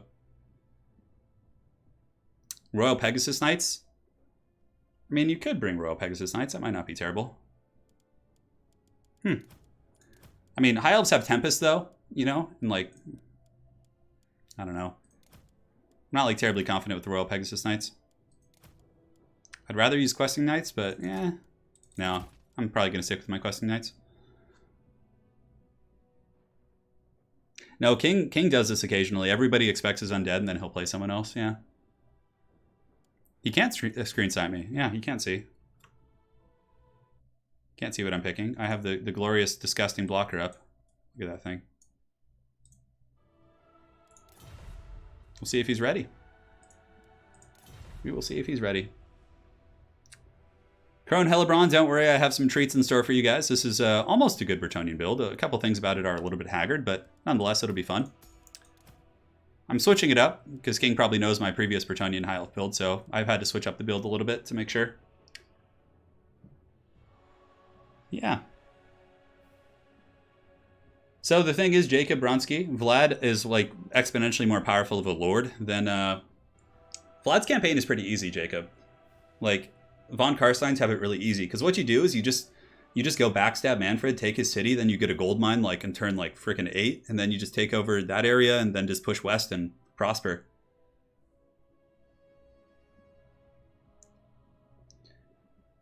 Yeah, it should be quite a bit of fun. We'll see how it goes. King's really taking his sweet time here. Maybe he's intimidated by the mullet. Who knows? He thinks this old man is going to beat him. Hurry, boy. I'll use his own language against him. Have I played Lizardman? Tic-tac-toe. I haven't played Lizardman today. No, I'm playing Bretonnia this game. Yeah. Because, yeah, like with Von Karstein's, you start with like a really powerful army that's super OP in sieges. You start with like 3 Vargeists in campaign, so you just like can wreck all the siege battles. Yeah. Oh, Tanner, we've talked about it, yeah. Yeah, Vlad's campaign is pretty crazy. Good luck, have fun, King. Let's have some fun, man. We are on Ingui. I'm curious what he's going to bring. Oh, man. Let's stretch it out. Yeah. Like, Vlad, you start with 2 legendary lords. You start with, like, 2 vampire characters, like 3 Vargeists. Like, Vlad is super good. Yeah. This is the last one of the stream no matter what, so. Who will represent the good guys in Game 3? I'd probably guess Kislev. Would be my guess. Alright, so Counselor's Desk. We'll switch to this while I get everything set up. Won't be good, yeah. It's probably going to be Kislev, though, would be my guess. A little bit of lag here, King of the Dead. King of the Lag. That's your new name. I dubbed thee King of the Lag. So I dub thee Unforgiven. We can actually kind of like caddy in our artillery here. Use this like house. So you can't like flank behind it. Alright. Looks good to me. Get some Spearmen at Arms defending these bad boys, because they're pretty important. This is a matchup I'm relatively comfortable in. I don't know what he's gonna bring, we'll see. Fey Enchantress gonna be setting up. No, there's I know it's there, guys, don't worry. So we'll get some peasant mobs over here. Get some Spearmen at Arms over here. He's playing High Elves. I don't know. There's so many different things he could bring. 3, 4. So we get Knights of the Realm. Knights of the Realm. Questing Knights can be like hanging out right in the center mass right there. 5. Cool. Ready. Alright, so let's switch back. Alright, guys. So I think everything looks good. I think it's capturing the proper feed. Yep. So yeah, basically, trebuchets. We got some Fey Enchantress Paladin squad. Getting 2 Knights of the Realm, and just for you guys, I brought a single Pegasus Knight, just to add some spice to your lives. So let's see what he's got. So he's got a very defensive formation, Sisters of Avalorn, so that's like the perfect trebuchet target. So we can scoot up our dudes, Enchantress, Paladins, Knights of the Realm. Pegasus Knights, if he wants to chase us, we just kind of run. Yeah. But the Trebs will be very, very good against the Sisters. That's like a dream come true for us here. And if he wants to fly with the Goon Squad, we can just like shoot him with the archers and run in circles. That's kind of the game plan here. I mean, what does he have? Bird Techless plus a Frostheart Phoenix? Okay. He's shooting some of the Knights, it looks like, so we'll pull the Questing Knights way, way back out of range. And yeah, I mean, if he wants to go for the Pegasus Knights, they're very quick. 105 speed. He could chase, but I'm just going to kite. So the Trebs will be in range soon. We'll scoot up a little bit more. Paladin, the Goon Squad will be here. Questing Knights will be in the back. We'll move spears and spears. And yeah, now the Trebs should start shooting, so that's good. So we can keep like pressing in. If he wants to like just kite back with those units, I don't really care. We'll just move our Trebs up and follow him. And these are Silver and Guard. I don't mind blasting them actually. Alright, so let's get the birds. The bird is the word. Start shooting you. Get the Fey Enchantress Goon Squad over there. You guys there, you guys there. Here, here, and here. Cool. So we're just slow pushing him here. It's fine, it's to be expected. The cowardly elven tactics running from these noble, mighty noble Bretonnians. Because, like, if he doesn't defend those Trebs, I'm going to get in range with my archers soon. We'll be able to just waste them. Yeah, he might kill, like, one Trebuchet or something, but... So we'll start shooting here, if we can. Looks like he wants to engage here, but I do have the Questing Knights ready. Pegasus Knights as well in reserve. We have the Spears back here. I don't think he has anything sneaky vanguarding on me here. Alright, so let's get our Peasants and start shooting at the Sisters of Avalorn if we can. Take out those very expensive archers who are very, very good against us. We pull these guys back, pull these guys back, pull these guys back. We can deny him the frontline engagement now. We'll charge here. Get a little bit of this going. Fey Enchantress should be able to do her thing. He does drop a net there, which is fine. And yeah, the Sisters are taking a bit of damage. One of our Trebs is offline, which is unfortunate, but it should be back. So let's pull these guys up, go around the flank here with these Knights of the Realm, and these Knights of the Realm will obviously want to go and engage there in a second. So that's his net. How are we doing? Looks like our Pegasus Knights are coming in. Let's go ahead and pull them back. Oh, they just ran into that net. That's silly. And these Knights, let's pull them back also. Just kind of keep hammering home. See if we can like sneak something in on the side here. These Knights of the Realm can be used defensively. Alright, so the Treb crew is back. Let's get them back online here. It looks like we still do have a couple pieces, which is good. Just kind of mirroring his movements now. The mainline engagements have gone. These Peasants can pull back. These ones can pull back. Let's go ahead and see if we can sneak through here. Alright, looks fine. We're not taking too much damage. Our Royal Pegasus Knights are still intact. So we can try and lure these guys back here. But we really want to get through and see if we can jump on those. Like, if the Sisters are shooting my crappy archers, like, I really don't care about that. I'll put these guys back now. So he's taking a fight in the woods here versus some anti-large characters, which is good. Chalice of Potions, we'll drop it right here on top of these ladies. And we can come in and attack. We can start draining here a little bit, which is fine. Alright, so let's go ahead and sneak through here. Get some of you guys sneaking through as well. Get you guys kind of blasting away. Yeah, and the Sisters got wrecked there really, really solid. Can't really get over there. He does tear out some of my dudes, which is a bit of a problem, but Pegasus Knights will come back. So archers, what do we want to shoot? I guess just go after the bolt thrower crews. See if we can sneak through here. No, we're going to pull back here. We got to be very, very cautious. Go up and around. Where is he going? It looks like the bird wants in. If he does land here, we have our two paladins ready. Yeah, he pulls back. He sees that coming. And yeah, not too much damage on any of our like really important stuff.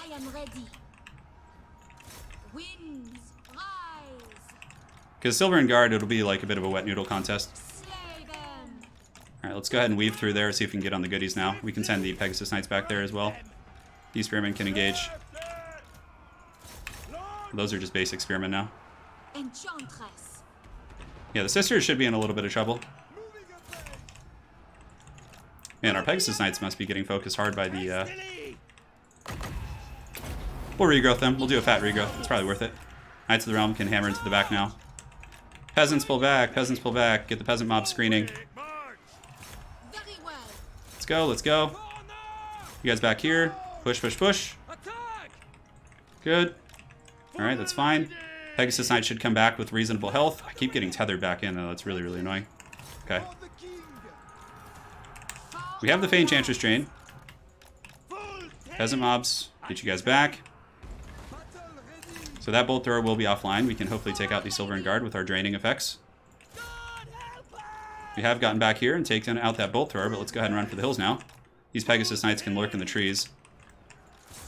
Do we need to Mortis Engine them down? He's playing a really good game. Yeah, our Peasant Archers are back, but what can we shoot, really? Silver and Guard are just not choice targets. Some Knights coming back here, too. We need to kite him a little bit. The Mortis Engine effect will be good. We can get some big drains. I don't know about timing this.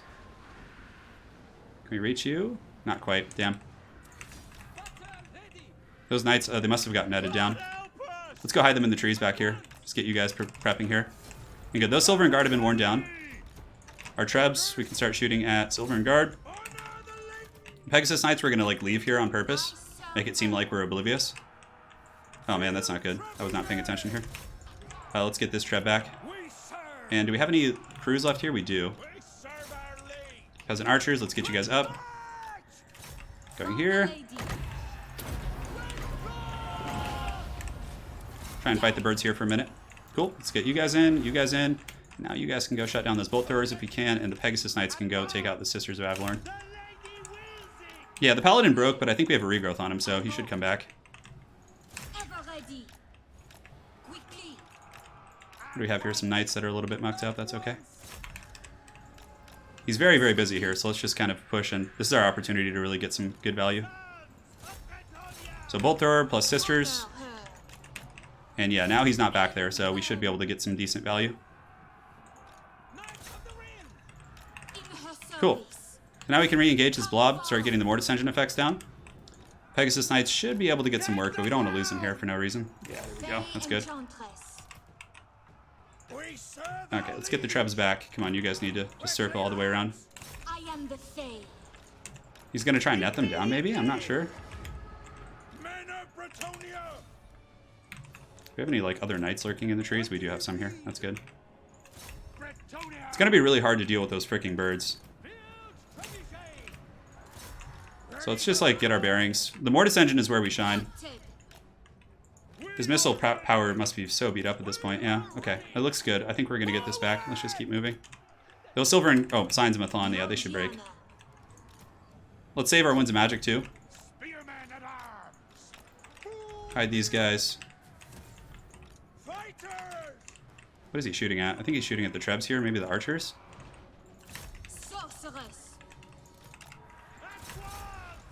Let's get some of these Cav around the back. Pull away. Keep shooting here. Get you guys back. We need to stabilize the Trebs, which we did.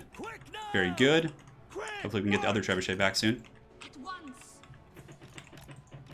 He's got to be running somewhat low on ammo. We haven't been able to shut down his bolt throwers. The Bird Goon Squad. We have some heals, but let's just save our Winds of Magic, try and bank as much as we possibly can. Let's hide in the trees here. Good. Yes, we need the Trebs back. That's like our key to victory. They're back. Let's get you guys on here. And solid. So now we can start hammering the Silver and Guard, and we still have a ton of ammo too, which is great. Pegasus Knights are lurking. We need to just keep like threatening his position. Get some peasant mobs up there.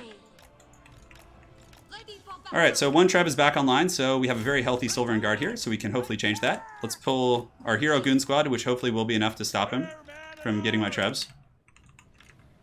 And how are the Knights doing? The Knights can pull around the back here. Is there anything really to go after? Not, honestly, there isn't. So he's just scattering some peasants, that's fine. That's all good. Sisters are just about out of ammo, so now we just kind of fall back on our Trebs. Where is the other Trebuchet crew? I can't even find it. Freaking thing. Oh. Whatever, it's fine. We'll just shoot this one for now.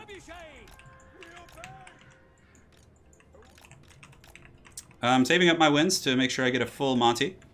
My Peasant Bowmen are getting some fat shots in. I'm probably going to regrowth this guy. I probably should do it now. I don't know when he's going to strike, so that'll leave us with enough for an Earthblood. What does he have back here? Just Spearmen? Spearmen. Yeah, his bird monsters are really going to be the worst. Let's go back here and see if we can save that Trebuchet from running. I believe we'll be able to man the other crew on it, though, too, which is really funny.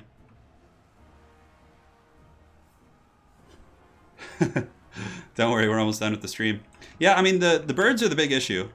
He doesn't really have anything else that's threatening, so if we can win the monsters fight with our characters, with Fae Enchantress plus the 2 paladins, I think we'll be okay. Silver and Guard are getting hammered pretty good. We don't have to give them any, like, proper engagements yet. Squires! I feel like the Pegasus Knights weren't that great this game. Granted, he played well shutting them down. Get some Knights of the Realm to intercept Bird Checklist there, keep him from getting back up.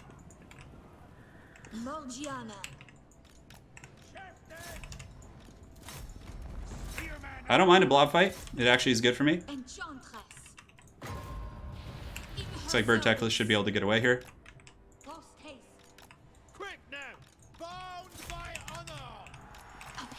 So he drops a net, which is fine. We have heals. We can take this. We have some spears nearby. 2 very, very tough units to kill, though, is the problem. We have the Mortis Engine draining. Paladins are both anti-large characters. Drop a Chalice of Potions to try and scare him off here. Man, yeah, my Paladins do not hold up well in that fight, actually. I actually thought they would hold up better. We have the crews fighting. Pegasus Knights probably want to come back into. Alright, let's pull back here. Let's just go engage in the Mortis Engine fight. Maybe that's our only hope. Frickin' Bird Techless is really hard to kill with this but King's playing a super good game too. It's not just Bird Techless. He's playing really, really well. My Trebuchet is just about out of ammo, actually. We're just kind of juking a little bit. We'll get some Pegasus Knights coming in. Just engage versus the Spearman here. Try and force that Mortis Engine fight. I mean, if we can kill everything and then just leave his birds for the last. Let's pull our injured Paladin away. Let's get these Pegasus over here. Claps in the back. I mean, the High Elf Spearmen are starting to waver.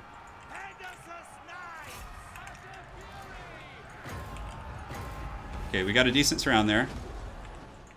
He sent his spears, thankfully, past the right targets. Okay, this is good.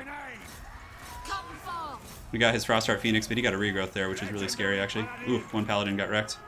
Hopefully he'll hold for the lady. Let's go here. Get all you guys piling in. We need to get all the bodies we can, because Mortis Engine is how we win.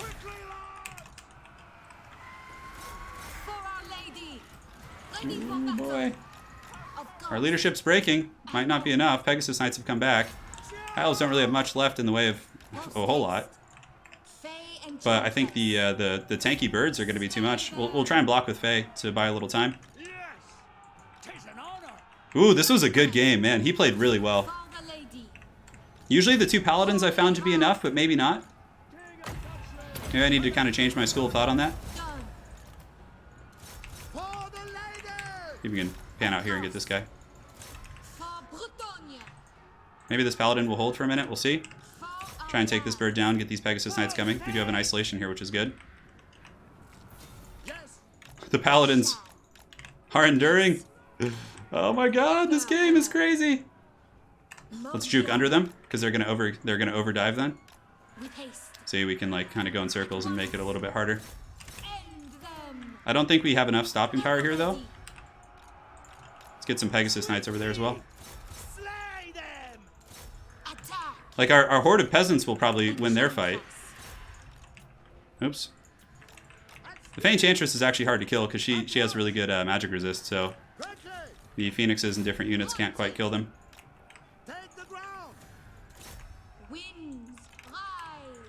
Let's just hide him amongst the spears. Start Mortis Engineing them down. Get this Paladin back in the ranks. Come on, Fae. Let's go. Yeah, you see, she takes like no damage. It's really funny from that. But I don't know if my peasants will hold here. Some of them are shaken. Okay, we can escape this way. Yeah, the Mortis Engine is draining pretty hard. Oh man, I gotta cast this game separately. This was a real scrap. Got a Paladin coming back. Fae Enchantress, we need you to live. Let's give favor the fate of these guys. Yeah, that's it. GG. GG, wow.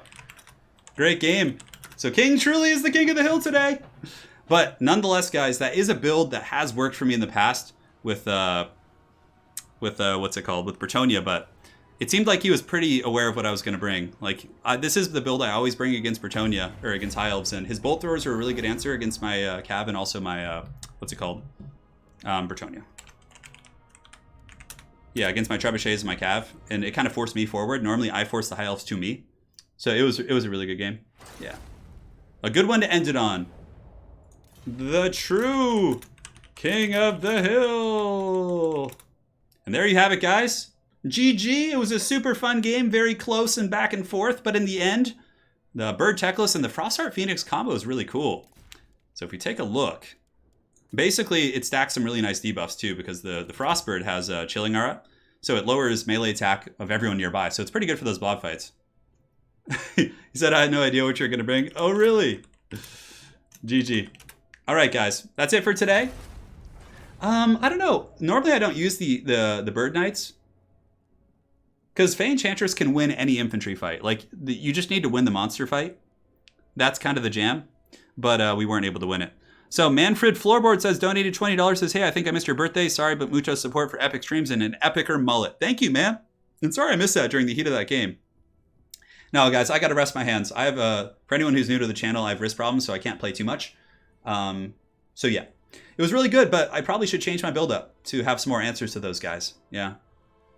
No, that's a good game to end it on. It was long, it was even, it was back and forth, and it was really showed that King of the Dead is playing super well today. Super, super well. Like, he didn't make too many mistakes. He was defending everything. So there you have it, my friends. That is the end of the stream.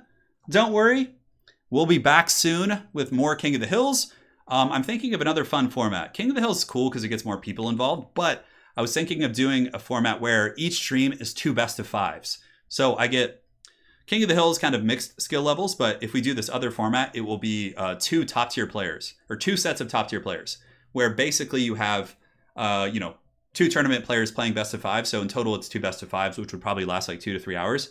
Kevin Robinson, I'll try and be back with it soon. I'm sorry. And that is it. All right, guys. Thank you so much for joining. I appreciate it. You guys are awesome. Congrats to King for winning today's King of the Hill. And that's it.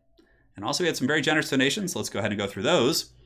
From Manfred Floorboard, we have Dennis Olovson, Rando Howard, Mercata, Cry and Hope for the birthday wishes, Holy Romeo, Samuel Christensen, Mino Possum, Robert Leach, and that appears to be it. So thank you guys so much.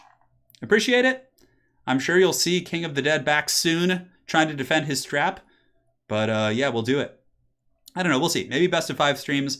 I could also do a King of the Hill, like alternate the format where some King of the Hills will be like all like tournament folks, or, just to make the games more even. Because again, I think both formats are cool. We'll think about it. All right, guys. Thank you so much for joining. Appreciate all your support. We'll be back with another stream tomorrow, most likely. And we'll go from there. All right, guys. Have an excellent night. Thank you for joining. Make sure to like on the way out. And we'll see you guys next time. Take care.